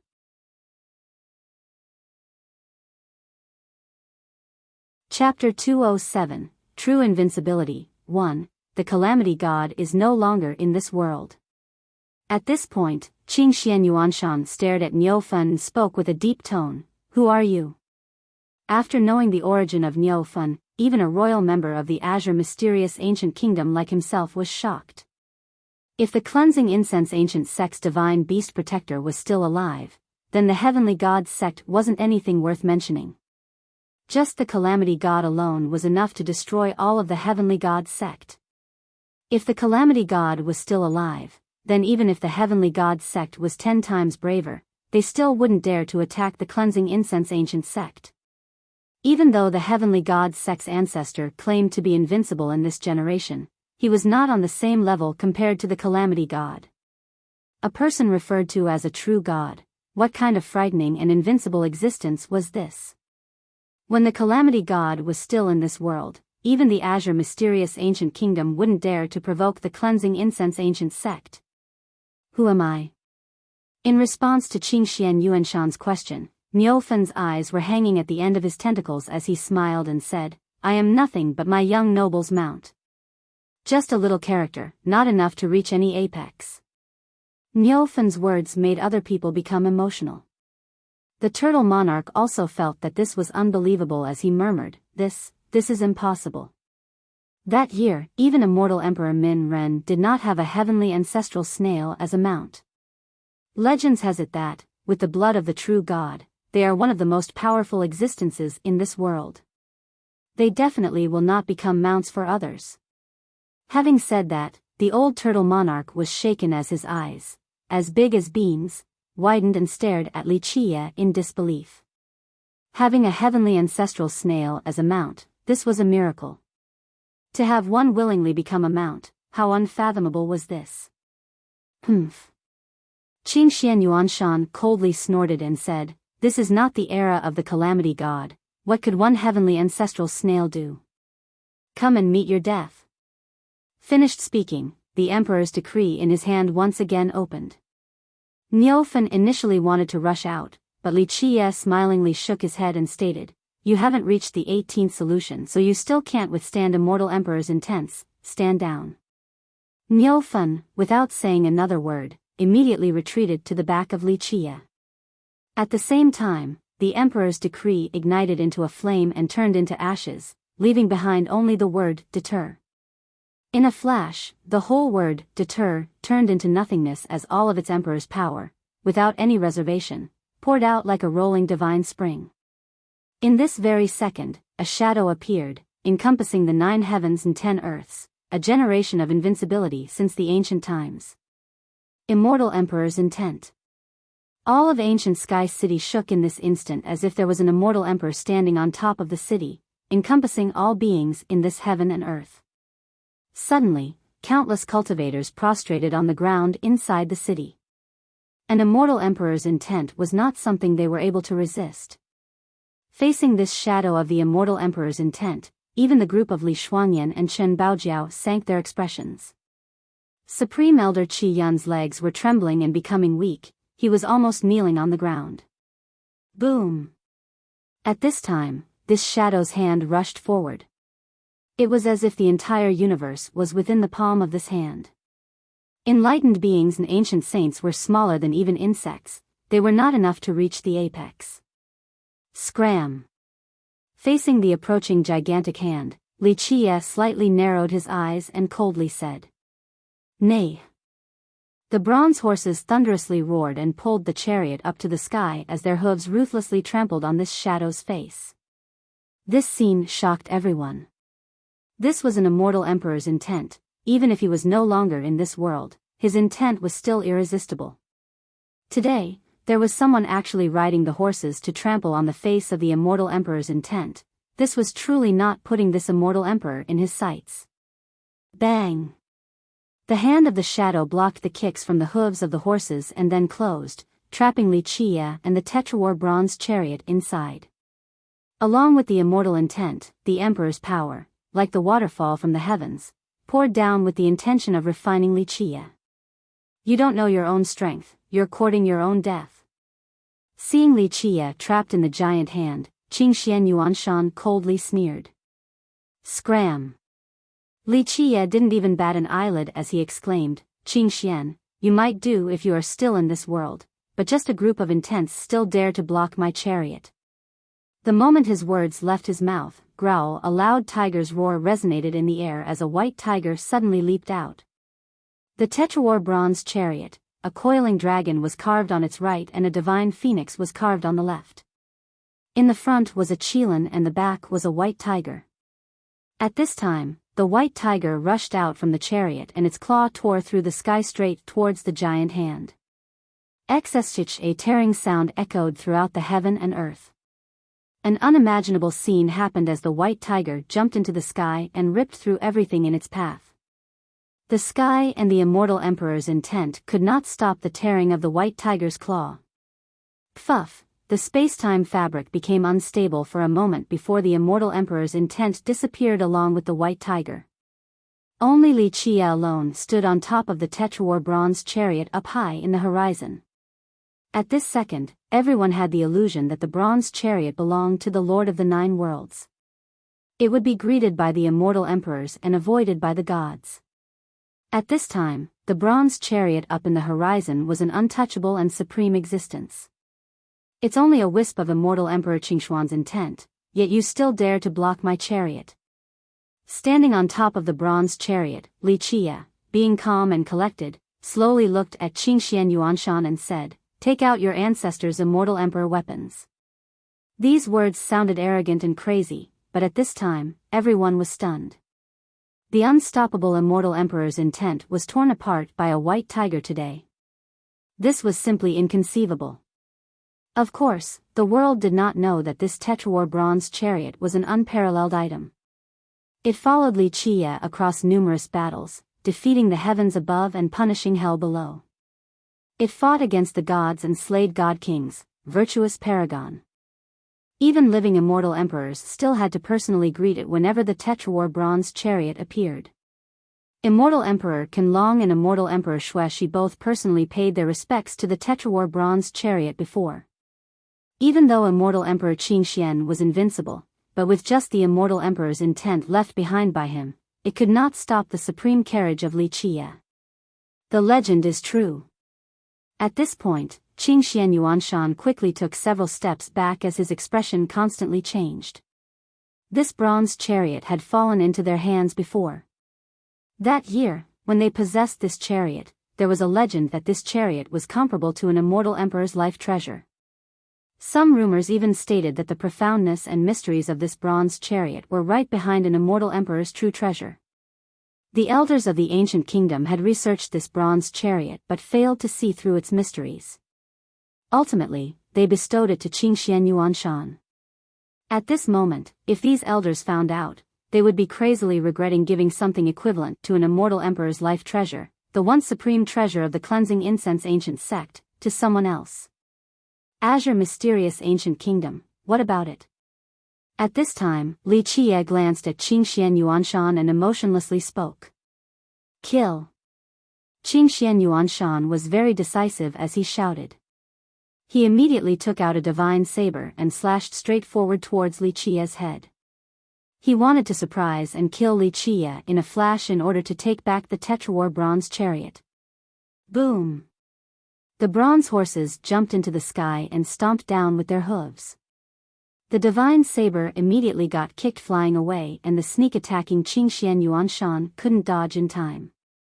His chest was stomped by the hooves of the horses, resulting in him flying away while spewing out blood. Seeking death. You want to sneak attack my young noble? Niufen roared and turned into a giant snail to fly past like a rainbow. Bang, bang, bang. The wounded Qingxian Yuanshan wanted to stop Niufen, but he was not able to. After waves and waves of pressure from Niufen, his blood crazily spurted out as his bones were broken. As the broken bone noises appeared, no one knew how many bones were completely crushed by this giant snail. Niufen's giant hand then caught the mortally wounded and immobilized Qingxian Yuanshan in his hand and retreated to Li Qie's side in a split second. Everything happened so quickly that it caused everyone's eyes to be blurry. Someone as powerful as Qingxian Yuanshan suddenly became a prisoner. This was such might. It created a total muddled mess of the situation. Young noble, what to do with him? Niufen asked Li Qie after catching Qingxian Yuanshan. Kill. Li Qie didn't bother to glance at Qingxian Yuanshan. In his eyes, the guy was no different than a dead person. You dare? Many named heroes and royal nobles from the ancient kingdom were both angry and frightened. They were afraid of attacking the rat for fear of breaking the vases. They wanted to charge fearlessly, but they didn't dare to. Of course I dare, he's still not an immortal emperor. Kill. Li Qie smilingly said. Boom. In this very moment, there was an endless divine light that emanated from the heavenly grotto of the ancient kingdom. It illuminated the entire grotto and, in just a moment, it spread across all of ancient Sky City. Everyone's hearts jumped for they understood that a frightening existence had woken up at this very second. Inside the divine light within the ancient kingdom's grotto was a floating ancient coffin. Drowned by the divine lights, all of the ancient chambers and sacred pavilions became transparent, revealing the ancient coffin swimming in the light. Ancestor, save me! Qingxian Yuanshan was immediately ecstatic to see this ancient coffin. Seeing this ancient coffin, everyone was in horror. The group of Qi Yun was deathly pale. They knew that the ancient coffin buried a terrifying existence. I'm afraid this might be one of the 9 ancestors of the Azure mysterious ancient kingdom. At this time, many royal lords and sect masters inside ancient Sky City lost their minds. The legendary 9 ancestors of the ancient kingdom were indeed frightful existences. Let him go and hand over the Tetrawar bronze chariot, then commit suicide in front of the gate. Then, I might spare your cleansing incense ancient sect. An ancient and coarse voice came from the ancient coffin. Even though this voice was decrepit, it carried an irrefutable authority. Momentarily, many grand characters didn't even dare to breathe loudly. It didn't matter that the person inside the coffin was near death, he was still extremely daunting. Such an existence could destroy the heaven and earth with one hand. Only a dying old devil. Li Qie calmly looked at the ancient coffin and continued, Kill Qingxian Yuanshan, I also want to see if this devil will climb out from his coffin or not. Yes. Niufen excitedly constricted his fist. A miserable rang in the air with the sounds of broken bones heard by many people.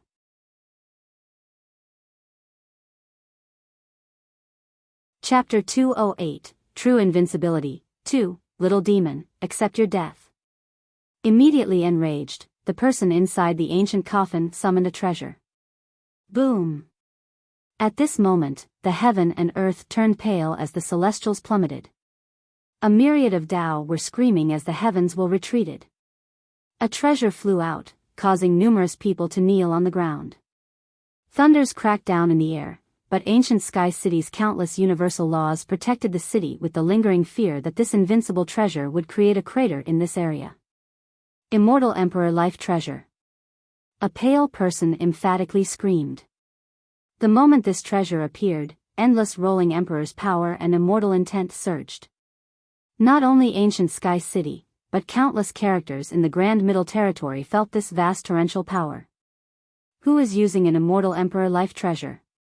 At this moment, countless eyes were looking towards ancient Sky City's direction.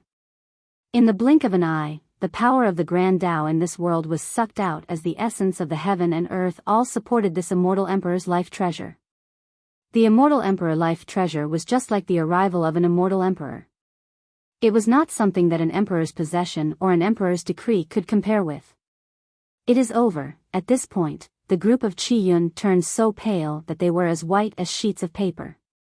They would definitely become annihilated once this life treasure struck down. Even Niu Fan's expression greatly sank as he was in a daze. Immortal Emperor Life Treasure.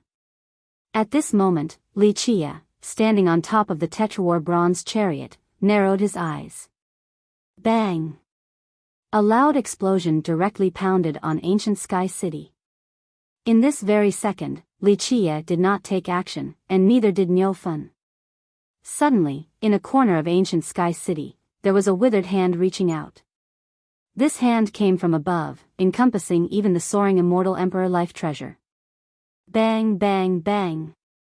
Countless clear sounds resounded as all of ancient Sky City shook like it was the end of the world. Who knew how many people lost their minds from fear inside the city? As the hand slowly pushed down, both the immortal emperor life treasure and the ancient coffin were both completely suppressed. Inside the heavenly grotto of the ancient kingdom, ancient chambers and jade pavilions collapsed one after another as the earth itself was sinking. Bang! Finally, after a deafening explosion, everyone witnessed a shocking scene. The ancient coffin and the immortal emperor life treasure were pressed into the ground, below the mud, along with the collapsing buildings. In a flash, this large crater was completely buried. Everyone froze with their mouths wide open. They were unable to close them for a long time. Noisy. After burying the ancient coffin and the immortal emperor life treasure, the hand disappeared as a voice slowly descended from the sky. After hearing this voice, Li Shuangyan and Chen Baojiao were stunned as their minds quaked. It was because they had heard of this voice before. The old ghost. The voice of the old ghost from the small shop. Only they knew, at this time, that the old ghost was the one who took action. With just one action, he shocked everyone. With just one hand, he easily suppressed an immortal emperor life treasure underground. Even though he couldn't destroy the immortal emperor life treasure, but to directly trap it underground, one could only imagine how terrifying this old ghost was. At this moment, they finally understood the old ghost's disastrous power and why their young noble wanted the old ghost to owe him a favor. They then stared at their young noble, but Li Chia was still calmly standing on top of the Tetrawar bronze chariot as if everything was within his expectations. The spectators, with their mouths open, still haven't closed them for their souls have not yet returned.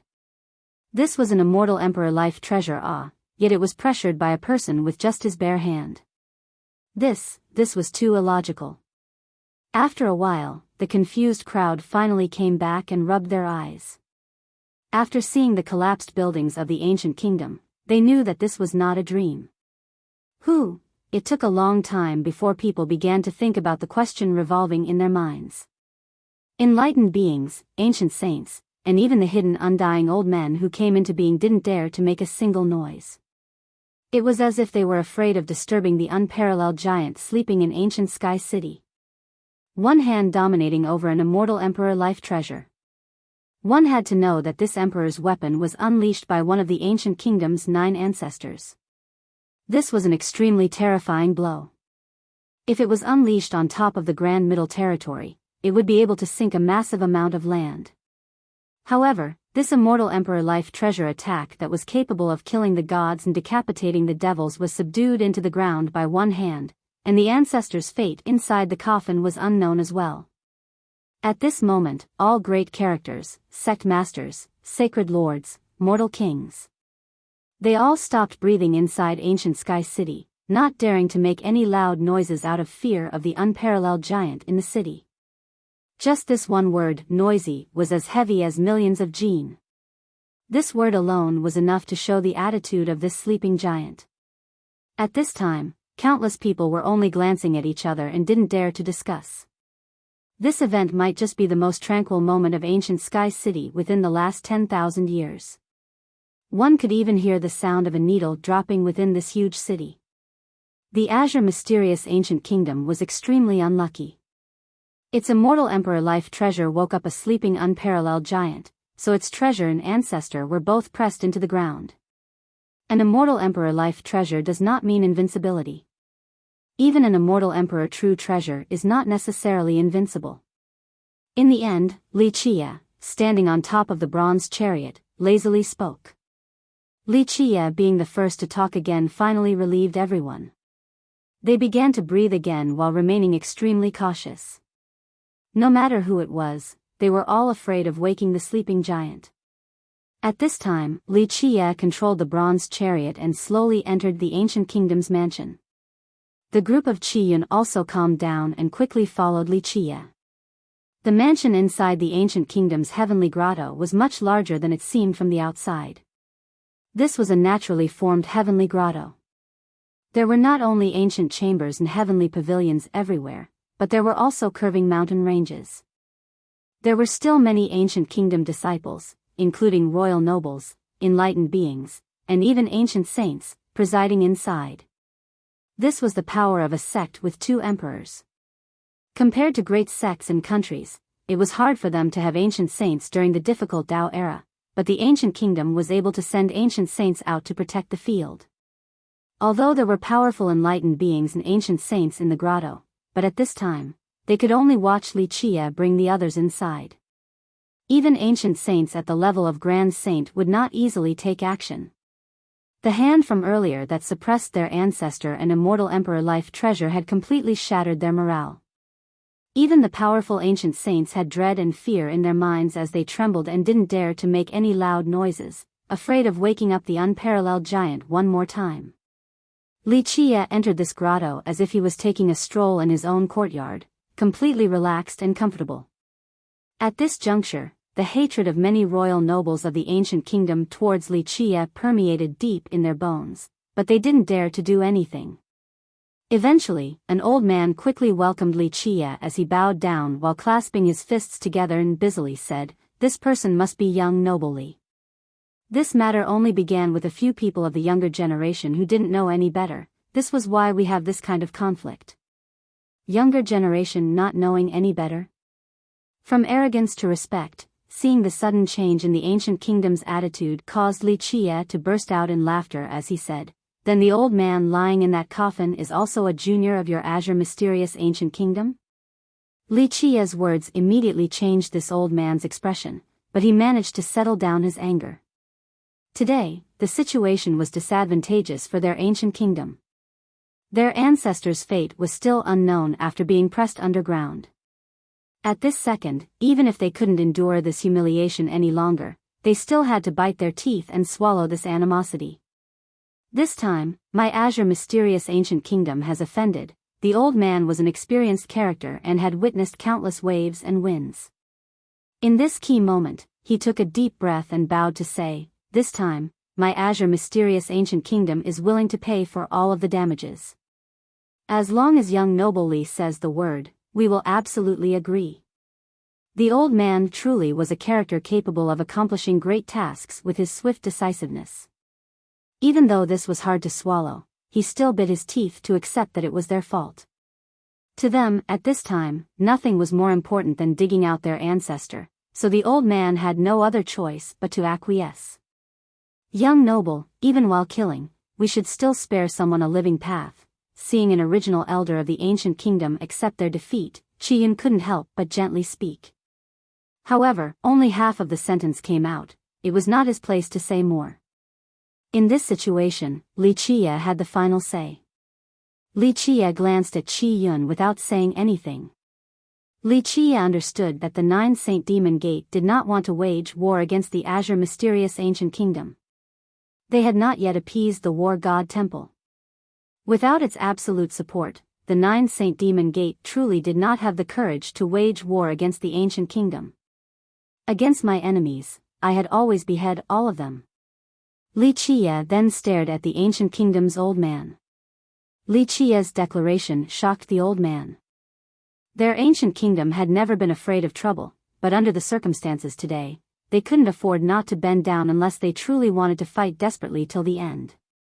However, it was still unknown whether their ancestor buried underground was dead or alive, and nothing was more important than taking him out. However, since the Nine Saint Demon Gate, as the victim, is willing to let this matter go, it is not my place to say otherwise. Li Qie subtly glanced at Qi Yun. It could be said that Li Qie was giving Qi Yun some face, as well as the Nine Saint Demon Gate. This was the outcome of Qi Yun and the gate truly supporting him. Qi Yun was not foolish, and he knew that Li Qie was giving him some consideration, so he busily bowed his head.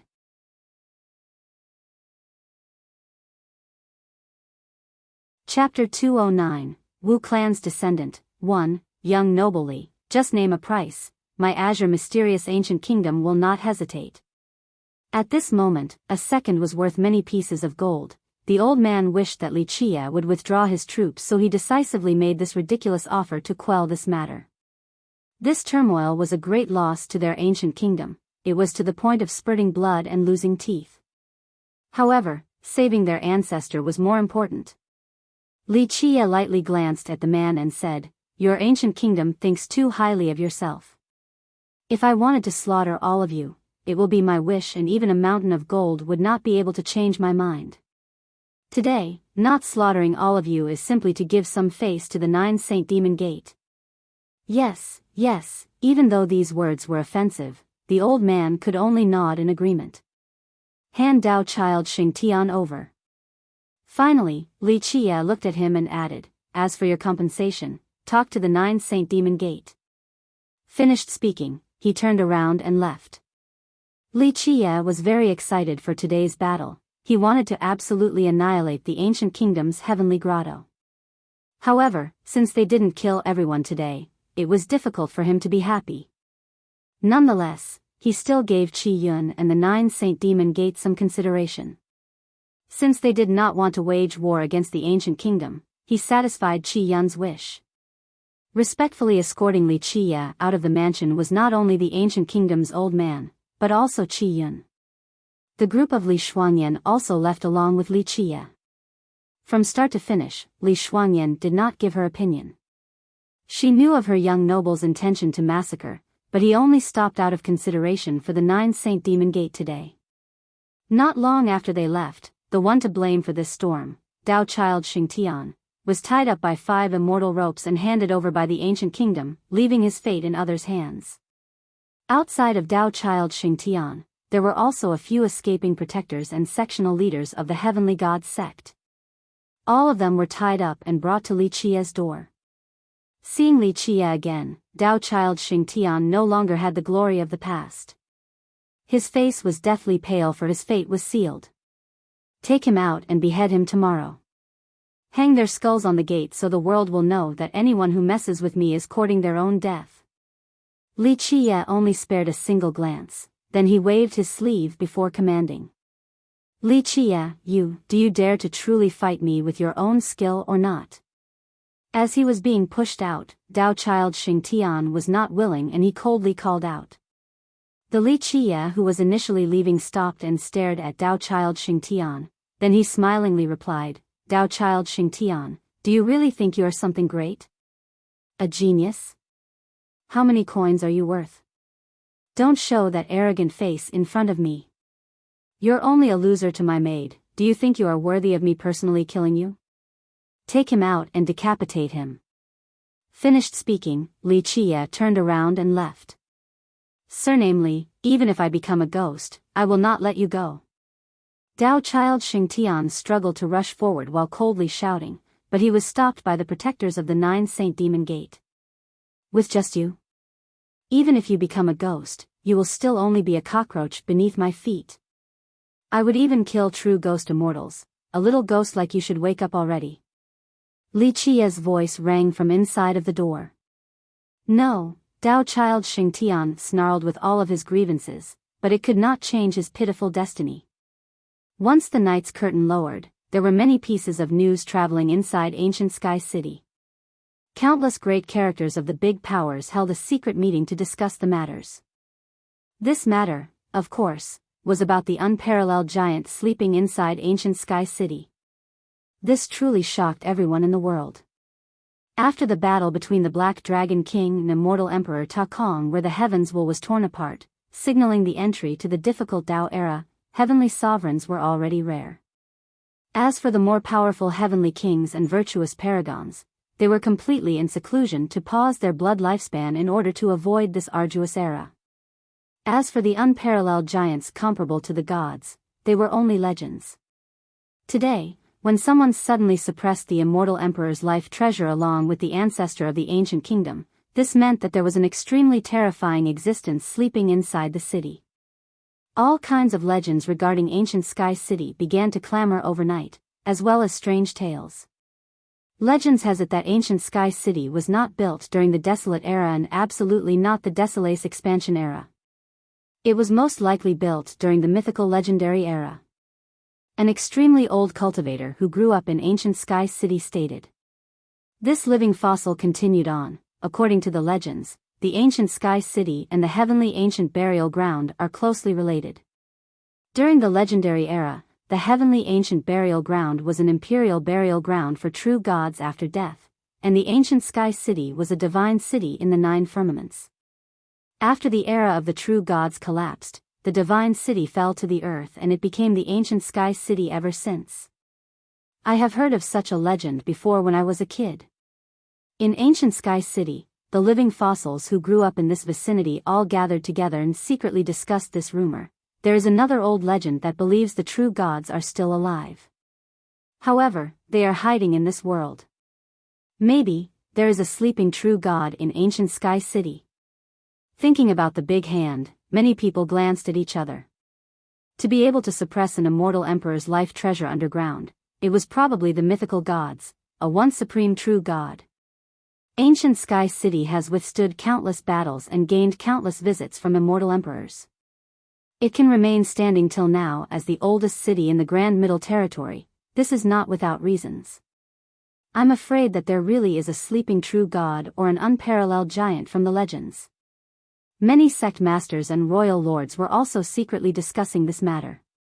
Everyone in the city knew about this gigantic hand and the sleeping monster.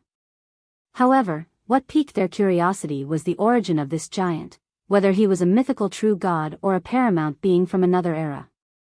There were some sects and royal clans that were discreetly searching for this giant's origin, but they didn't dare to be too boisterous out of fear of upsetting this supreme giant.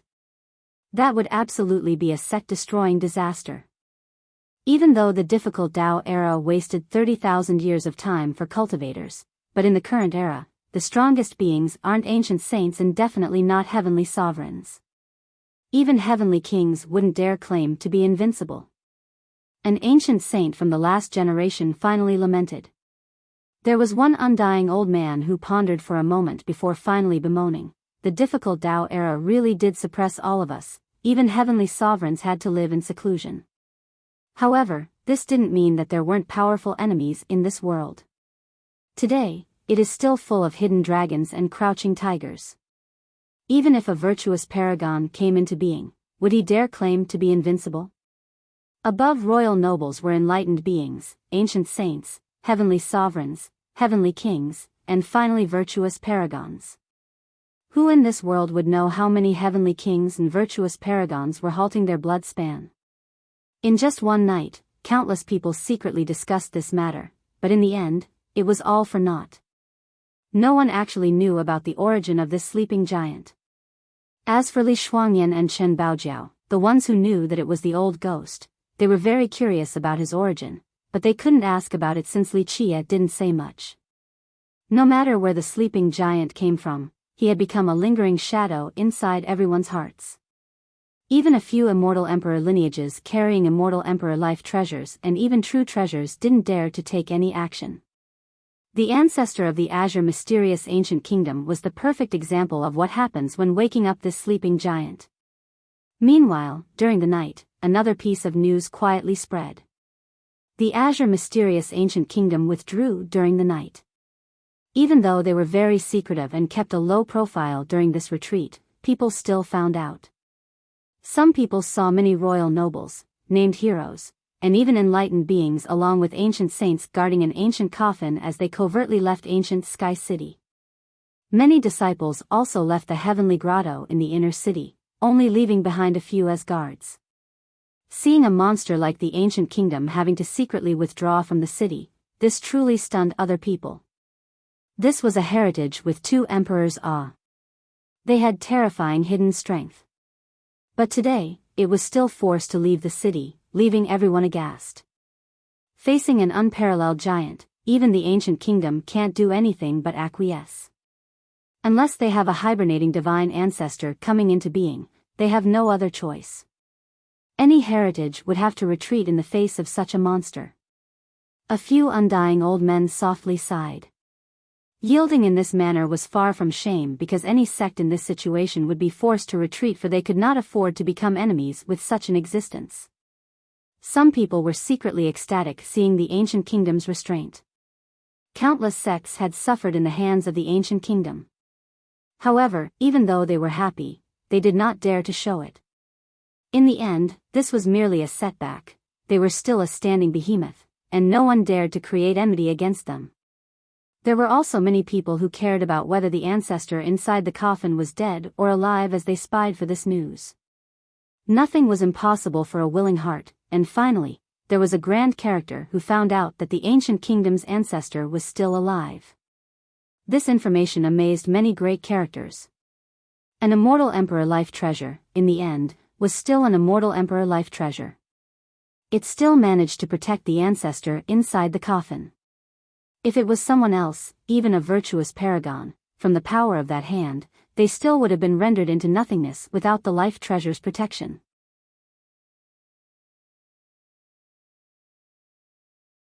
Chapter 210, Wu Clan's Descendant, 2. Although the ancient kingdom's ancestor was still alive, his situation was not optimistic. A secret piece of news stated that the ancient kingdom had secretly brought him into the heavenly ancient corpse burial ground to let him embark on an underworld boat as soon as possible. On the second day, another matter stirred the entire city. Dao Child Xingtian and a group of protectors, along with sectional leaders, of the heavenly gods sect were decapitated. Their heads were hung outside of ancient Sky City's gate. Many people drew a deep breath after seeing these skulls hanging outside. To cultivators, matters of life and death were common. Which cultivator hadn't seen and grew up through countless bloody battles? However, this type of demonstration and declaration of war via head hanging was not common. This was a clear attack against the heavenly god sect. This little demon named Li is domineering enough. Seeing the hanging heads, even enlightened beings and ancient saints could only lamentingly sigh. They couldn't remain unconvinced any longer at the young demon who dared to hang the skull of the heavenly god sect's descendant at the gate. At this time, many people who were antagonistic towards Li Chia could only be impressed. This little demon was too bold and arrogant. He even dared to go to war against the Azure mysterious ancient kingdom, so declaring war against the heavenly god sect was not such a big deal. Looking at Dao Child Xingtian's skull that was hanging at the gate, many princes and descendants from the big powers felt chills emanating from their backs. Dao Child Xingtian was a renowned genius in the Grand Middle Territory, and very few from the younger generation could rival him, yet this was his fate today. If this trend continued, then it might be them next. Even the group of young King Nantian and Jewel Pillar Saint Child were speechless for a long time. Young King Nantian, who had threatened to slay Li Chia, had a cold and submerged expression right now. As for Li Chia, the one who started this whole matter, he was inside the ancient street at this time. Today, he also only brought along Li Shuangyan and Chen Baojiao to the ancient street. Last time when he brought these two beauties along, countless young prodigies and geniuses did not like Li Chia, and they even wanted to provoke him. But today, these young prodigies all felt cold in their hearts when they saw Li Chia. Who still dared to provoke this little evil demon that dared to attack even the ancient kingdom? This person truly was a maniac. Anyone who messed with such a maniac would suffer a great misfortune. So today, as they strolled through the ancient street, no one dared to point their fingers at them. They went to the medicinal stall of old alchemist Su Xiu. The old alchemist was still selling his medicines on the ancient street, and Wu Binglan, as the Wu's descendant, was also in front of the store, preparing dan grass and spirit medicines for sale. Ah, 3 esteemed guests are back to see my small shop again? Please come in, please come in. Seeing a big spender like Li Chia, the old alchemist's eyes became bright and immediately channeled all of his enthusiasm to greet Li Chia. No, I am here to find your disciple. Li Chia looked at old alchemist Su Xiu and shook his head. Young noble Li, you can just talk to this old man about anything instead. When his disciple was mentioned, old alchemist Su Xiu immediately became wary. At this moment, Li Chia was famous in ancient Sky City with a fierce reputation. Old alchemist Su Xiu also didn't want to mess with this little devil. At this time, his disciple, Wu Binglan, also raised her head with her pressing spirit energy-filled gaze as if it encompassed all of the spirit energy in this world. Even Li Chia was moved when he saw these eyes. Li Chia ignored the old alchemist and spoke while looking at Wu Binglan. Is your Wu clan's ancestral hall still there? The old man shivered at Li Chia's question. Although the Su Xiu clan and the Wu clan used to be enemies, they became in-laws later on.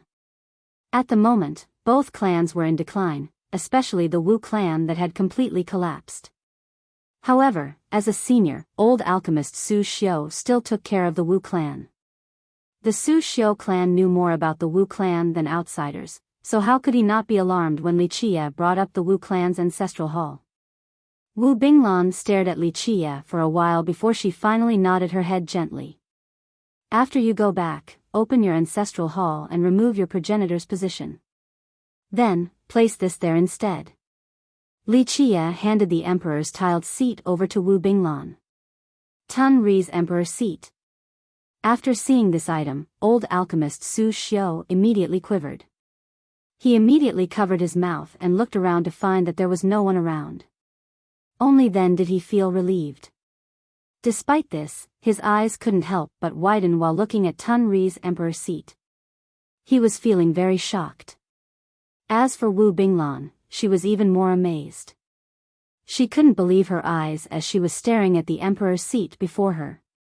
As a member of the Wu clan, she had heard about the emperor's seat before, but it had become a legend.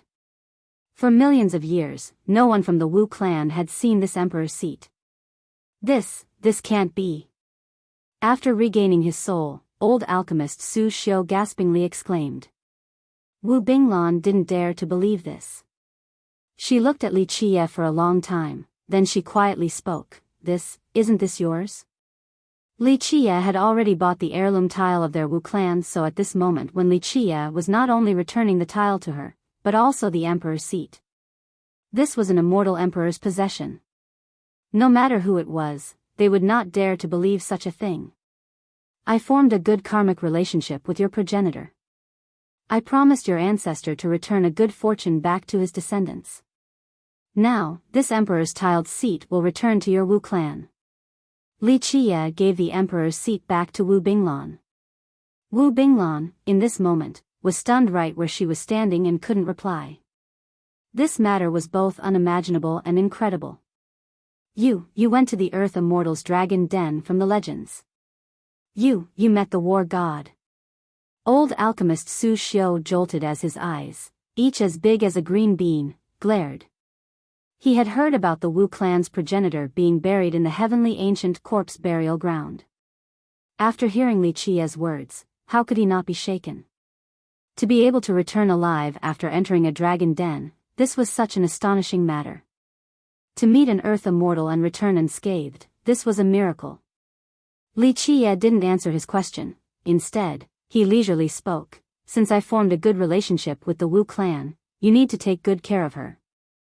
Otherwise, you better be careful of me destroying your Su Xiu clan in one go. My foster father is a good man. He was almost exiled from the Su Xiu clan for saving us. Wu Binglan spoke in a low voice on the side. As for old alchemist Su Xiu, he wryly smiled. The girl's father and I used to be sworn brothers. Before her father died, I promised to take care of them. You don't need to remind me about this matter, I will do it. Finally, Li Qiye left along with Li Shuangyan and Chen Baojiao without saying anything. After he left, the old alchemist told Wu Binglan, we need to return, this matter cannot wait. Maybe we can even cure your strange disease. Wu Binglan helped pack up in silence. She had lost all hope before. In order to cure her, her foster father had spent all of his wealth and even used too many spirit medicines along with immortal grass from the clan. This was why he was almost kicked out. After Li Qiye returned from the ancient street, Qiyun immediately looked for him and whispered in a serious manner, the war god temple's people came with the coffin. They want to meet young noble. Did Demon King Luanri come? Li Qiye didn't think much of the news. He had forgotten that it was almost time for the underworld river and underworld boats to appear. Demon King Luanri went to the war god temple as assurance. Qiyun bitterly smiled once and replied. After hearing this news, Li Qiye dismissively said, so many years has passed, yet the old men from the war god temple are still adhering to old ideals. With regards to opening the sect to new ideas in high spirits, the war god temple completely loses to the Heavenly Tao Academy. If these old men continue like this, sooner or later, the Heavenly Tao Academy will completely surpass them. Qiyun was so startled by Li Qiye's words, he quickly begged and said, my little ancestor, please say fewer words. What if they change their minds and we can't do this deal anymore? Although he was a supreme elder of the 9 Saint Demon Gate, he still didn't dare to criticize the war god temple. It is only a deal. Li Qiye didn't care and continued on, I can't even count how many people want me to pick an underworld boat for them, let alone just the war god temple. Qiyun had to close his mouth. He couldn't say anything else because, if he did, who knew what other things this little ancestor would do? He couldn't help but to bitterly smile. Anyone would have a headache meeting such a little ancestor. Finally, Qiyun brought Li Qiye into a secret chamber. Inside the chamber was a seated old man. With a cloak covering his entire head, he was dressed in all black so people could not see his true appearance. Young noble Li, this is Elder Jiang. After entering the chamber, Qiyun introduced Li Qiye. And this man revealed an unfathomable gaze, staring at Li Qiye, while Li Qiye simply gave a glimpse towards this mysterious old man. I have heard of your tales. This time, we are only here for the underworld boat, not to cause commotions or complications. I hope you understand this. The old man opened with a heavy tone. Li Qiye looked at him with one eye and said, I am simply doing business with you, not selling myself to your war god temple. I am free and will do whatever I want. Even if I bathe this world in blood and kill all of my enemies, this is still my matter and is none of your war god temple's concern. The only thing that you should worry about is whether I am selecting the right boat or not. Anything else, these will be my own matters. Li Qiye saying such words immediately caused cold sweat to run all over Qiyun, who was standing next to him.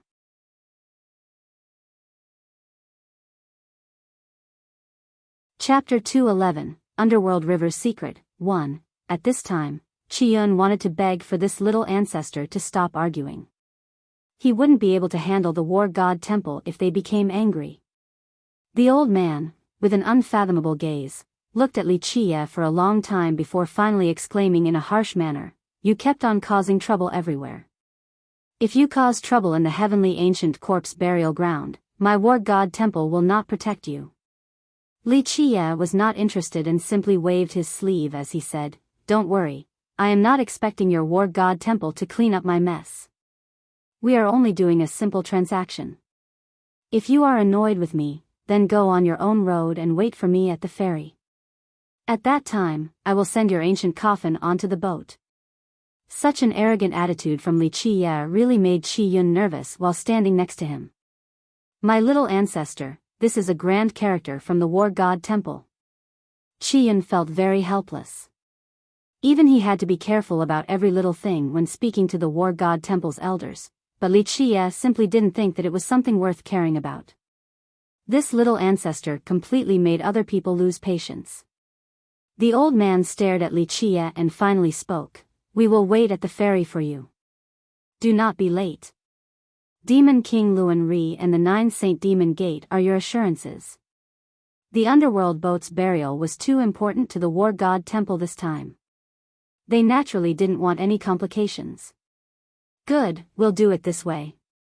Li Qiye was also not too interested in being together with this group of mysterious old men. He looked at the old man sitting there and asked, "Can I see your ancestor in the coffin for a little bit?" "No." The old man flatly refused Li Qiye's request, then he shook his head and said, "The ancestor has halted his blood force for a long time and will not entertain guests." "Then so be it. Your war god temple is always rushing things.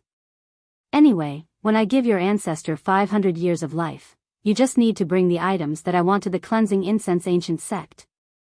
In the end, Li Qiye was too lazy to continue talking. He waved his hand then turned around to leave. Qi Yun wryly smiled and apologized towards the old man, then he quickly sent Li Qiye out. "This kid is a little strange." After Li Qiye left, an ancient voice appeared in the secret chamber. The old man quickly stood up and bowed to say, "I am worried that this brat isn't trustworthy. In my opinion, his way of doing things is too arrogant. What if this brat picked a random boat? Isn't this detrimental to our ancestor? We'll leave it to the heavens, what else can we do? We have suffered great losses for several generations now, we might as well gamble this time." The ancient voice appeared again. Also, Demon King Luan Ri wouldn't use himself and the 9 Saint Demon Gate as assurances for fun. In the end, this old man didn't say anything else and simply sighed. This might be their last option.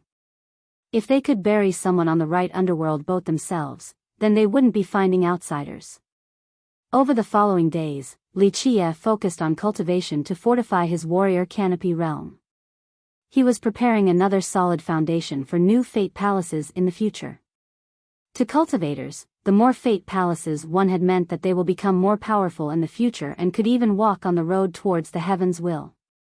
For the most part, the amount of fate palaces opened had a lot to do with a cultivator's innate fate level. For example, under the same circumstances, a Saint Fate cultivator would open more fate palaces than a King Fate cultivator. However, this was merely in principle. Opening fate palaces was more than just relying on one's innate fate talent, for there were other factors.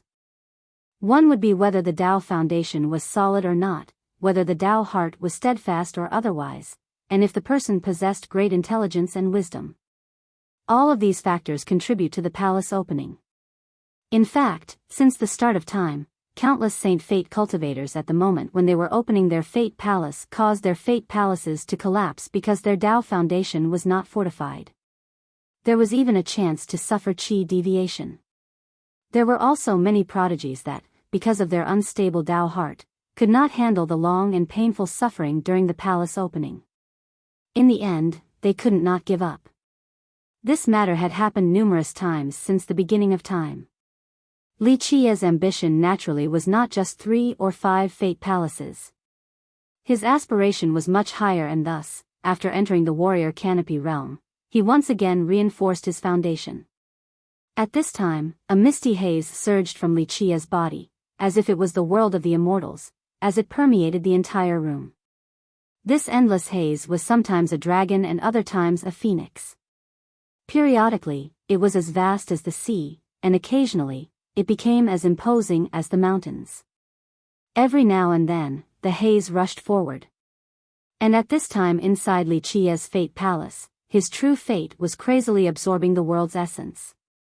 He borrowed the Kuan Peng's 6 variants to form the Tao foundation, one that wanted to devour all of the energy in this world and turn it into his own in order to cleanse his Tao foundation along with strengthening his blood. At this time, his life wheel unceasingly rotated as the yin-yang sea of blood up above became even more powerful. It looked as if it had created an independent world on top of Li Qia's head, one with its own sun and moon along with their endless rise and fall cycles. What was even more shocking was that under the effect of the revolving crescent sun merit law, these vortexes of blood energy also appeared on the sun and the moon as they resonated along with the ocean of blood to refine a huge amount of longevity blood that eventually returned to the true fate. Li Qia did not select the revolving crescent sun merit law without valid reasons. It truly synergized with the longevity treasure, the yin-yang sea of blood, and exerted an unparalleled effect. Boom! Boom! Boom! At this point, clear explosions sounded all around Li Qia. He opened his mouth to suck in all of the haze and turned it into the most refined and purest world's essence. When all of the world's essence entered the true fate, it suddenly became blindingly bright as an endless amount of blood energy spewed out. In an instant, the Kunpeng that haunted the true fate turned into a Tao foundation, into an endless sea of blood. All of a sudden, Li Qia's majestic and substantial Tao foundation, just like the sea of blood, gushed out an endless pillar-like blood energy that soared to the endless firmament inside the Fate Palace. It was as if it desired to illuminate the entire sky. There was a change that started with Li Qia's Fate Palace. The Master Palace had a white jade color flowing through it. At this point, countless Tao patterns in the palace spread out as if a complete grand Tao of the heaven and earth was imprinted within. This caused a change on the external appearance of the Fate Palace, rendering it to look like a divine palace. The endless paved Tao patterns were unfathomable. It was as if it was the culmination of the most profound mysteries in this world. After the change to the Master Palace, the Tree of Life, the Cauldron of Life, the Spring of Life, and the Pillar of Life inside the palace also underwent great changes. They became even more majestic and were filled with exuberant vitality. After consuming all of the haze, Li Qia slightly opened his eyes. At this time, his eyes became even more profound as if there was a divine fire burning in the depths. He was already a grand accomplishment first-level warrior canopy at this time. His foundation was fortified at the second level and he was completely prepared to enter the third level. Warrior Canopy had 3 levels. They are, from lowest to highest, in the following order: Devouring Haze, Blood Soaring the Firmament, and Resplendent Fate Palace. In reality, with the advantages of having the revolving crescent sun merit law and the Kunpeng's 6 variants along with the support of the yin-yang sea of blood, his cultivation would not just be at the Warrior Canopy realm. It could have broken through the 3 realms of purified rebirth, heaven's primal, and even soul creation to become a named hero. After all, the revolving crescent sun merit law was the rarest and most magical longevity law since the immemorial times. It allowed for others to cultivate at extreme speeds. Even a flawed version of the law would enable others to become a royal noble in just a miraculous 5 years. Even with such an advantage, Li Qia chose not to do so. He did not rush but rather, he, step by step, trained himself devilishly. Each refinement of his body and fate was to lay a solid foundation for himself in order to widen his potential in the future. Second, this allowed for him to open even more fate palaces. And third, it was to arduously temper himself in order for his physique to change. The truth was that there were many geniuses who did not focus on laying a powerful foundation in the small realms of heaven's mandate and warrior canopy. They became named heroes and royal nobles in just a few short years. In their eyes, only by becoming named heroes or royal nobles would they be able to quickly reach the enlightened being and ancient saint realms. Only then would they also become heavenly sovereigns, heavenly kings, and even the proclaimed invincible virtuous paragons. The reality was that after grooming countless invincible generations, Li Qia understood that these small realms greatly affected cultivators for the rest of their lives. If one could have a strong foundation during these small realms and cultivated them to the extreme without flaws, then in the future, they would be able to open fate palaces beyond the utmost of imaginations. In the future, when facing one's fate adversity in life reduction, one could have an easier time surpassing them with a strong foundation within these small realms. Boom! Just when Wuxia was about to stop cultivating, suddenly, there was a heavy sound that resonated within his body. At this time, his inner physique turned even brighter. Each strand of universal law paved themselves into a supreme immortal seal in order to suppress this god-fiend of the heaven and earth. Despite this, along with thunder, there was still a black energy surging inside his body. Under the suppression of the inner physique, there seemed to be a god-fiend breaking out from the earth. It was as if Wuxia's physique was sealing an evil devil that could break out at any time. Wuxia coldly scowled and used his supreme physique law to channel his inner physique in order to curb this thing that was trying to escape. Wuxia knew that this was not a devil or anything, it was the physique tribulation. Only by surpassing this physique tribulation would his hell-suppressing godly physique reach minor completion. Once at minor completion, it would become extremely terrifying. This was one of the 12 immortal physiques from Wuxia's most powerful and perfect physique law of this world. Its absolute power would definitely be able to defeat royal nobles and even enlightened beings.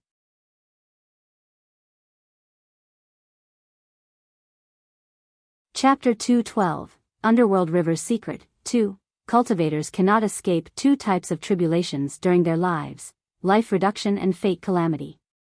No one could avoid these two catastrophes, but a physique tribulation was not something any cultivator would want to face either. If one didn't cultivate a physique law, then they didn't have to undergo a physique tribulation in the future. Wuxia's minor physique tribulation was approaching, but Wuxia still suppressed it. If it was someone else, they would try to pass it as soon as possible because the physique tribulation grew in strength with the passage of time. However, Wuxia didn't take such a course of action because he groomed countless characters and understood certain dilemmas. Even though it was safer to undergo a physique tribulation early on, this would cause an unfinished removal of the physique fiend. With it remaining in the physique, it could directly affect one achieving a grand completion immortal physique in the future. As the tribulation moment was approaching, Wuxia kept on suppressing it for there was still some time before the perfect moment. Boom! Boom! Boom! Right when Wuxia took a deep breath and withdrew his merit laws, the world suddenly shook. All of ancient Sky City was trembling as if an earthquake was approaching. With a change in his expression, Wuxia instantly calculated it in his mind, causing him to be surprised as he immediately rushed outside. At this time, there were many people running outside. Li Shuangyan and Chen Baojiao, who were cultivating, also came out as everyone all looked towards the far direction. At this moment, there was a visual phenomenon appearing in the far horizon above the heavenly ancient corpse burial ground. There was a heavenly river flowing down from the sky and onto the heavenly ancient corpse burial ground. The heavenly underworld river descended and turned the burial ground into hell itself. At this moment, above the burial ground were requiems that caused listeners to lament in grieving sadness. In the sky above the burial ground all the way to the source of the river, there were fluttering pieces of paper money as well as ancestors in mourning clothes, burning ceremonial paper. They carried a banner as if an immortal king had fallen, or the death of a true god just occurred. Countless ancestors were sending them off. The underworld river finally came out, everyone lost their colors from seeing such a scene. Juniors like Li Shuangyan and Chen Baojiao became emotional and stunned from such a scene for it was their first time. The appearance of the underworld river also signaled the coming of the underworld boats. Sects from across the world were here for the underworld boats, and the day they were eagerly waiting for has finally arrived. Isn't the legendary underworld river located in hell? Why is it coming down from the sky? Seeing the descending river, Chen Baojiao couldn't help but to ask Wuxia. At this time, all the young ones were looking over at Wuxia. If anyone could dispel their doubts, it would be their oldest brother. Watching the river flowing down from the sky, Wuxia gently shook his head and smilingly answered, "What you see is not necessarily true, and what you hear is not necessarily genuine as well. It is not a fact that you are seeing the river coming down from the sky, and it is not the truth just because you heard that it is down below the earth. Since immemorial dates, countless people have searched for the underworld river in order to find the source as well as to enter hell, but none of them returned alive. Hell being underground is only a legend. Hell really exists in this world? Nan Huiran curiously asked. In fact, not only were the juniors interested, but the group of Shirgandang and Tu Buyu were curious as well. There were too many legends in this world. Countless cultivators debated whether there were ghosts and evils as well as immortals, but it was all for naught. If this world truly had devils and ghosts, then there would be the hell from the legends, but no one had ever seen the real hell since ancient times. Li Chia didn't answer Nan Huiran's question.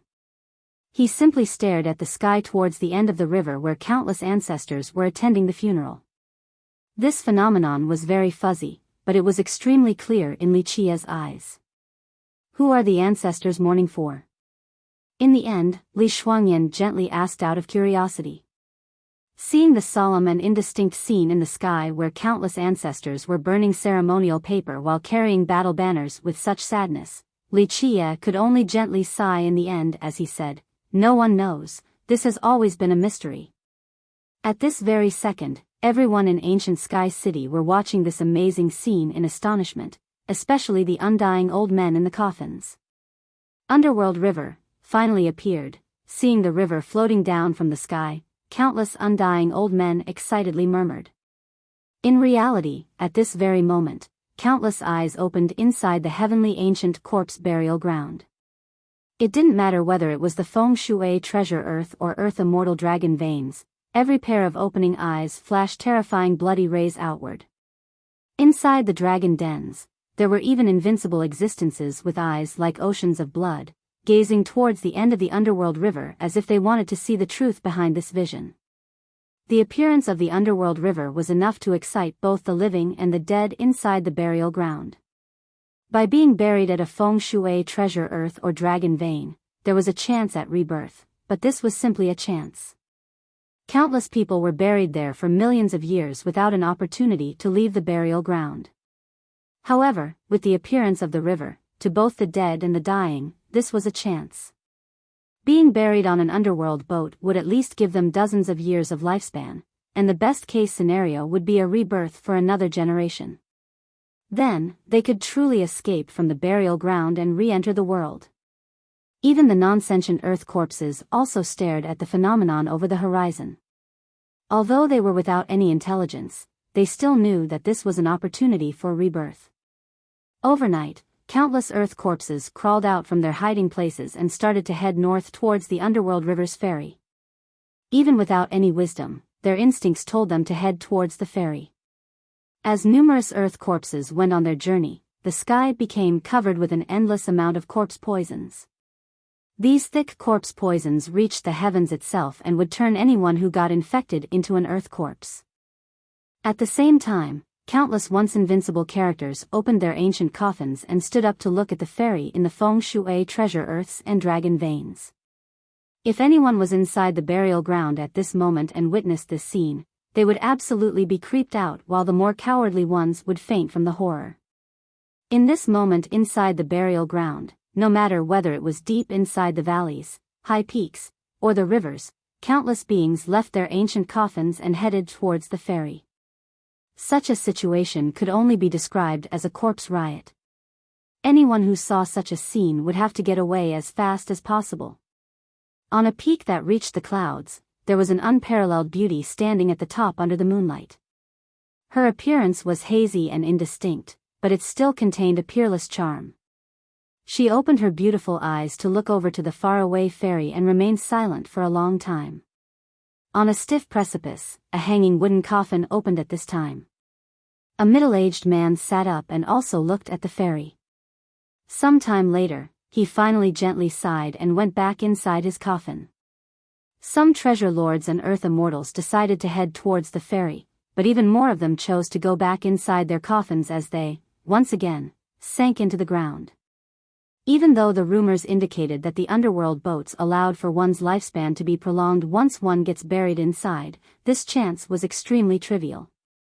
Legends indicated that there were more than 10,000 underworld boats each time the underworld river appeared. However, ever since the immemorial times, many people believed that the chance for lifespan prolongation was smaller than small. Some even guessed that only 3 boats could increase one's lifespan, the rest were boats of death. As for getting rebirthed and living for another generation, this type of boat did not always appear each time. Rumors has it that underworld boats that allows for a rebirth, since the ancient times till now, did not appear more than 3 times. To the living and the dead, when entering an underworld boat, if they made a mistake and entered a death boat, then this meant that they would become an earth corpse from then on for all of eternality. Go to the ferry. Tonight was a sleepless night for everyone in ancient Sky City. Tonight, even the dead was excited. Tonight, countless grand sects and countries had all completed their preparations and were waiting for the time to carry their coffins to enter the heavenly ancient corpse burial ground. Do we head over tomorrow? Since the underworld river had appeared, Qian also quickly headed over to ask Li Qie. Li Qie smilingly replied, "There is no need to be so anxious, we are not competing with the ghosts. At the moment, all of the earth corpses, treasure lords, and earth immortals are swarming there like bees with a broken hive. The corpse poison is everywhere, why the need to be exposed to this stuff? Just wait for them and we will have a much easier time after the corpse poison disperses. I heard many great powers intend to leave tomorrow, hoping to arrive early at the ferry and seize the best location for taking the underworld boats after they make their appearances," Qian said.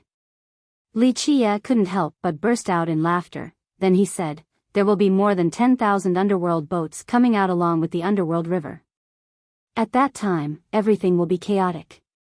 No matter how good of a location you have, you won't necessarily be able to grab a lifeboat."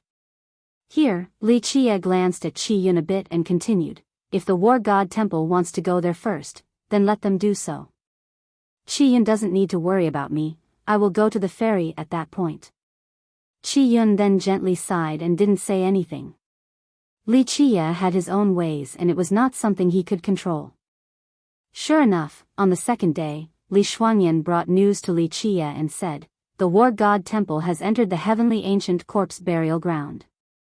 The elders also followed them to carry the coffin there. The elders, along with the war god temple's elders, wanted me to ask you for when you are planning to leave. Don't worry, we will go after 2 or 3 days." Li Qie shook his head and continued, "The underworld boats will require at least several more days before they fly out. If we make haste to go to the ferry right now, we would be squeezed together with so many dead people that it would be too uncomfortable." Li Shuangyan did not question Li Qie's words. At this point, many people were heading towards the burial ground. Only Li Qie remained still as he kept on cultivating in order to break through his own level.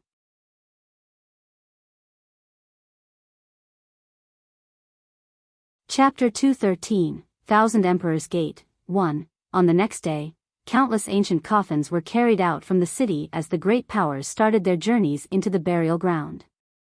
The Jewel Pillar Sacred School, the Jiangzhou clan, the Heavenly Southern Kingdom. All of these great powers carried their ancient coffins and began to enter the burial ground. The coffins of these powers resulted in many rowdy conversations, especially the initially secretive Heavenly Southern Kingdom. It carried out a huge ancient coffin that was shockingly larger than any other ancient coffin. Many people, before, thought that the Heavenly Southern Kingdom's divine beast protector was dying, so they brought their beast in order to bury it on an underworld boat. Seeing this gigantic coffin only confirmed the crowd's speculations. In addition to these great powers, there were many other cultivators right behind their mighty battalions. The reason was very simple. Most of the earth corpses of the burial ground had gone to the underworld river's ferry, so the corpse poison inside had been greatly reduced. Moreover, many places were now left unguarded, so this was a once-in-a-thousand-years opportunity to dig out treasures. Some of them dug the mountains and the veins, wanting to find treasure metals and godly ores. Others were picking up dried bones and entered dangerous territories to see if they could find life treasures and manual scrolls. Of course, even if all the earth corpses left for the ferry, there were still many great dangers looming inside. If someone accidentally dug the grave of a treasure lord, then that would be suicidal. Once a treasure lord climbed out of its coffin, it would absolutely annihilate anyone who had a part in disrespecting his resting ground. The ferry had existed for millions of years, so there was already a path formed from the burial ground all the way to the ferry. So in just a few days, one could see cultivators walking down the ancient road all the way to the underworld river. Amidst this mighty force, there were pallbearers. Some were on their feet while others were flying in the air. A few were riding their beasts while some rode their carriages. Here, many various circumstances could be found, and one could say that all the cultivators from everywhere in the world were gathered in this place. The ferry was located north of the burial ground and was very far away from the burial ground's heartland. However, the underworld river eventually flowed into the deepest parts of the burial ground. The underworld river fell from the sky to the north end of the burial ground. The moment it reached the ground, everything became a faint scene as this location turned into a vast sea shrouded by a boundless mist and fog. This was the underworld river's aura. Even a virtuous paragon could not see through this endless sea of fog. Moreover, once inside this vast underworld sea, people would never be able to get out and would disappear forever. For millions of years, whenever the underworld river showed up, there were always extraordinary characters who entered and followed up the stream in order to locate the source, but no one had ever come out alive. Only one part of this vast and imperceptible river was not covered by fog. Only this part of the river was where one could see the underworld boats coming out, so this part of the river was called the underworld river's ferry by the rest of the world. This location really seemed like the place where the dead were being reborn. Since the ancient past, countless amounts of people wanting to be buried in the underworld boats were always waiting at the ferry. The moment when the boats were discernible on the river, this was when they would pick a boat and bury the ancient coffin inside.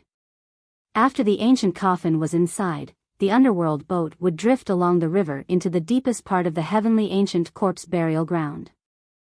In the end, countless coffins would enter that area in this manner. If one chose the correct underworld boat, then that person would obtain a new and extended lifespan and would be sent out alive from the burial ground. If they didn't choose the correct ones, then they would become earth corpses for all eternity, and their descendants would no longer be able to see them. As for the depths of the burial ground, no one knew what it was. This was the biggest mystery since the ancient times. There were people who obtained a lifespan and left the place alive, but they did not speak clearly about the location drifted to by the underworld boats.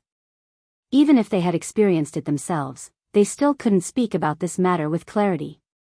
For a few hundred miles of the river next to the ferry, the span was freed from any mist. One could observe the water of the river flowing quietly while standing on this clear piece of land. The underworld river's water was just like the legends. This water from hell had a red-yellow color like the medicinal tisane, turbid and muddy. Although this water flowed down quietly, everyone standing next to the river was filled with horror. They felt that this water was formed from countless corpses, giving off a disturbing sensation as if there were myriads of the dead buried beneath the river. At this time at the underworld ferry, the living resembled the grand mountains while the dead were the very picture of an endless sea. This scene was very majestic. There were earth corpses, treasure lords, and even earth immortals. Outside of the dead, there were cultivators from the sects in this world. Moreover, there were countless ancient coffins displayed, eking out a sinister air. However, the living had their own sanctuary while the dead possessed their own domain. Earth corpses were not willing to be squeezed with the living and vice versa. To the living, the corpse poison was too dangerous. To the earth corpses, how could the air of the living be of any comfort to them? And so, within the 100 miles of the river at the ferry, there were 3 camps that were inadvertently formed. The majority of earth corpses were crowding together, and they were simpler than anyone else. They didn't have coffins nor a site. They squeezed together by the rivers, and many of them were even lying directly on the ground before the appearance of the boats. As for the world's cultivators, they converged into one section. Within this territory, all of the great sects, countries, sacred grounds, and ancient schools had their own small sites. They had their own camping grounds. Some sects occupied a mountain while others simply sat on the ground. Some schools brought along their mansions and divine pavilions and summoned them in the air. Compared to the unclear amounts of earth corpses and numerous cultivators, there were very few treasure lords and earth immortals.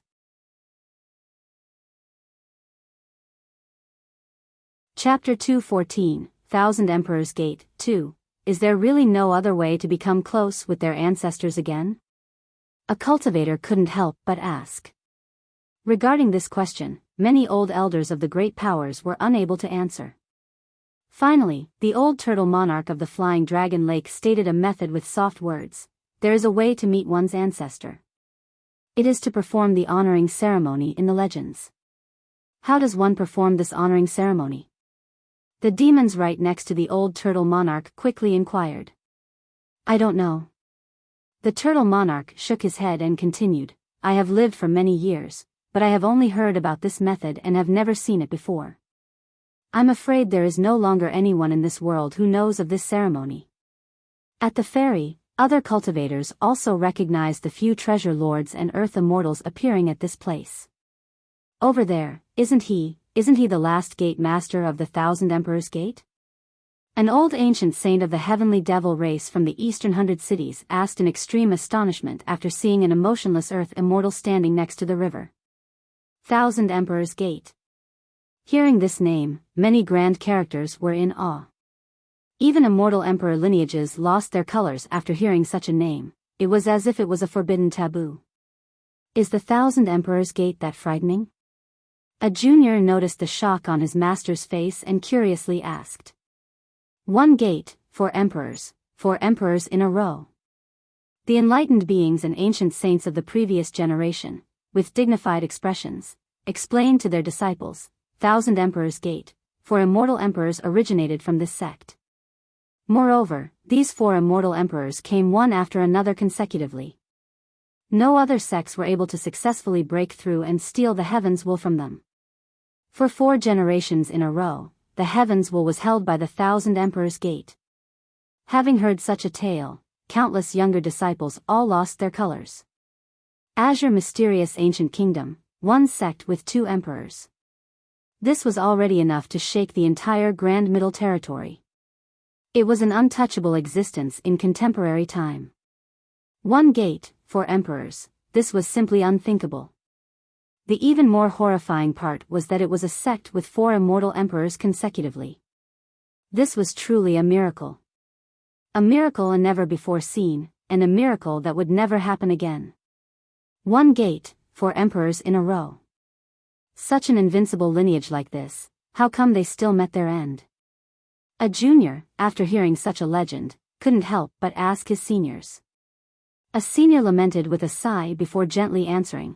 There was an even more extraordinary character who appeared after the 4th immortal emperor of the Thousand Emperors Gate. Her name was Empress Hong Tian, Vast Heaven. In the end, even the Thousand Emperors Gate that was feared by the gods and devils was still destroyed by the hands of Empress Hong Tian. Legends told that the Thousand Emperors Gate was really going to have a 5th immortal emperor. Unfortunately, the person lived in the same generation as Empress Hong Tian. Ultimately, the powerful Thousand Emperors Gate eventually embarked on a journey towards destruction. Hearing the name Empress Hong Tian, this left an unerasable mark on all of the younger generation disciples. An empress destroying a 4 emperors lineage, how heaven-defying was this? How invincible was this?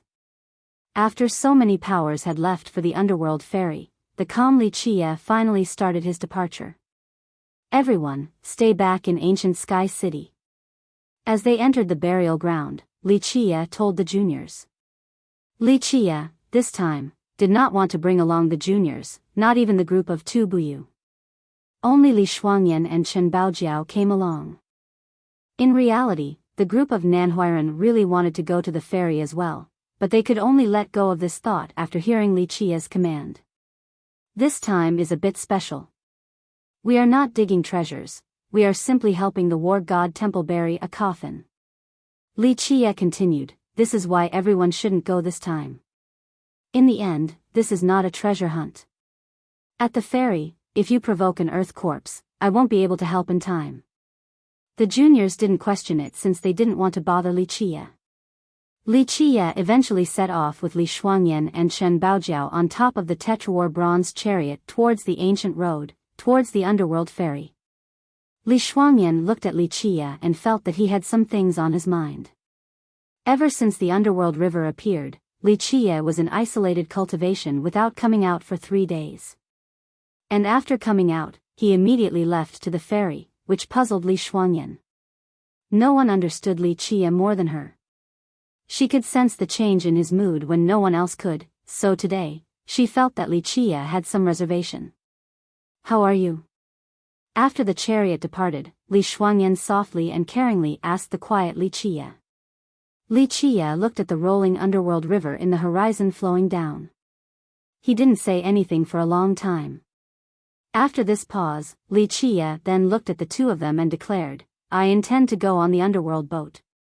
That night when the underworld river appeared, the questions of Chen Baojiao and Li Shuangyan stirred his thoughts.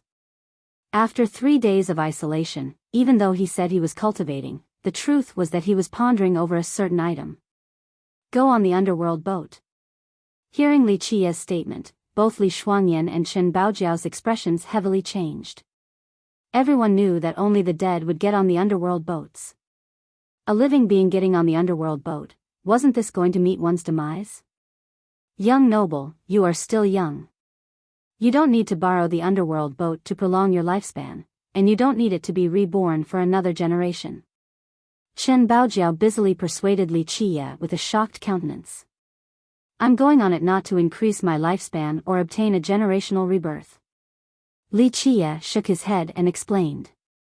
Li Shuangyan put on a dignified expression while looking at her young noble, then she exclaimed, "You going on the underworld boat is the same as going to your death.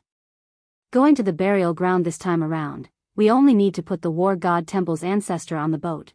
Why must you do this?" She felt that Li Qie's decision to go on the boat was out of necessity, but she didn't want Li Qie to go for it was suicidal. Chen Baojiao then quickly followed Li Shuangyan with her plea, "Young noble, why go on the boat? You still have other great opportunities, and this is not worth it. How about we cancel the transaction with the war god temple and directly go back to the cleansing incense ancient sect?" Even though she was 100% confident with her young noble, but once he was on the ship, even a larger amount of confidence would turn into nothingness. To everyone, going on an underworld boat was the same as dying. Only the dead or the dying would be willing to do it. If one could still live for several more decades, they would not want to get on, for the chance of picking the right boat was minuscule. "Don't worry, I will come back alive." Li Qie confidently smiled as a reply to his two maids' goodwill counsel. Seeing his determination, Li Shuangyan no longer advised against it. She looked at him for a while before finally asking in a soft tone, "What do you want to do on the underworld boat?" Li Qie couldn't help but look at the deepest part of the burial ground, then he gently touched his sect-protecting treasure before finally responding, "I intend on going to a place. Only by using the underworld boat would I be able to reach such a place." At this point, he became preoccupied with his thoughts. He had been to the deepest part of the burial ground more than once, but there were still some locations at that place that didn't have easy entrances. Coincidentally, he recently figured out something with an item in his possession. That night when the underworld river fell down, Li Shuangyan and Chen Baojiao's words recalled some of his memories. There were still some mysteries inside the burial ground that he wished to dispel. "Be careful, make sure to come back alive." In the end, Li Shuangyan could only let out words of caution. Compared to the heaviness in Chen Baojiao and Li Shuangyan's minds, Li Qie, on the contrary, was very relaxed. He smilingly spoke, "I still have 2 maids with supreme grace. With such charming and lovely ladies around, how can I be willing to die so early? Wouldn't it be a crime to myself if I didn't enjoy such good blessings first? In your dreams." Hearing this, Li Shuangyan's arrogant and icy expression turned red as she angrily glared at him. As for Chen Baojiao, she simply chuckled. 2 supreme beauties. One was as arrogant as the apricot flowers in the snow while the other exuded charmingness with her misty eyes. Each had their own appeals that would make spectators lose their minds. Li Qie did not meet many cultivators along the way on his chariot. In fact, the group of Li Qie could be said to be the last group.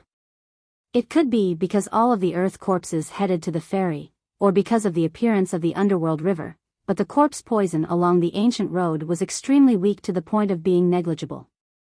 Even weak cultivators could still walk on the ancient road without being affected by the poison. On an ordinary day, they would have turned into earth corpses. When Li Qiye was about to arrive at the ferry and when he could see it from the distance, they were stopped by someone. A person blocked the path above the ancient road and clearly aimed for the group of Li Qiye. This person didn't stop anyone else, only the Tetrawar bronze chariot. It was a young girl with peerless elegance, but she also had a sky-piercing murderous aura. Anyone who saw her would not notice her beauty, for they were horrified by the murderous intent on her body. The young girl was dressed in black while hugging her black sword. She stood above the ancient road just like an unsheathed bloody sword as killing intent filled the air, painting a sanguine scene. Anyone who saw this scene would certainly run for their lives. One or two cultivators who were lagging behind wanted to follow Li Qiye's Tetrawar bronze chariot, but after seeing the young girl blocking the road, they immediately ran away in shock. Bai Jinjin, descendant of the sword god Sacred Ground.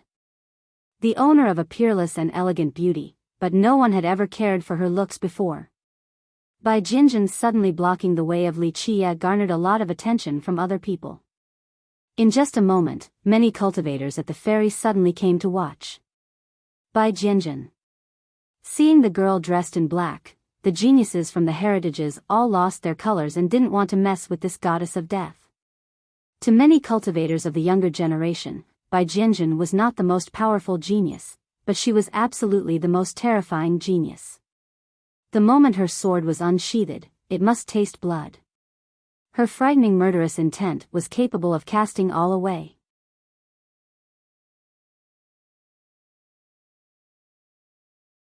Chapter 215, Bai Jinjin's Three Swords. 1.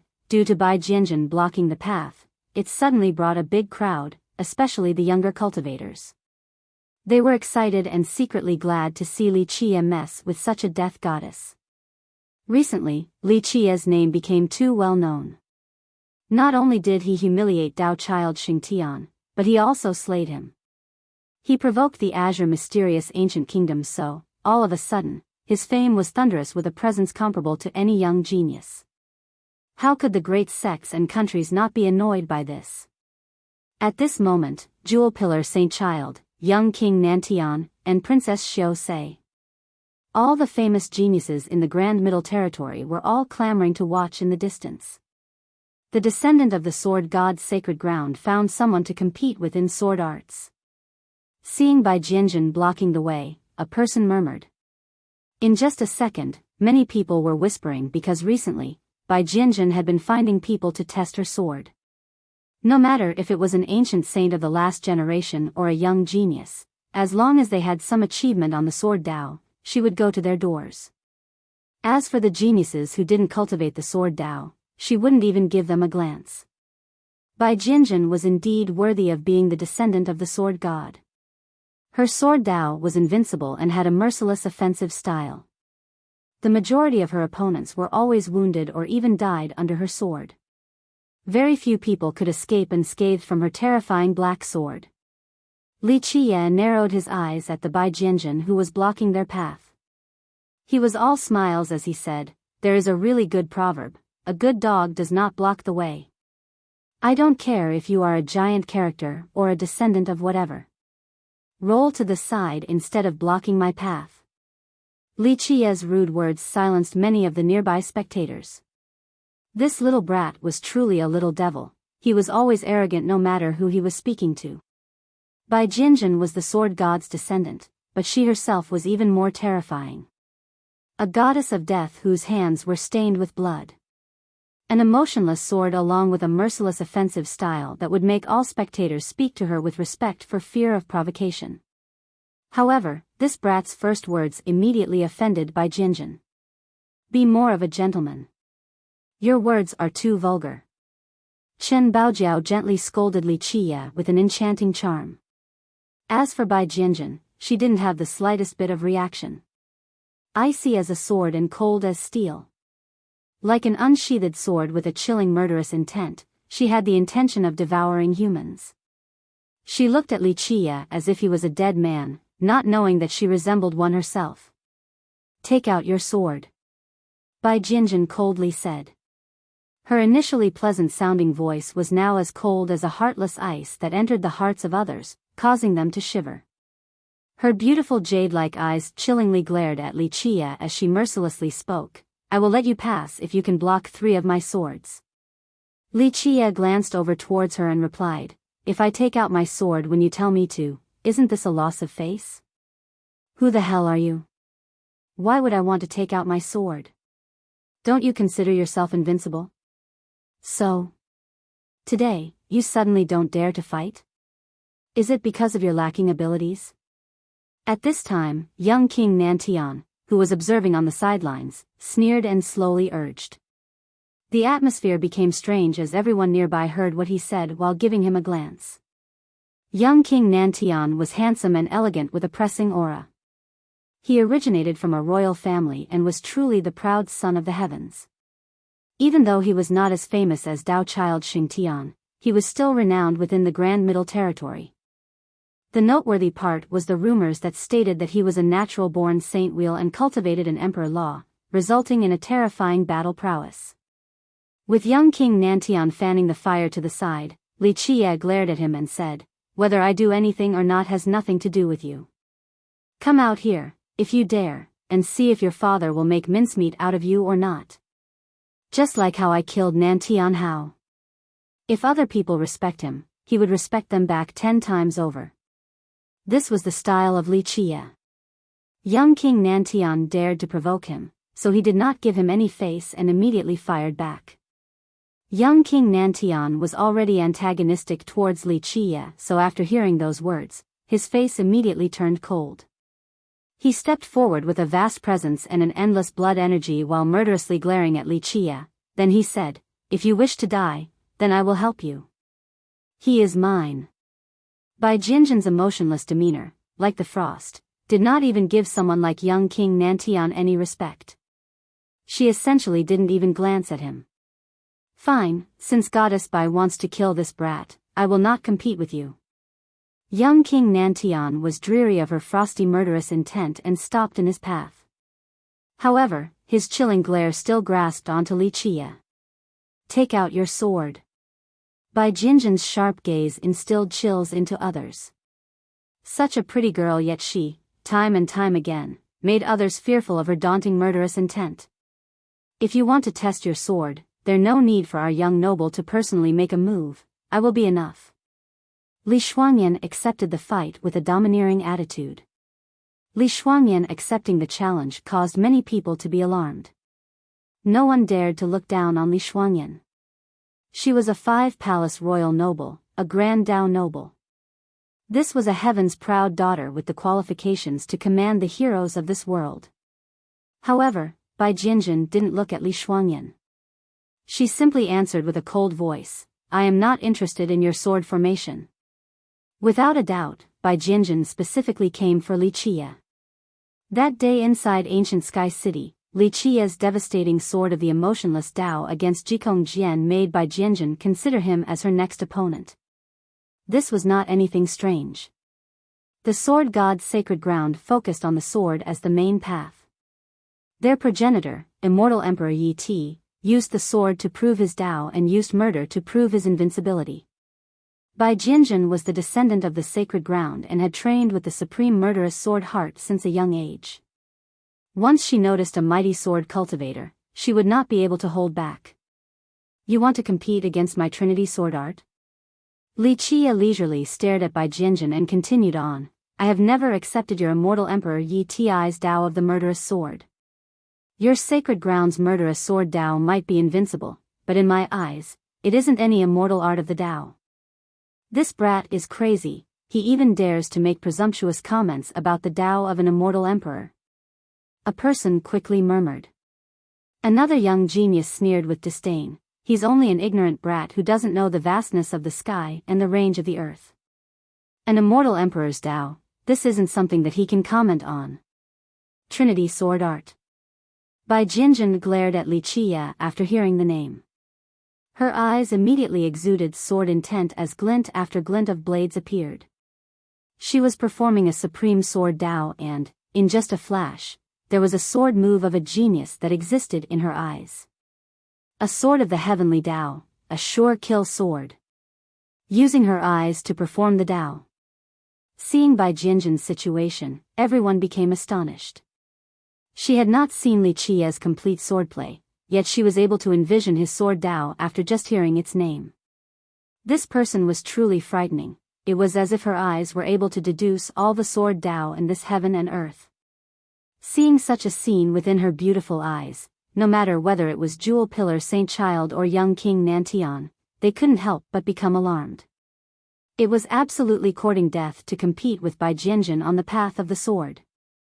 Impressive. Seeing the Tao in her eyes, even the always arrogant Li Qia had to praise her as he nodded his head approvingly. No wonder why the old monsters of the sacred ground picked you as the descendant. You were born for the Tao of the sword. Unsheathe your sword. Bai Jianjin emotionlessly spoke, 3 swords will do. Her heart could not wait any longer, for she wanted to witness Li Qia's entire Trinity swords. Regarding his own Trinity sword art, Li Qia was completely confident. This was not his first time being enlightened in the Tao, and this sword art was not something he created either. It came from the supreme Tao of the 6 Tao lotus along with the evil Taifa tree. It was such an incomprehensible sword art that even he would place it in the top 10 sword arts of this world once he becomes an immortal emperor. Li Qia narrowed his eyes while looking at Bai Jianjin, then he calmly said, I am not very interested in a duel. I only kill my enemies. However, you and I have no grievances with each other. Therefore, I am not very interested in killing you today. It sounds like you are certain of defeating Goddess Bai. Young King Nantian, standing at the side, sneered and said, regarding the sword, no one can compete with Goddess Bai. Even though this statement was quite debatable, many people secretly agreed in their minds, for the murderous sword of Bai Jianjin was indeed terrifying. It's none of your business. Li Qia glared at him and asserted, when I, a grand character, am speaking, do not interrupt on the sidelines. Don't bother people by gossiping all day. Li Qia's words resulted in young King Nantian quaking with anger.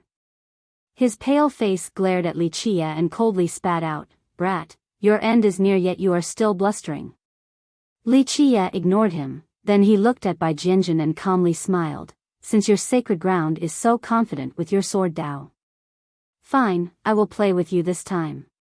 However, I have one condition, what if you lose? The sharp glare of Bai Jianjin pierced straight through Li Qia. Her cold stare resembled cold steel, causing others to be stung with pain. Many were afraid to look straight at her eyes. She chilling proclaimed, you will lose. You have enough confidence, I like it. Li Qia burst out in laughter and met her sharp gaze, then he spoke in an unruffled manner. How about this? If my Tao is lacking and I am killed by you, I have nothing to say. If you lose, then just submit to me. Coincidentally, I am missing a maid by my side to warm my bed. Even though you are as cold as a block of ice, but out of consideration for your natural-born sword Tao, I will reluctantly take you in as a maid to warm my bed. Li Qia finished in his never-changing nonchalant manner. He made it sound as if it was a trivial matter, as if Bai Jianjin was a daughter from a common household and that he would take her in as a bed-warming maid on his whim. Naturally, this immediately rendered everyone speechless. Bai Jianjin was the descendant of the sword god on top of being a cultivating genius. Her cultivation alone was plenty formidable enough. However, this little demon before them opened his mouth and immediately wanted her as a maid to warm his bed. This was too insane.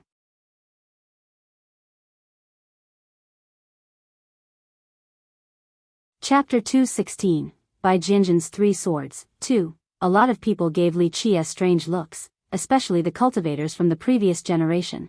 Their countenances were even more bizarre. This brat was only 15 or 16 years old but already had 2 supreme country-toppling beauties next to him. Moreover, they were both older than him. I didn't think that this little demon actually liked mature women. A previous generation cultivator burst out in laughter. Another old cultivator movingly said, being young is such a nice thing. Arrogant and free without any restriction. What nonsense are you all talking about? Hearing some old cultivator's emotional revelations, Li Qie was speechless. At this moment, countless eyes gazed at him with perverted implications. Li Qie felt especially wronged. He couldn't wash away this misunderstanding even if he jumped into the Yellow River. Even though Li Shuangyan and Chen Baojiao had followed him for so long, he really hadn't done anything to them. A bunch of perverted old men. Seeing the odd eyes of these older cultivators, Chen Baojiao and Li Shuangyan immediately understood. Li Shuangyan maintained her cold demeanor, but Chen Baojiao began to blush. As for the younger cultivators, they stared at Li Qie with both envy and jealousy, especially the young geniuses. They considered themselves dragons amongst men and were absolutely compatible to the beautiful Chen Baojiao and Li Shuangyan. However, at this moment, both of these girls chose to follow this brat. How could they not feel apprehensive? Pfft, a toad wanting to eat the meat of a swan. Finally, a genius with an unconvinced heart declared with disdain. As for Bai Jianjun, her gaze remained cold and piercing. It was still as menacing to spectators as before. So, are you not completely confident in yourself? Li Qie leisurely said. Seeing her steaming murderous intent, he suddenly felt an urge to tease her. He then smilingly spoke, furthermore, I am the one suffering here. You are as cold as a block of ice, I'm afraid you can't even warm my bed. A girl lacking feminine charm will have a hard time finding a marriage. I am sacrificing myself here to take you in. Listening to these words made the others curse at Li Qie for pretending to be a good person. Even Li Shuangyan and Chen Baojiao couldn't help but scowl. Bai Jianjun was the descendant of the sword god Ah. A contemporary renowned genius with an emotionless murderous sword. No matter whether it was her origin or cultivation, no one from the younger generation would dare to tease her like this. This brat. Arrogance and boldness are part of his nature. Even the older cultivators smiled wryly. They thought about it for a second, and they wouldn't dare to tease Bai Jianjun like this even if they were younger. The sword god's sacred ground was a group that killed people without blinking an eye, who would dare to provoke them. As for the victim, Bai Jianjun, she did not become angry, for she was as calm as a tranquil well. Her cold, murderous expression along with her sword-glinting glare seemed as if it wanted to penetrate Li Qie's heart. In the end, she coldly replied, why not? She didn't even bat her eyelashes while answering. There was no change in her mood, as if the topic was not a major event that concerned the rest of her life. Dumbfounded, this was the reaction to Bai Jianjun's answer. In just a second, everyone glanced at each other. This didn't make any sense. No one would think that Bai Jianjun would actually agree to such a condition.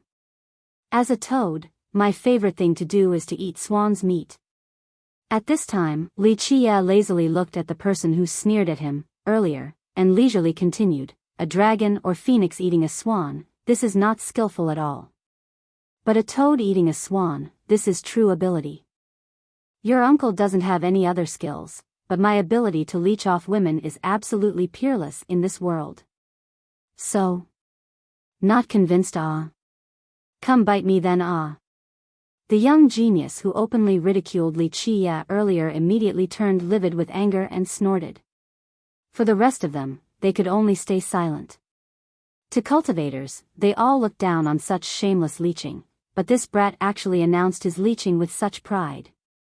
As for Li Shuangyan and Chen Baojiao, who knew Li Qie well, they didn't know whether to laugh or cry. If their young noble was a leecher, then what words could be used to describe the rest of the men in this world? Nonsense, unsheath your sword. Bai Jianjun coldly spoke as her murderous presence rose like a cheetah watching her prey. It seems like this girl is in a hurry to be my bed-warming girl. Li Qie clapped his hand and laughed, then he said, sword, come. Clank. Li Shuangyan, who was hugging the 6-dao sword, did not take any action. The 6-dao sword left its sheath and fell into the hand of Li Qie. The moment the sword was in his hand, Li Qie immediately had the presence of a master. The flirtatious and bodacious expression from earlier towards Bai Jianjun was nowhere to be found. Grasping his sword, he stepped out of the Tetrawar bronze chariot and glared at Bai Jianjun with a serious expression and vast momentum. Clang! At this time, Bai Jianjun also unsheathed her sword. Once she accepted a battle and once her black sword came out, her presence suddenly changed. A murderous light covered her entire body, causing others to shiver without feeling cold. Each wisp of murderous light was very vivid as they rotated around her body. Each wisp was completely ruthless and capable of cutting through all things in carnage. The black sword, free in the air, exuded a biting sensation as if it was not a sword, but an infernal death.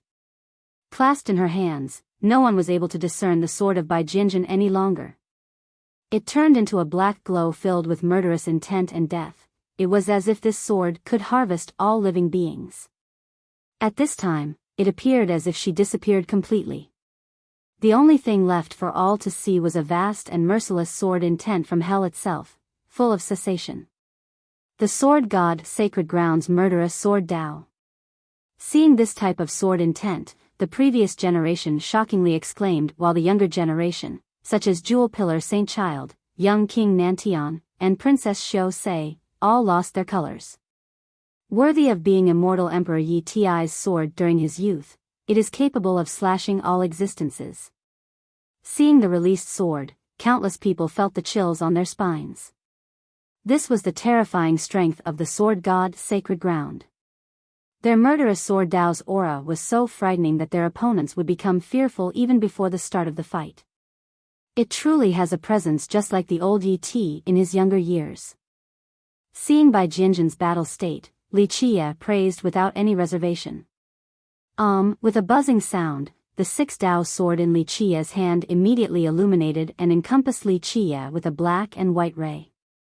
The black and white ray rotated around Li Qie's body like a winding yin-yang fish. The movement of the black and white ray initiated two strands of supreme Dao, majestic and imposing. This Dao was able to reach the immortals and the endless underworld prisons where the pathetic screams were bellowing. Two supreme grand Dao, one was the Dao of the sixth Dao lotus and the other belonged to the evil Taifa tree. This sword contained their most profound powers. Most of the people here knew their stuff. After seeing Li Qie's sixth Dao sword that controlled yin and yang in black and white, they became shocked and realized that this was a great treasure. Peng, with a soft sound, Li Qie's Fate Palace appeared above his head. The runic outlines of the Fate Palace began to move as a Kuan Peng jumped out from within. Universal laws began to pour down and turn into Supreme Emperor seals. These seals resembled the limitless ocean, and the Kuan Peng found itself to be a fish back in the water. Emperor Law, seeing the Kuan Peng, many people were astonished. Some were also envious. An older cultivator murmured, in the legends, the Kuan Peng's 6 variants was one of immortal Emperor Min Ren's strongest arts. The heavens is emotionless. Li Qie roared and, right when his words ended, a sword appeared amidst the sky, one of the Trinity swords, heaven. In the blink of an eye, the 6 Dao sword created the endless heavens Dao and used the heavens as the sword with boundless righteous yang energy. Countless white lights torrentially poured down and turned into many heavenly swords. Each heavenly sword was hanging high above the 9 heavens. Any of these heavenly swords were able to slice the mountains and rivers by itself. However, the power of Li Qie's one sword move did not stop here. In a flash, there was an infinite, exalted ocean behind Li Qie as the rolling waves made their mark. This colossal ocean drowned the sky and turned the heaven and earth's essence into its own. The Kuan Peng Sea transformation turned into an immense ocean that absorbed the world's energy and power of the Grand Dao. With this, the power of Li Qie's sword doubled. The heaven was heartless and the righteous yang was impartial. The Trinity sword was a supreme Dao. One sword carried the tremendous power of the 6 Dao. It was capable of slicing the celestials and ending the sun along with the moon. This one sword jolted even enlightened beings, let alone royal nobles. Such a sure-kill sword with the utmost lack of emotions. This sword would surely taste blood and amaze all spectators. Zhang. In this instant, Bai Jianjun made her move. Within this constraint of time and space, there was no Bai Jianjun nor the black sword, for there was only a flashing sword brilliance. Just this sword brilliance was enough to cause everyone's hearts to jump. This sword pierced through the six Tao to annihilate all existences. This sword actually struck the weakest part of Li Qia's heaven sword. In between the explosions, Bai Jianjun used an unfathomable speed to grasp the incalculable gap within Li Qia's sword technique. This was truly the ultimate genius of the sword Tao. Between the flashes, Li Qia was surprised. Everything happened so fast, and he used the most unthinkable quickness to change his sword move. This sword dimmed the stars as time stood still. Pluff! Bai Jianjun's sword pierced the entire sky as blood spilled out. Li Qia flew backwards as his chest was met with the sword. Boom! Boom! Boom! Li Qia took several steps back as blood stained his chest. This sword drilled through his chest and nearly went through it completely. One had to know that Li Qia had the hell-suppressing godly physique. Ordinary attacks essentially could not destroy his fortified flesh, but under this sword, there was still a gaping hole in his chest.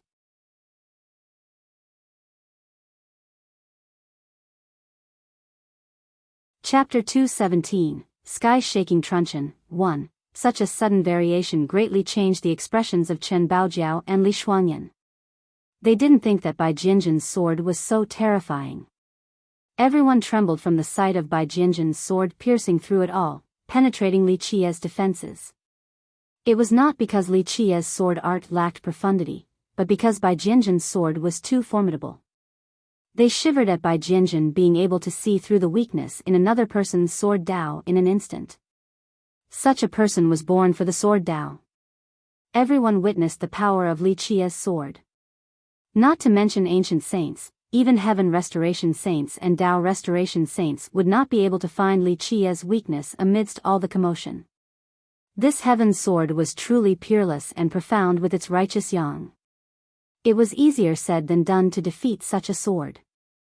However, Bai Jianjun was able to do such a thing. Her understanding of the sword Tao had exceeded countless people, including cultivators of the previous generation. Humph, you don't know your own capabilities. Just try and brag now. Regaining their wits, a cultivator gleefully said with a smile. However, Li Qia didn't care for such a person. He stared at Bai Jianjun as a smile bloomed. It seems as if I have underestimated you. You are walking on the Tao of breaking, not the Tao of the murderous sword. The blade nearly pierced through Li Qia's chest and blood stained his outfit red, but Li Qia didn't even frown. It was as if this sword had penetrated someone else's body. Bai Jianjun, while tightly gripping her sword that was dripping blood, remained as emotionless as ever. Good, I want to see just how you will break this. Li Qia smiled and stepped forward. Boom! The earth itself trembled. The hell-suppressing godly physique came out to suppress the gods and devils as well as the heaven and earth. In an instant, Li Qia's entire body exploded with a dreadful aura. One step forward sunk the grand earth and split the mountains. Although the earth was vast, it was still unable to handle this body. Heaven is heartless. Li Qia slashed again. It was still a heavenly sword, one of the Trinity swords. Momentarily, the Kunpeng fell down to the ground. An endless thick ground appeared above Li Qia's sky. An immense earth with immeasurable weight. It fell down from the sky with the Kunpeng on top. The earth could not handle such a burden. The Kunpeng's 6 variants, earth transformation. This transformation was massive and unstoppable. Bang, dash, with an immenseness that this world could not handle, Li Qia's body unleashed thunderous explosions as it seemingly changed into heaven itself. At this time, Li Qia channeled his physique to the limit and its weight to the peak of the heaven and earth. This was still a heavenly sword, but there was no profound transformation. It was majestic due to its simplicity. It was only a straight slash with all of the strength focused within. The previous heavenly sword was a heartless heaven sword with impartialness. However, this current heavenly sword accepted the weight of heaven and the boundless love and adoration. Simple and natural, only one slash to divide black and white, to separate yin and yang, then to transform into the heaven and earth. There was nowhere to hide from this sword. Although the world might be vast, all was beneath this sword. In a trice, Jewel Pillar Saint Child's expression greatly shifted. His gaze did not stop on Li Qia's sword, but rather, his treasure body. He had fought against Li Qia's physique's power. At this moment, his heart was in horror, for he understood that Li Qia was cultivating the hell-suppressing godly physique that he had always sought after. With this sword, everyone lost their colors, including Bai Jinjin. She was skilled in the sword Dao throughout her life, but seeing the trajectory of this sword swinging down, she knew that this sword reached the extreme limit of simplicity. One slash without any technique or style, it was completely indiscernible and unbreakable. Zhang, ultimately, Bai Jinjin still shot out a soaring sword. Under this murderous sword, all living beings trembled. A sword that frightened even the immortals. If there were immortals in this world, they would still bleed under the might of this one sword. Boom! Following a huge explosion, fissures tore apart the ground. Bai Jinjin was knocked flying away by this sword. Even her sword that was capable of scaring the immortals was not able to stop the power of the substantial heavenly sword. Boom! She flew 1,000 miles away while shattering mountains. The blood she sprayed out painted her black dress, resulting in a particularly striking scene. Within the sword Dao of this world, the murderous sword is only a stroke lean towards the extreme. Li Qia wielded his sword while standing and indifferently spoke. The yang sword combined with the heartless heavenly Dao, the extreme sword adored with the heaven's affection. This is the grand boundless Dao. Li Qia posed with his sword while slowly explaining with indescribable profundity. At this time, everyone was silent in contemplation.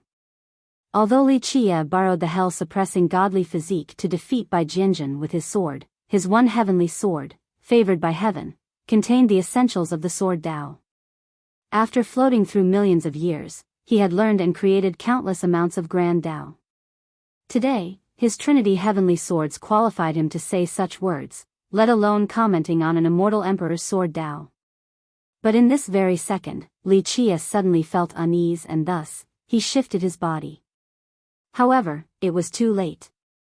In a flash, a soundless and invisible palm struck his back. Bang!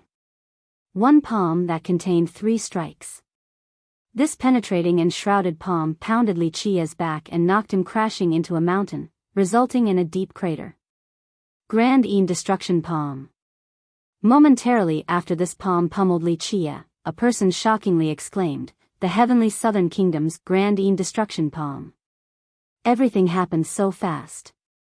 Li Qia, who had just thrusted Bai Jinjin away, was sneak attacked by someone in an instant. Young King Nantian was the person who attacked right when Li Qia defeated Bai Jinjin. He immediately surged his blood energy and performed the heavenly southern kingdom's devastating Grand Yin Destruction Palm and aimed to kill Li Qia with one blow. Despicable. Li Shuangyan and Chen Baojiao were both angry and worried at the same time. Everything transpired in a split second and they didn't think that someone with a great status like young King Nantian would actually sneak attack Li Qia under so many watching eyes. The victors will become kings and the losers are mere bandits. Young King Nantian sneered. Right when his words came out, he summoned a treasure and threw it straight at Li Shuangyan and Chen Baojiao who were on top of the Tetrawar bronze chariot. Today, I will absolutely kill you. Li Shuangyan, in her fury, raised both of her hands up above and the heavenly sky plate suddenly appeared. In a flash, a dimensional door appeared. Before Chen Baojiao and Li Shuangyan could regain their wits, young King Nantian's treasure suddenly covered both of them and the chariot. The next second, Li Shuangyan, Chen Baojiao, the chariot, and young King Nantian's summoned treasure all disappeared. Everyone was stunned for a moment while witnessing such a strange scene. No one comprehended their sudden disappearance. Boom! Debris flew all over as Li Qia soared to the sky. There was still a palm print behind his back, but this palm was not fatal to Li Qia.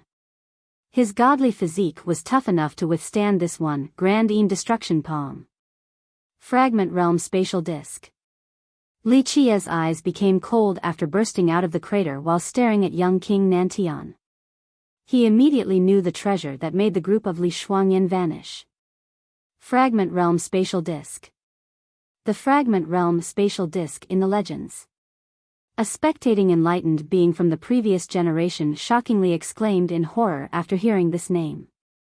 The Fragment Realm Spatial Disc in the Legends was created by immortal Emperor Fei Yang using true mantras. This treasure had always belonged to the Legends. This was one of the 9 grand heavenly scriptures. It is even more precious than Emperor laws. The world had always believed that immortal Emperor Fei Yang obtained one of the 9 grand heavenly scriptures, and the Fragment Realm Spatial Disc was the best evidence. So you do know your stuff. Young King Nantian was secretly shocked that the one palm couldn't kill Li Qia. He sneered and dominated over Li Qia to coldly declare, "Killing my heavenly southern kingdom's disciples. Blood will be paid by blood. Today, I will decapitate you and use your head as an offering to my cousin." Young King Nantian's purpose was not only to kill Li Qia for revenge, but also to seize his Tetrawar bronze chariot, for he had heard of this ultimate treasure from the cleansing incense ancient sect. To satisfy his rapacity for the chariot, he could only wait until Li Qia was off the chariot before sneakily attacking. In order to smoothly obtain the chariot, he asked his clan for this supreme treasure, the Fragment Realm Spatial Disc. One had to know that this treasure was the defining treasure of the heavenly southern kingdom. Even though immortal Emperor Fei Yang originated from the kingdom, the truth was that he had no goodwill towards it. He left very few treasures for the kingdom, and the Fragment Realm Spatial Disc was one of them. The moment this treasure came into being, it would immediately banish its targets into a fragmented realm and would trap them inside. If Li Shuangyan and Chen Baojiao died inside the fragmented realm, then the Tetrawar bronze chariot would become an item without an owner. At that point, it would be as easy as flipping one's palm for young King Nantian to obtain the chariot. Humph. At this time, a cold murderous hum resounded. Bai Jinjin stepped forward with a killing air, encompassing the sky. "Goddess Bai, you and I should join hands to slay this wretch." Young King Nantian immediately continued, "This wretch is ferocious and ruthless. He is the enemy of the world. I will help Goddess Bai eradicate this guy, for the sake of the world." Zhang. However, the target of Bai Jinjin's murderous intent was not Li Qia, but young King Nantian. When Bai Jinjin suddenly changed her target to him, it stupefied young King Nantian. If Bai Jinjin joined in, then his situation would not be optimistic. His pathetic dog life is mine. At this time, Li Qia glared at young King Nantian and calmly said. Today, he had the urge to kill, and Nantian must die. No matter who else came to help, the result would remain the same. Li Qia was not worried for Li Shuangyan and Chen Baojiao. He had confidence in his Tetrawar bronze chariot. It didn't matter that the Fragment Realm Spatial Disc was refined by true mantras, for his chariot had swept through countless eras alongside him.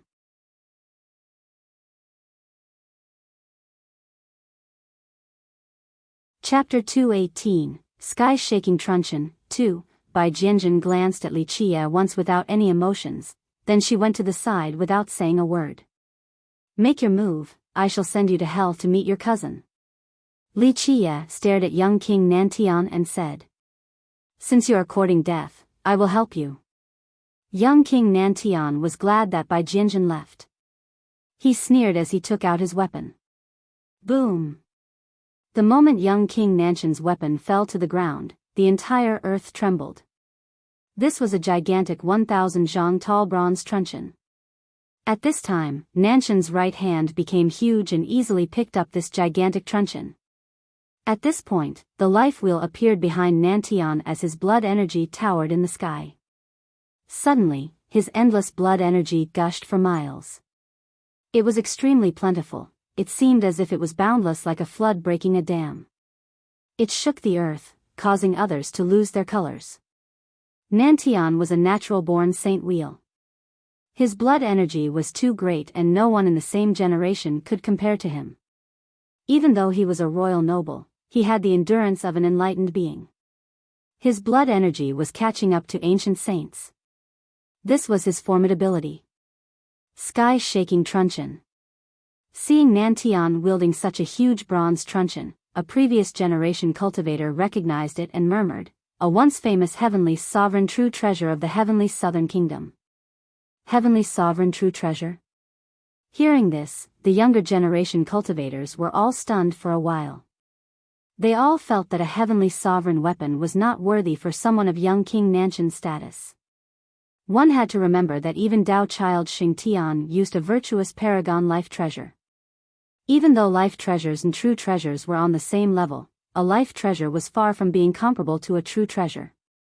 There are a few ancient saint true treasures that could even defeat heavenly sovereign life treasures. This particular true treasure has a great history. It followed a heavenly sovereign of the heavenly southern kingdom during his conquest.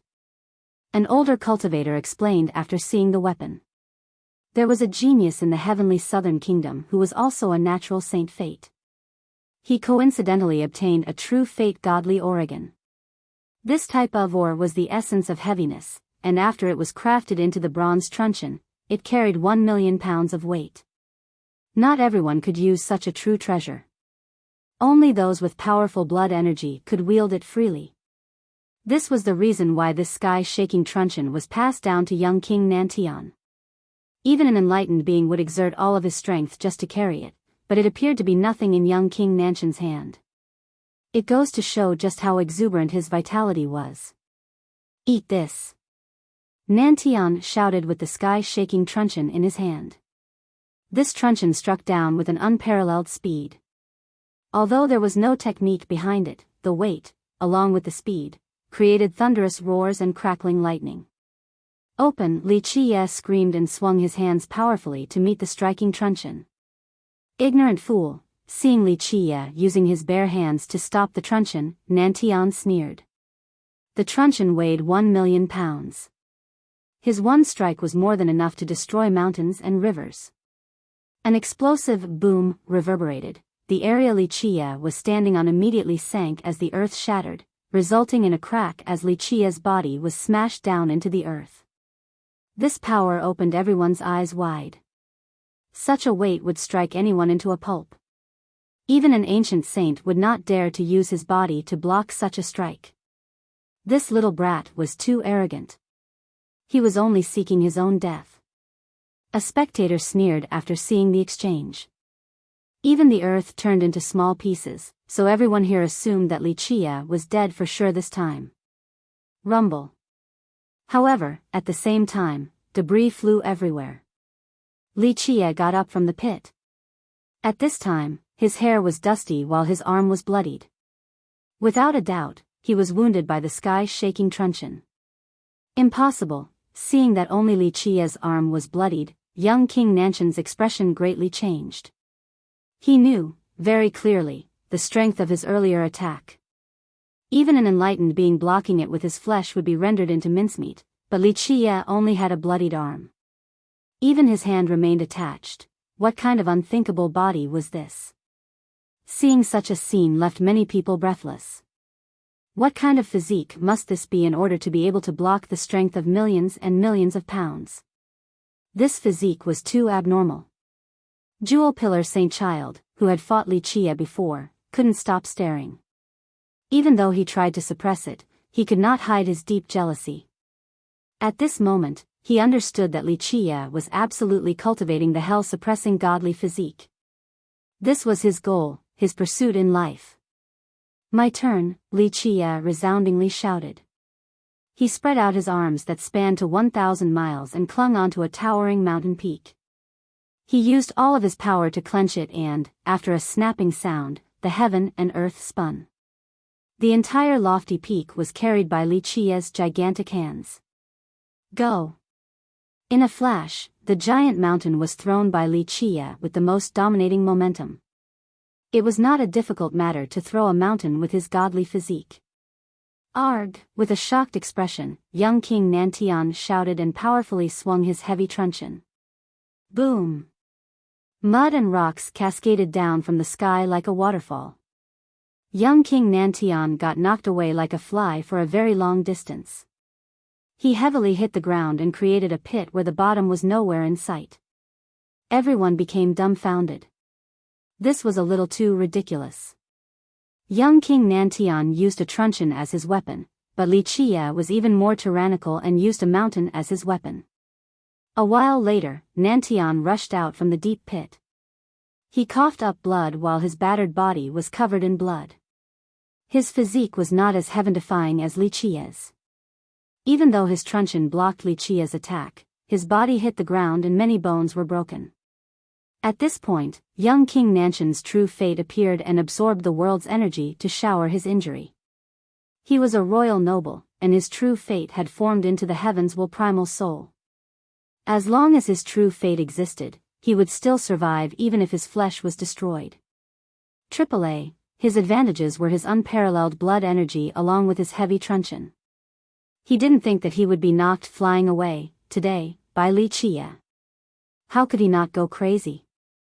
He furiously roared and the life wheel, like a full moon, appeared behind him. Finally, his body was pummeled inside the last mountain. Seeing such a domineering scene caused everyone to become despondent. Super strength and blood energy covering the sky, it couldn't become any grander than the current scene. Regardless of status or the kind of genius, anyone would feel threatened by such a display.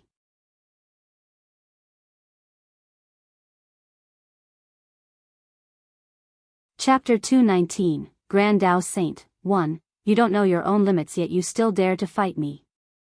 The sky-shaking truncheon in young King Nantian's grasp heavily fell down to the ground, causing an earthquake as the surrounding 100 miles immediately sank. One blade of grass beheading the stars, one flower petal striking the sun and moon, there can't be another scene more befitting of this phrase. A saint will talent is not any weaker than a saint fate and saint physique. An old enlightened being murmured. There was a common misperception amongst cultivators that stated a saint wheel was not comparable to a saint fate and saint physique. Within these three saint aptitudes, people would value saint fates and saint physiques much higher. Today, young King Nantian's exhibition made people more aware that the potential of a saint wheel was no less than the other two. Rumble. Just when many people thought Li Qie was dead, he climbed out from the mountain and coughed out a mouthful of blood. Even though he was entirely covered in blood, he was not seriously injured. This wound was not comparable to Bai Jinjin's sword that pierced his chest. Motherfucker, what is this physique? It is too unbelievable. A previous generation cultivator couldn't help but swear after seeing how Li Qie managed to survive after such a blow that swept him away. Didn't someone say that this kid had a mortal physique? Can a mortal physique be this dazzling? A person couldn't help but question the rumors that Li Qie had all mortal innate talents. Could a mortal physique be this astonishing? Managing to survive after such a smash, this type of mortal physique defied logic. Young King Nantian's expression turned ugly at this time. He realized that Li Qie cultivated a terrifying physique law. With a buzzing sound, young King Nantian's life wheel crazily rotated. The vermilion bird flew up in the sky while flapping its wings, creating rising tides of blood with one wave higher than the previous.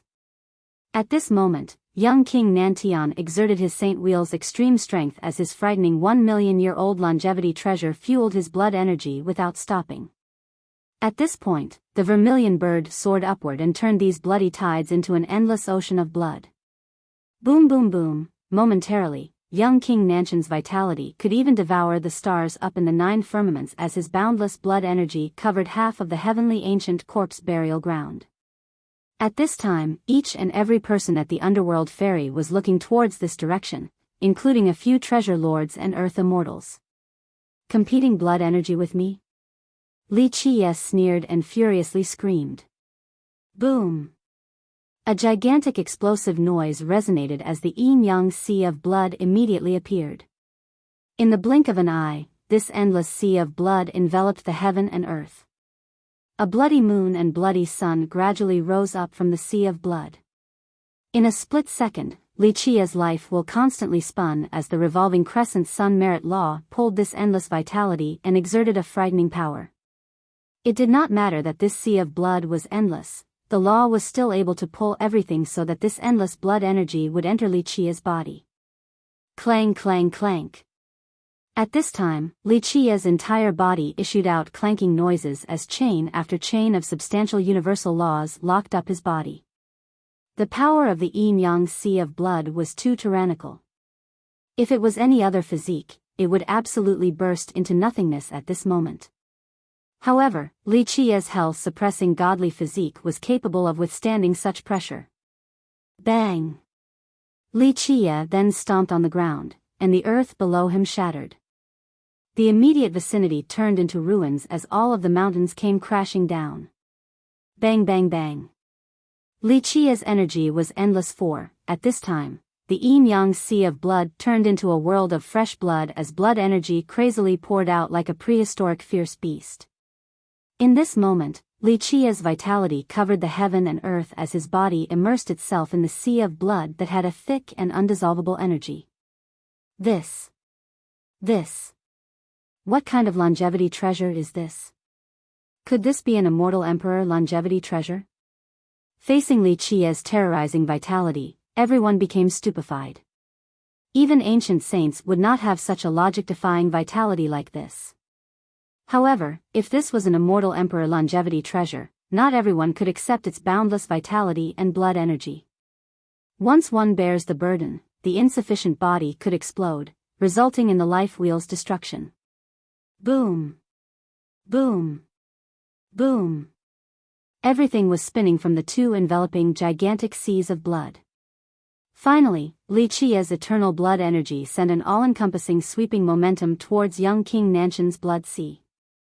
With a shocked expression, young King Nanshan's heavenly bird longevity treasure maniacally spun. His personal saint will set off a huge quantity of longevity blood and turn them into a tremendous energy. The vermilion bird behind him risked everything to, once again, create bloody tidal waves in order to stop Li Qia's approaching ocean. However, regardless of his life-risking endeavors, young King Nantian could not deter the crushing force from Li Qia's sea of blood. Young King Nanshan's longevity treasure was indeed remarkable. His 1,000,000-year-old life ring, that was refined with an immortal emperor longevity law, was also inexplicably powerful. However, even a more powerful longevity treasure became insignificant before Li Qia's yin-yang sea of blood. The yin-yang sea of blood had a heaven-shattering origin. It was a supreme treasure seized from the deepest location of a burial ground. It was not something that young King Nanshan's heavenly bird life ring could compare to. Saint Wheel, there's not much to it. At this time, Li Qia cried out. His entire body was surrounded by a dense blood energy, and after the cry, it moved to his fist and lingered there, resulting in a bloody hand. Under his roar, he swung his fist fiercely forward. Li Qia ferociously used his body as a weapon with its endless lingering blood energy. This approaching hand was no longer a hand, but more like a divine rod. It incited lightning and thunder as strange phenomena appeared in the sky. Young King Nantian also cried out in response. All of his blood energy turned into pure strength that swung his sky-shaking truncheon onward. Clang clang clang. Both sides severely hit each other 3 times. The noise resonated from the collisions rang across ancient Sky City and deafened everyone's eardrums. Clank. After one last blow, young King Nantian was no longer able to stop Li Qia's berserk attacks. Even Li Qia's arms were bloodied from competing against the truncheon, but his third attack managed to force young King Nantian to cough up blood. Eat another one. Li Qia screamed and chopped with an invincible attitude. The hell-suppressing godly physique had infinite immensity. One arm carried the burden of millions and millions of Jin, Kati. Once strengthened by the blood energy of the yin-yang sea of blood, the terrorizing power of this one chop was incalculable. Boom! Young King Nantian could only use the truncheon to block this imminent chop. However, under this blow, he crazily spewed out blood as the heavy truncheon was knocked back into his body. Crack crack. The harsh sounds of broken bones echoed. In this split second, countless bones were broken. Bang! His body crashed into a mountain, breaking it into pieces. He became bloodied and battered as his blood decorated the earth. At this point in time, his entire chest caved in. His truncheon could not bear Li Qi's crazy attacks. It bounced back on his body and completely crushed his chest. Being bloody became his most discernible characteristic. By seeing such a scene, everyone was dumbfounded. Even the grand characters far away at the ferry had to take a deep breath to digest such a scene. This physique was truly domineering. Is he still a human? Seeing Li Qie use his bare hands as a weapon left everyone in horror. This person was 100 times more terrifying than a raging dragon. At this point, young King Nantian no longer dared to fight. He turned around and fled towards the underworld ferry. He was scared out of his mind and immediately looked for his sex protection, otherwise, he would surely die in this battle. Where are you escaping to? Seeing the fleeing opponent, Li Qie coldly shouted and immediately took chase.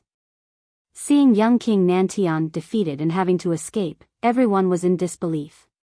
As for the younger generation, it was needless to say. Even the geniuses who considered themselves extraordinary and previously had animosity towards Li Qie were pale in fear at this time. As for Jewel Pillar Saint Child, his expression turned dark. He understood that Li Qie's physique had reached minor completion. Even if it wasn't at minor completion, it was not far off. What did it mean to have a hell-suppressing godly physique at minor completion? This was one of the 12 immortal physiques. One had to know that at grand completion immortal physique, no matter what their cultivation and rank was, they were completely capable of rolling over heavenly kings. Even virtuous paragons would have to think twice before messing with them. A hell-suppressing godly physique at minor completion, it did not matter whether Li Qie was a named hero or royal noble. He would be able to directly defeat ancient saints and even heavenly sovereigns. Even when he was a saint physique at grand completion, he would not have the least bit of advantage versus Li Qie's minor completion, not to mention that he was still a long way off from grand completion. If a virtuous paragon also had a grand completion hell-suppressing godly physique, then unless an immortal emperor came into being, no one would be able to stop him. To put it simply, he would be able to slay all the gods and devils that were in his path. Even if it was an immortal emperor, he would still be able to fight. Perhaps, a victory was not achievable, but he would surely manage to stay alive. Having thought up to this point, Jewel Pillar Saint Child gripped his fists with an ominous countenance. Once Li Qie reached grand completion, he would never be able to catch up.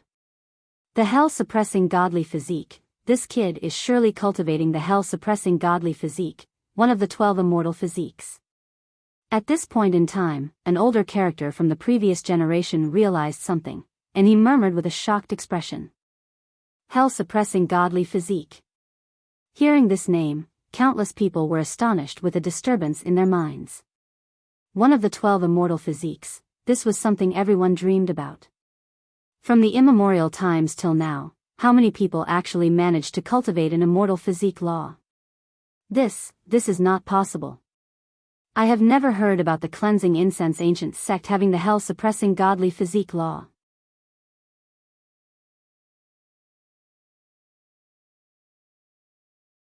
The light in his inner physique was extremely bright as the hell-suppressing godly physique erupted wave after wave of divine aura. Scram!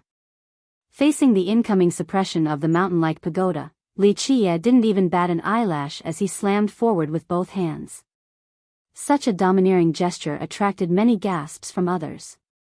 This was a 5 celestials enlightened being, and his pagoda was a heavenly sovereign life treasure.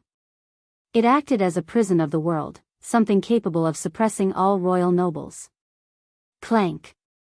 His arms landed a heavy blow on top of this pagoda, smashing it back towards the enlightened being. Frightened, the enlightened being decided to use an incantation in order to stop his pagoda. Boom! The enlightened being was not able to stop his pagoda, and he was knocked away while spraying blood. Witnessing this spectacle left many masters at the ferry to be amazed. A 5 celestials enlightened being lost from just one blow.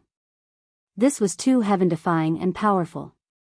How could they know that under the frenzy of the yin-yang sea of blood, Li Qia's hell-suppressing godly physique exploded with power capable to stopping gods and devils.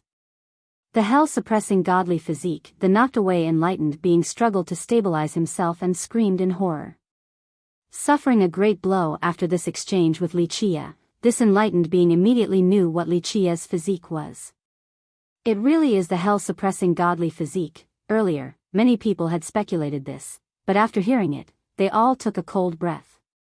The heavenly southern enlightened being had personally tested it before drawing this conclusion. This was no longer a question. One of the 12 immortal physiques. If this reaches grand completion, then even a royal noble would be able to annihilate a heavenly king. At this time, countless people lost their colors. Break. Stepping into the heavenly southern kingdom's base and seeing young King Nantian, Li Qia fiercely smashed with a blow that punished the heaven and earth, with a force capable of splitting miles of mountains and rivers. Boom! The extremely dominating strike of Li Qia didn't hit young King Nantian, for it was blocked by a middle-aged man. This middle-aged man was very heroic. His entire body was covered by a vast aura, and he had a powerful vitality and youthful pressing power. It felt as if he was blessed and protected by the love of millions of existences. Nantian Hudu, the national teacher of the heavenly southern kingdom. Seeing this middle-aged man blocking the powerful strike of Li Qia, many people exclaimed in astonishment. Rumored to be an 8 palaces genius, a grand Tao saint. An ancient saint nearby was shocked to see this middle-aged man. Even a grand saint would be dreadful of such a person. 8 palaces genius, grand Tao saint. Hearing these words, even people who didn't know Nantian Hudu were still alarmed. Cultivators throughout their lives had 3 chances to open fate palaces. One was the provisional palace, the next was the royal noble mysterious fate realm, and then the ancient saint realm. However, at the ancient saint realm, experts capable of opening 4 palaces and up were no longer little saint, young saint, or grand saint.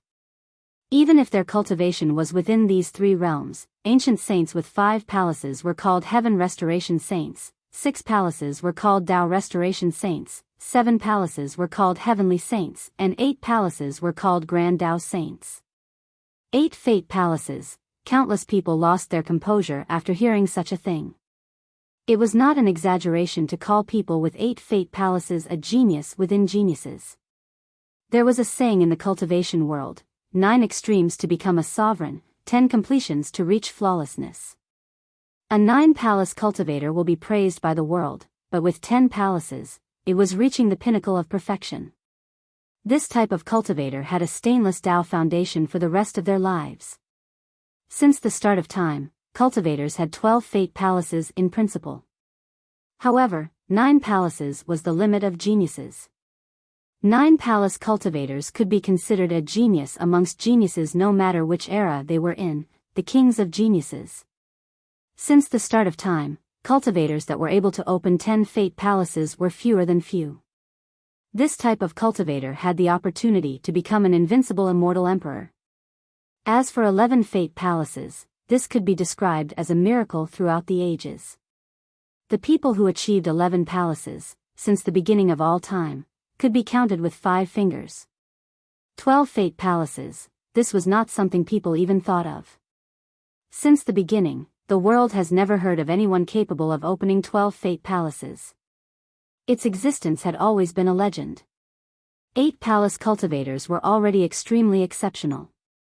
Nantian Hudu, the national teacher of the heavenly southern kingdom, was one of the very few 8 palace geniuses in this era. Rumors has it that he had cultivated for a very short time, only 5,000 years ago. Within 1,000 years, he managed to reach ancient saint and finally opened his 8th palace to become an 8-palace genius. Someone in the Grand Middle Territory had stated that if Nantian Hudu was not living during the difficult Tao era, he would have become a heavenly king a long time ago. Because he lived during the era where the heavens was absent, he couldn't successfully open his 9th fate palace. Even though this was the case, Nantian Hudu still fortified his position as the national teacher of the heavenly southern kingdom. Junior, enough is enough. With a righteous aura, Nantian Hudu looked at Li Qia and gravely said, you should walk away, and my heavenly southern kingdom will not pursue this matter any further. Li Chia looked at Nantian Hudu and leisurely smiled as he said, not pursue? Even if your kingdom wants to let me go, I still don't want to let go of your kingdom. It is very simple for me to forego this, hand over the head of the brat, Nantian. Nantian Hudu, with a fierce glare, coldly replied, Junior, don't be arrogant. There is always a higher mountain. The heavenly southern kingdom is not something a junior like you can provoke. Be smart and leave right now. Otherwise, this will be your burial. Nantian Hudu's words were quite aggressive, but as an 8-palace genius, no one thought that he was being arrogant. He truly had the qualification to say such domineering words. Heavenly Southern Kingdom? Li Chia smirked and calmly spoke, can it compare to the azure mysterious ancient kingdom? Don't mistake your kingdom as if it is something great. In my eyes, the heavenly Southern Kingdom is not worthy to even be ranked as something prestigious. Li Chia's words immediately rendered everyone speechless. So cocky, a person couldn't help but say. However, they thought about how this kid even dared to attack the ancient kingdom's heavenly grotto. This outlaw of a kid didn't care for the ancient kingdom, so how could he even consider the heavenly Southern Kingdom?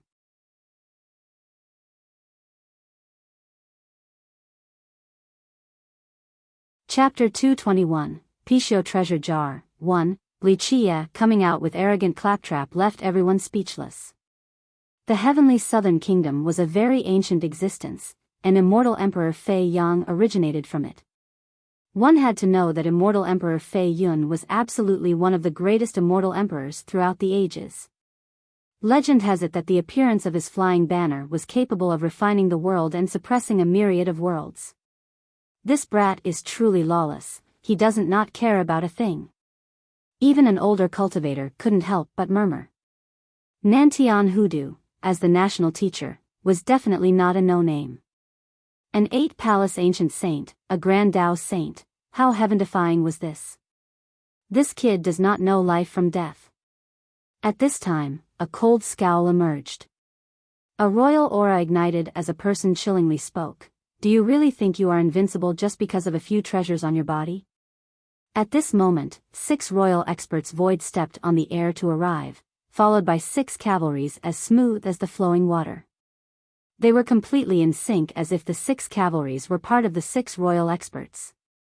The 6 experts were the heads of the dragons while the 6 cavalries were the dragon bodies swimming in the air. The 6 Jiangzhou kings, seeing the 6 cavalries smoothly following every little action of the 6 royal experts, a person emotionally exclaimed, the 6 wise monarchs formation.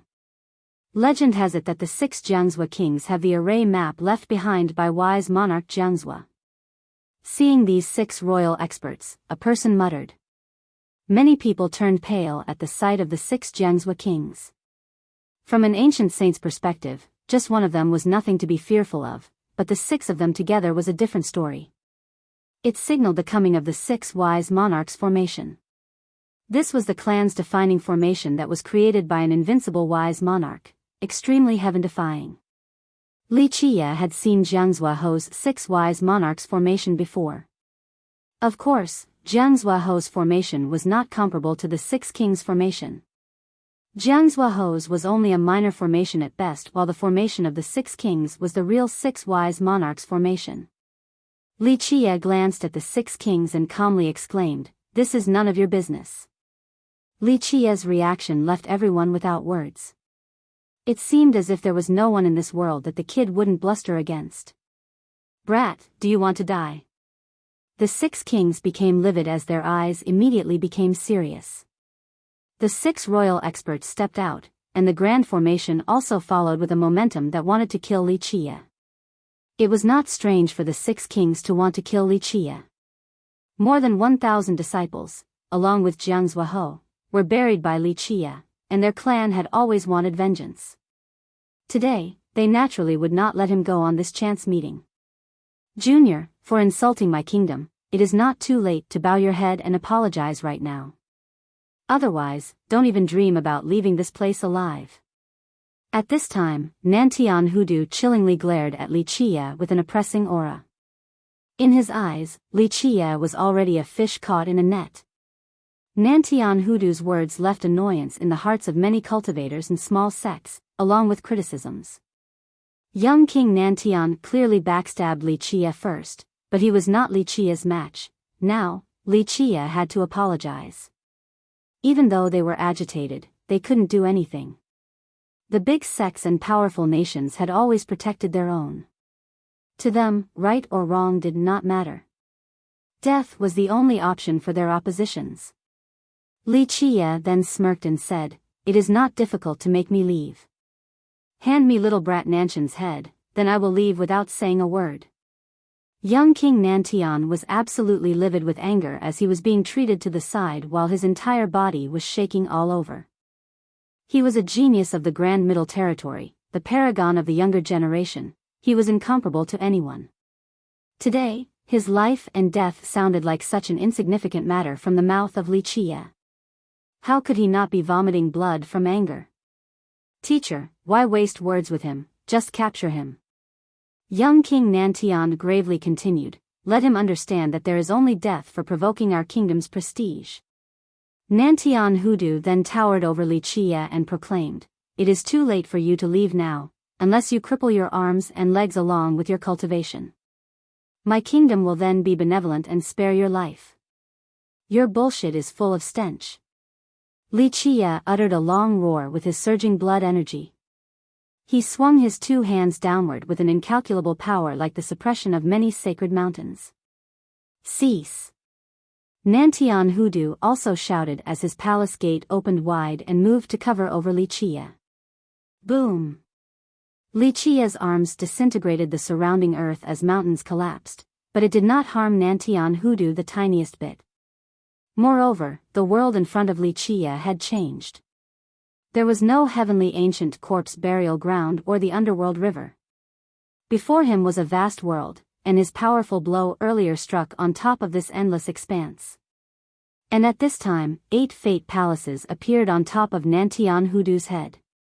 The Master Palace was the largest, and the other 7 fate palaces revolved around the Master. The 8 palaces were able to form their own world and kingdom, and it sucked Li Chia inside in just a flash. Li Chia's attack only struck the inside of this world and could not hurt Nantian Hudu. 8 palaces forming a kingdom. Seeing such a scene, everyone became horrified. This was the frightening part of an 8-palace ancient saint. Cultivators had 3 chances throughout their lives to open fate palaces. This meant that once they reached the ancient saint realm, they would have 4 fate palaces. This was an absolute requirement for becoming an ancient saint. But to the geniuses, 4 fate palaces was only the bare minimum. The more fate palaces one had guaranteed more power and a higher path in the future. Perhaps, it will be a path where they could shoulder the heavens' will and become an immortal emperor. 4 palaces formed a domain, 8 palaces formed a kingdom, and 12 palaces formed the heavens. People feared 8 palace ancient saints because they could slay their enemies without doing anything. The 8 palace grand Tao saints were heaven-defying. Their kingdom formed from the 8 palaces would obtain the kingdom's power to defeat their enemies without using treasures and merit laws. 8 palaces forming a kingdom, resulting in a power capable of repelling 10,000 enemies, truly frightening. An ancient saint from the previous generation exclaimed after seeing Li Chia sucked inside the 8 palaces world. Against such a powerful opponent like this, even he himself couldn't do anything except run away. Trapped inside the kingdom, Li Chia looked around to see the magnificent scenes with mountains and rivers, and endless vitality.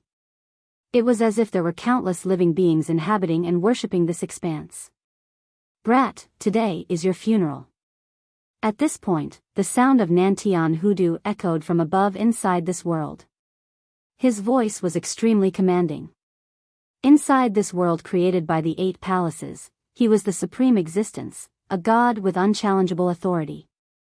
After his voice descended, a huge fist encompassing the sky followed and aimed towards Li Chia.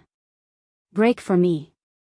Li Chia roared and his life wheel rotated with the undulating yin-yang sea of blood. The blood moon and sun appeared as the Kuan Peng traversed the sky. The two arms of Li Qie swung out and were accompanied by the two Kun Peng's wings right behind them, just like two divine blades slicing this piece of world. Boom, boom. However, Li Qie's fists that contained an immeasurable power were still not able to destroy the giant fist in the sky. If Li Qie's power was able to split a sacred mountain, then this giant fist had the power of an entire world, because this was the 8 palaces world of Nantian Hoodoo. Compared to an entire world, Li Qie was only an insect. How could he compete against all the accumulated energy in this place? Rumble ee. Under the grinding pressure of the giant fist, Li Qie switched from offense to defense. His two hands pushed up against the sky and the oncoming giant fist, but even his hell-suppressing godly physique was not able to stop the kingdom's power. A burst of intense noises resounded as the earth below Li Qie's feet began to fragment. Crank, crank, crack. The splintering of the earth could even be heard by the cultivators outside. With Li Qie at the center, a huge section of earth below his feet started to split open. Another loud boom. The giant fist's pressure increased, and half of Li Qie's body was underground. His two hands were bent from the suppression as his bones throughout his entire body were rattling as if they could break into pieces at any moment. At this time, Li Qie's face was flushed red. Even with a complete explosive exertion of his power, it was still not enough to stop this giant fist that was pressing down on him. This was the power of this world. Li Qie had no way to stop it while being inside. Grand Tao Saint.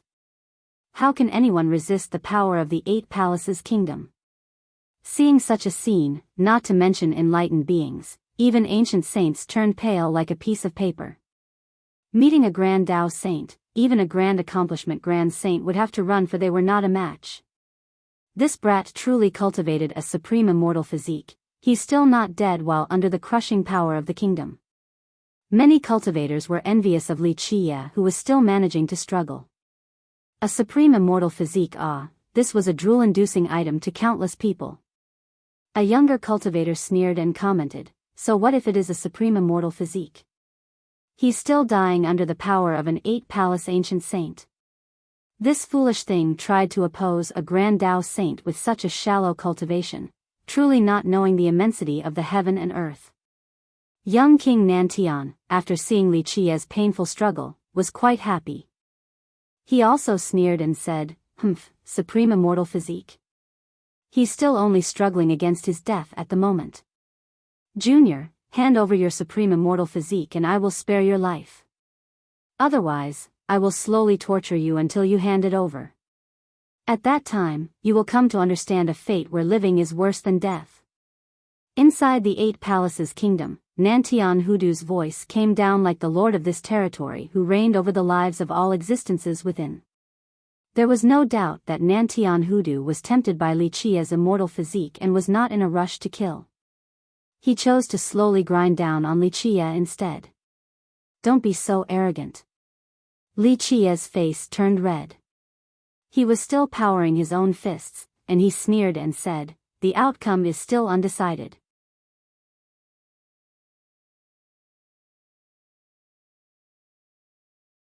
Chapter 222, Pishio Treasure Jar, 2, Naive little thing, I will first break all of your bones. The cruel voice of Nantian Hoodoo rang. In the blink of an eye, his giant fist shined with waves and waves of light as its power increased. Bang! Li Qie had a difficult time bearing the blow this time. He spewed out a mouthful of blood. Kid, surrender. Otherwise, you will scream many times until you accept your sin. Nantian Hoodoo's voice fell down once again. You're only an 8 palaces kingdom, do you really think it will end me? At that time, Li Qie howled with laughter and no longer held anything back. In a flash, his entire body exuded a blinding brilliance. For just a moment, this bright and scorching light blindingly illuminated this entire world. Under this light, it seemed as if everything was bleached into transparency. What happened? The sudden explosive burst of light was as if it was the start of the primordial chaos, breaking out from inside the 8 palaces kingdom. Many people couldn't help but become astonished from seeing such a scene.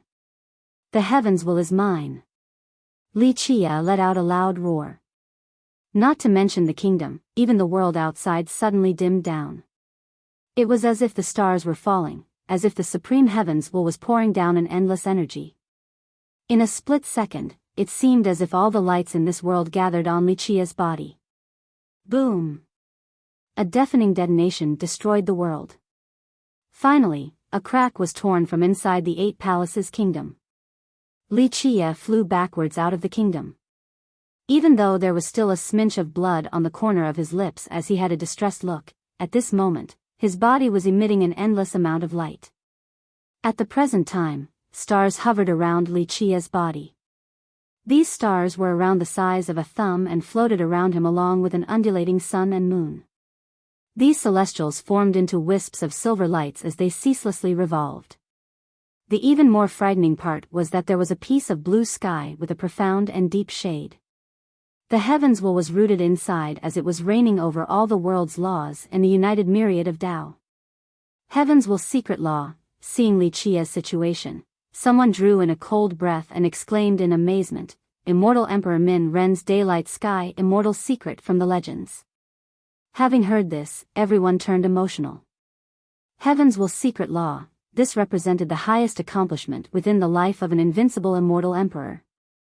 Although immortal emperors might create many emperor laws during their lives, in the end, the real invincibility was within the heavens secret law. It could only be created after shouldering the heavens because, along with its power, it contained the mysteries of the heavens. Some emperor laws were created at a young age, and they were strengthened by the emperor's Tao after achieving immortal emperor to finally become real emperor laws. However, without shouldering the heavens it was impossible to create a secret law. There was nothing comparable to the most powerful secret laws in this world outside of the 9 grand scriptures. But to the world, the scriptures were only part of the legends. Nantian Hudu couldn't help but become alarmed after seeing the secret law. Come, open my eyes and show me just how powerful an 8-palace ancient saint is. Even with blood dripping from the corner of his mouth, Li Chia seemed like a true king of the heavens, adorning the blue sky above with the stars hovering around him. At this point, many people from the heavenly southern kingdom were greatly dismayed, especially young King Nantian. He had reddened eyes from jealousy. This brat was already cultivating a covetous immortal physique, but he actually trained a secret law as well. Isn't the legendary heavens secret law of the cleansing incense ancient sect lost? Seeing the secret law created by immortal Emperor Min Ren appearing from Li Chia, a person couldn't help but ask quietly. Heavens secret law. Nantian Hudu's expression turned cold as he sneered, with your cultivation, even the secret law cannot change your fate. Only death lies in the end. Finished his jeering, he summoned a treasure pot jar. Divine Beast Protector, come out. Nantian Hudu roared and suddenly, all of his blood energy rushed into the treasure jar. In this second, an endless fierce beast aura soared from the jar. Bang bang bang. Bursts of thunderous noises resounded. The treasure jar sank into Nantian Hudu's 8 palaces kingdom. In a flash, the power of the kingdom, along with the blood energy, entered the jar. Ngao. At this time, a loud roar of a beast appeared.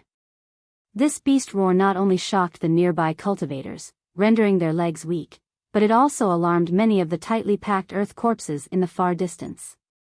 A gigantic beast jumped out of the treasure jar, creating mayhem amongst the spectators. The body of this beast was even larger than a high mountain. Its frightening aura came from an ancient age, commanding respect from others just like a divine beast descending down to the mortal world. All of the weaker and insignificant beings felt a primal fear. Divine Beast Biyao. Everyone lost their colors when this giant beast leaped out. Biyao Treasure Jar, the heavenly king life treasure that had always been passed down by the heavenly southern kingdom. Only a heavenly king life treasure? This is the national teacher of the kingdom, though. Having heard this, a junior questioned it. The national teacher of the kingdom should be using a virtuous paragon life treasure. Why was he using a heavenly king life treasure like this? The origin of this jar is heavenly shocking, but unfortunately, its master died at a young age. This royal lord continued his murmuring. The heavenly southern kingdom seized it from someone else's hands. This jar was refined from the Dao bone of a heavenly beast Biyao. This treasure crafted from the Dao bone of a heavenly beast Biyao once belonged to a genius before falling into the hands of the heavenly southern kingdom. Although the heavenly beast Biyao was not the real Biyao and couldn't compare to its divine beast heritage, it contained the bloodline of a divine beast Biyao and its strength was extremely formidable. This genius reached the heavenly king realm but, in the end, he died to the hands of the kingdom, and this treasure also fell into their hands. Using his fate palace's kingdom to take care of the beast, and to even call it a divine beast protector. Grand Dao Saint, such an achievement like this already exceeds my entire lifetime's accomplishments. An ancient saint from the previous generation couldn't help but lament at such a sight. Nantian Hudu's divine beast protector was only for his own 8 palaces kingdom. He actually used his kingdom to strengthen this heavenly king life treasure and groom the Biyao Dao bone inside his fate palaces. This was beyond anyone's imagination. There is no strongest life treasure, only the most suitable life treasure. A royal lord quietly stated. Even though people said that the higher the rank of a life treasure, the more powerful it was, however, this was only in principle. For example, one could be a royal noble but could only use 30% of a virtuous paragon life treasure, or even only 10 or 20%. They would also need a huge amount of blood energy to activate a treasure of this level. This Biyao treasure jar was a great match for Nantian Hudu and his 8 palaces kingdom. He could unleash an unthinkable power that was potentially more powerful than an ordinary cultivator wielding a virtuous paragon true treasure. Junior, accept your death. Nantian Hutu roared with his blood energy while controlling the jar. It flashed a blinding light as the Biyao growled, and its giant claw immediately mauled towards Wuxia. Activate as the Biyao's claw was approaching, not to mention other people, even Wuxia's expression dimmed down. He let out a battle cry as the high blue sky suddenly gathered the energy from the world, channeling it incessantly into Wuxia's body. At this moment, Wuxia seemed to have turned into a giant. The moment this avatar appeared, the blue sky replaced the firmament as each of the huge stars could sink the heavenly ancient corpse burial ground. Wuxia, like a bottomless black hole, devoured all of the world's energy like a flood. All of the Grand Dao power also attached to his body. The worst part was that Wuxia's yin-yang sea of blood was endless like the blood energy of the gods. It poured into his body, causing his battle power to surge torrentially with a boundless vitality. At this second, Wuxia turned into the light of the sun and unleashed this power. Boom! Wuxia's avatar actually managed to block the Biyao's claw. Even though Wuxia's body thumpingly retreated, he still withstood the blow. This is impossible. This kid is clearly not even a royal noble, how could he stop a blow of this magnitude? Many people couldn't believe their own eyes. This was absurd, truly a miracle. Heaven's will secret law. Seeing such a display caused countless people to go crazy. A Heaven's will secret law was truly insanity-inducing for many heritages.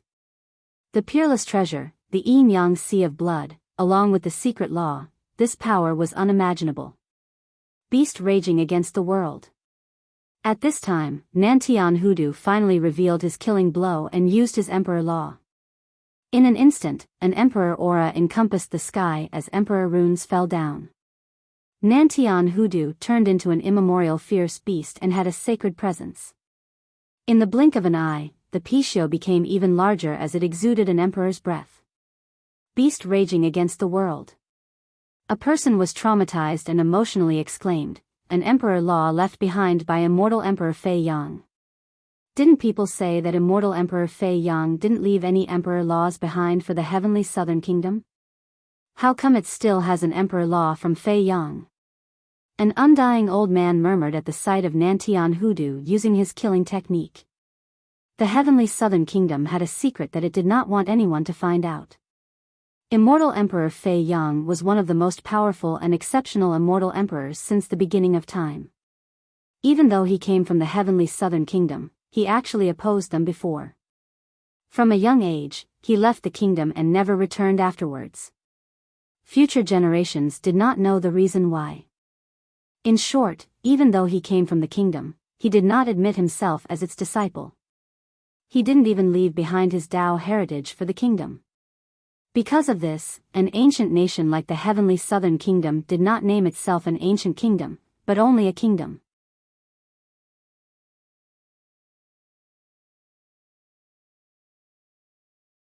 Chapter 223, Physique Devil Devouring the Heavens, 1, Boom. Accompanied by a monstrous explosion, the Pixiu's claw knocked Li Qie flying away, causing him to crazily spray out blood. With a supporting emperor law, the Pixiu seemed to be an emperor's beast and became unbelievably powerful. Howl! With a loud cry, the giant beast opened its mouth, aiming to swallow Li Qie. Its gigantic bloody mouth was capable of swallowing the gods along with the sun and the moon. Even a heavenly sovereign would lose their colors at such a horrifying scene. Now, at this point, Li Qie had the 6 Dao sword in his hand. The strange thing was that, in this instant, the 6 Dao sword split into 2 swords. The primordial foundation of the 6 Dao lotus and the evil Taifa tree separated into 2 different swords. The remembrance of mortal life. Li Qie uttered a cry as the 2 swords flew into the air. In the blink of an eye, 2 giant trees grew from Li Qie's hands. One was the 6 Dao lotus magnificently towering into the sky, the other was the evil Taifa tree, a devilish fist that pierced the horizon. One sword at the extreme yang, one sword at the extreme yin, one sword of utmost righteousness, one sword of utmost evil. With exuberant energy, the 2 swords pierced out with their different strengths.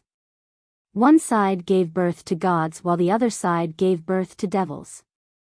In just an instant, there were countless existences coming into being inside the 2 swords to form a world filled with geniuses. One sword creating one era. This sword had reached an unfathomable realm. This was the mortal sword of Li Qie's Trinity sword art. Plus, this sword also carried the divine power of the 6 Dao sword. Pluff, a sword competing against the heavens blocked the Pixiu's ferocious mouth, rendering it unable to bite down. Seeing such a sword, the eyes of the skilled Bai Jianjun emitted a cold glint as her sword intent soared. She knew the sword Dao more than anyone else, and she understood the power of this sword and also Li Qie's mastery in the Samadhi sword Dao. The sword turned into living beings and formed a world. This meant that Li Qie had a remarkable achievement on the path of the sword. His body, at this point, exuded endless strands of circulating starlight that began to force open the dragon claw.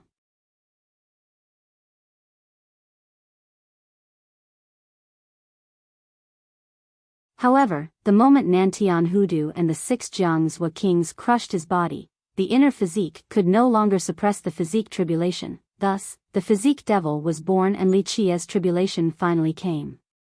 Devouring the physique devil's body, under this display, Jewel Pillar Saint Child, who had always aimed for the hell-suppressing godly physique, lost his colors.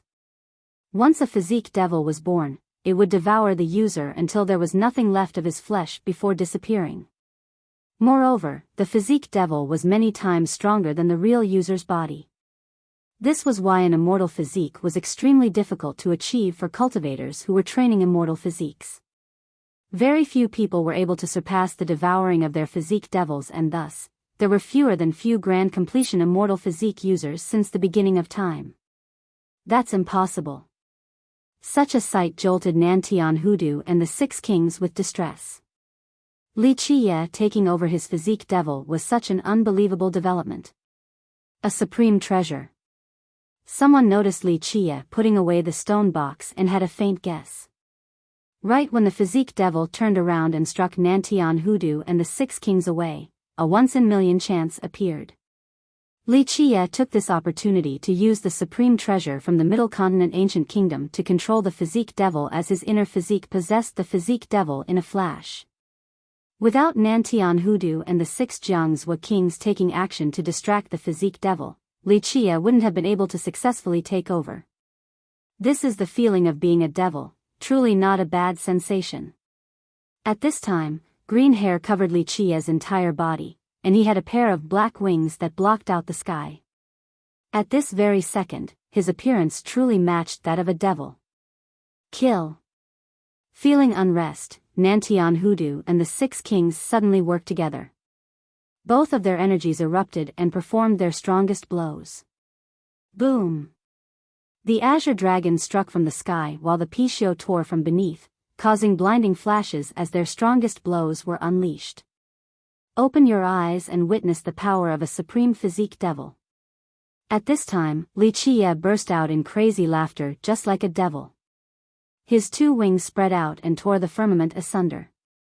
Bang! After a loud blast, the azure dragon was cut in half and the Biyao was ripped apart. Nantian Hudu was blasted away from the impact while spurting out blood, and the 6 kings, along with the 1,000 experts, all fell down from their formation. Accept your death. At this time, Wuxia spewed out a demonic energy as his devil wing slashed down. After a pathetic scream, Nantian Hudu was immediately sliced into halves as his innards and blood rained down from the sky. Meanwhile, Wuxia's devil hands enveloped the sky as they came together and swallowed the 6 kings along with more than 1,000 experts. Blood flowed down like a river as he rubbed his hands together. No, the 6 kings bellowed miserably as they, along with the 1,000 experts of the Jiangzhou clan, were kneaded into mincemeat. This is way too mighty. At this point, the physique devil was unstoppable and created an impending fear in all of the spectators. Impossible. Jewel Pillar St. Child's expression sank as he felt that something was amiss. Their school once had ancestors who cultivated immortal physiques, but the physique devils recorded in their annals were far from being this powerful. Of course, how could he have known that Wuxia's supreme physique law came from the physique scripture? This was a supreme treasure born from the primordial chaos, a time even before the start of the world. Its physique laws were terrifying, heaven-defying, and could be considered number 1 since the start of time. All physique laws in this world could be said to have originated from this scripture. Thus, its physique devil, compared to other immortal physique laws, was much more horrifying. Naturally, once completed, this type of immortal physique would also be much stronger. Your turn. The now demonic Wuxia turned towards young King Nantian and reached for him with his giant hand. Although rendered aghast, young King Nantian naturally would not sit and wait for his death. He roared and slammed forward with his sky-shaking bludgeon, but it couldn't hurt Wuxia in the least bit. No, the sky-shaking bludgeon shattered as young King Nantian was caught inside the giant fist. After a scream, he was squeezed into a rain of blood.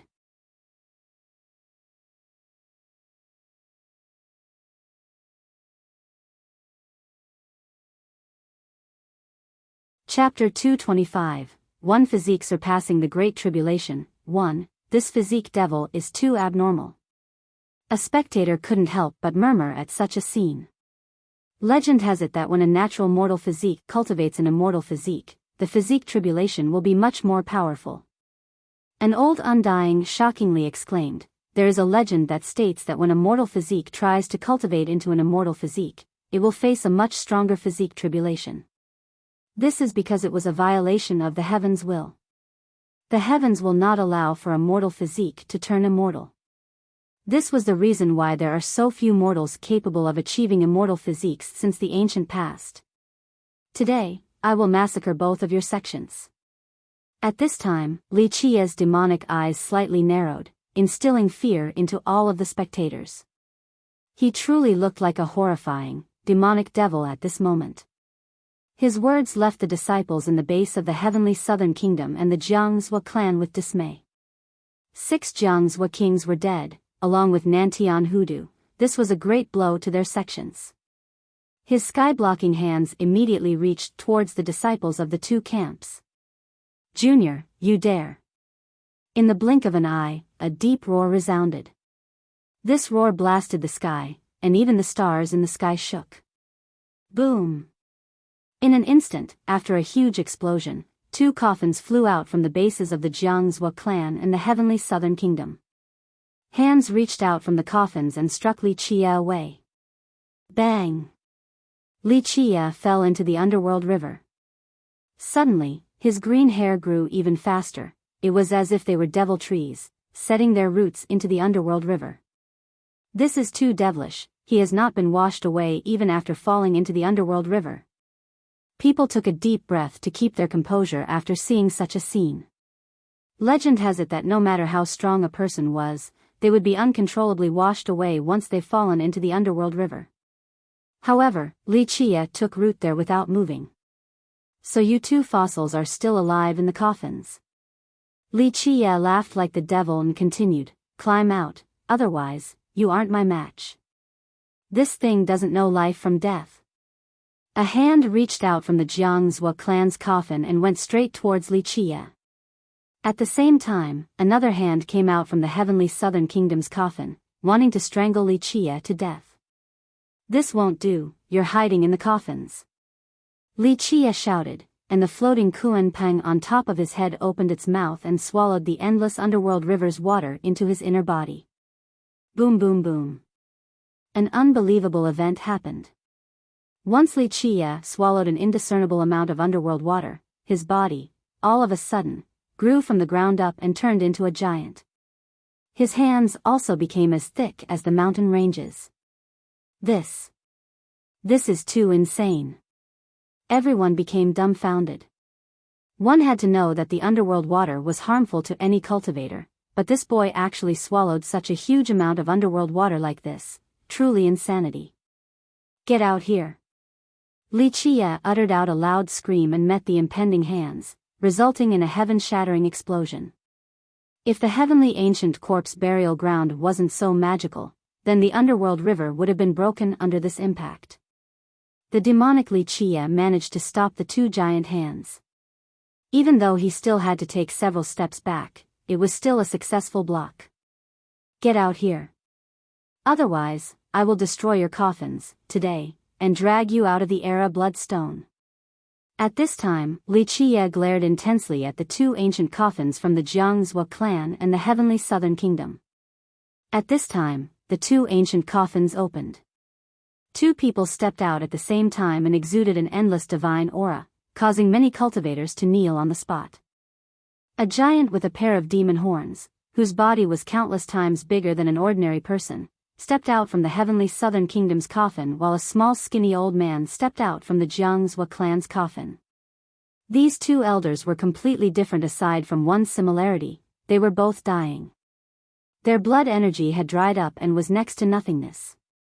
However, even though this was the case, these dying old men were still extremely frightening. It was as if the simplest of gestures were capable of tearing the 9 heavens and ripping the 6 Tao apart. Invincible Ancestor. Seeing the appearances of the two ancestors, the disciples from the Jiangzhou clan and the heavenly southern kingdom cheered. This isn't the heavenly southern kingdom's divine beast protector. Seeing the giant old man, a temple lord murmured to say, This is venerable emotion of the heavenly southern kingdom. In a flash, these once invincible characters were wielding their treasures and slashed straight down with a force capable of stealing the brilliances of the sun and moon and slicing the 6 Tao. Go! The monstrous Li Chia crazily shouted as his wings swept by. Boom, boom, boom. Explosions went off continuously as blood filled the sky. The devil wings were not able to stop the attacks from the two invincible existences and were cut apart. Truly frightening, worthy of being called invincible existences during their generations. Seeing the two old undyings managing to cut the devil wings down, everyone became shocked. Meanwhile, the disciples from the heavenly southern kingdom and the Jiangzhou clan were celebrating. Boom! In a flash, a treasure appeared next to Li Chia. It was the myriad heavenly cauldron. At this time, the myriad heavenly cauldron poured down spirit energy to wash Li Chia's flesh.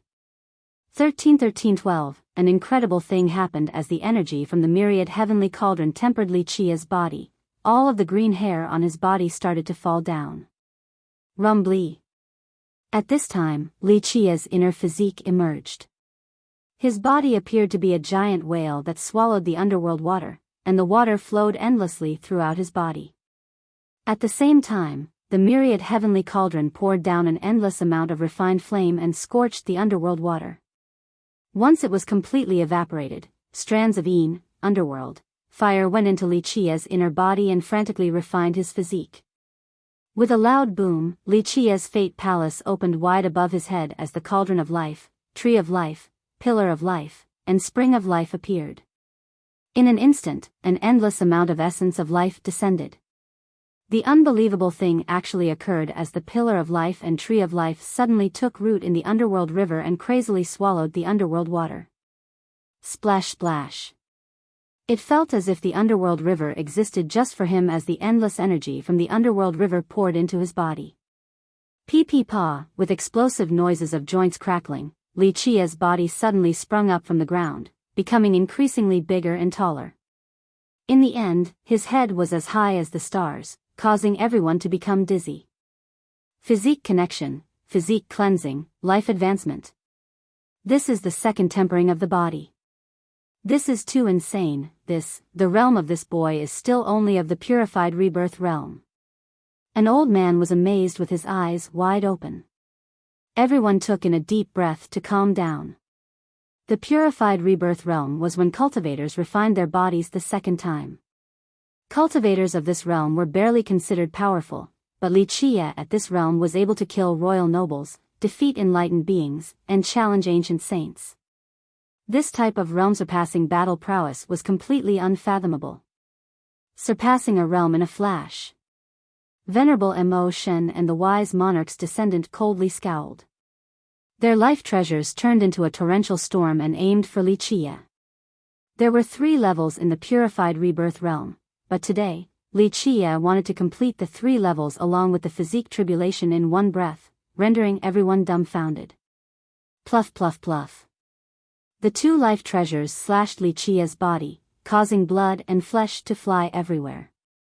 However, the endless flames formed from the underworld water refined Li Qia's body as it crazily grew bigger and bigger. No matter how fierce the life treasures were chopping, even a chopped hand would instantly grow back out again. Li Qia simply ignored them and their attacks. Once his body grew big enough to where his head became unseeable, Li Qia opened his mouth and drank the rolling underworld river that was pouring down from the 9 heavens. Finally, Li Qia's body grew to the sufficient size. Suddenly, there was a ferocious growl emanating from Li Qia's chest. It was as if the god fiend was not willing.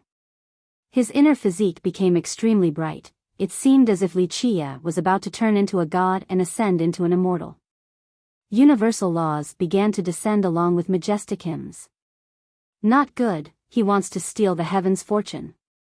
The expressions of Venerable Mo Shen and the Jiangzhou clan's descendant greatly sank as they glanced at each other, then they roared, "Kill!"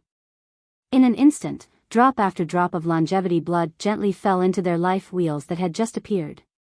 Before, they were saving their blood energy and did not exert their true strength. Blood energy was very valuable, and since they were near death, they had very little longevity blood left. There was only a few drops like this. You're tuning in to the Biyao's Wuxia Chronicles YouTube channel. Don't forget to subscribe and join us on this journey to catch the most captivating stories.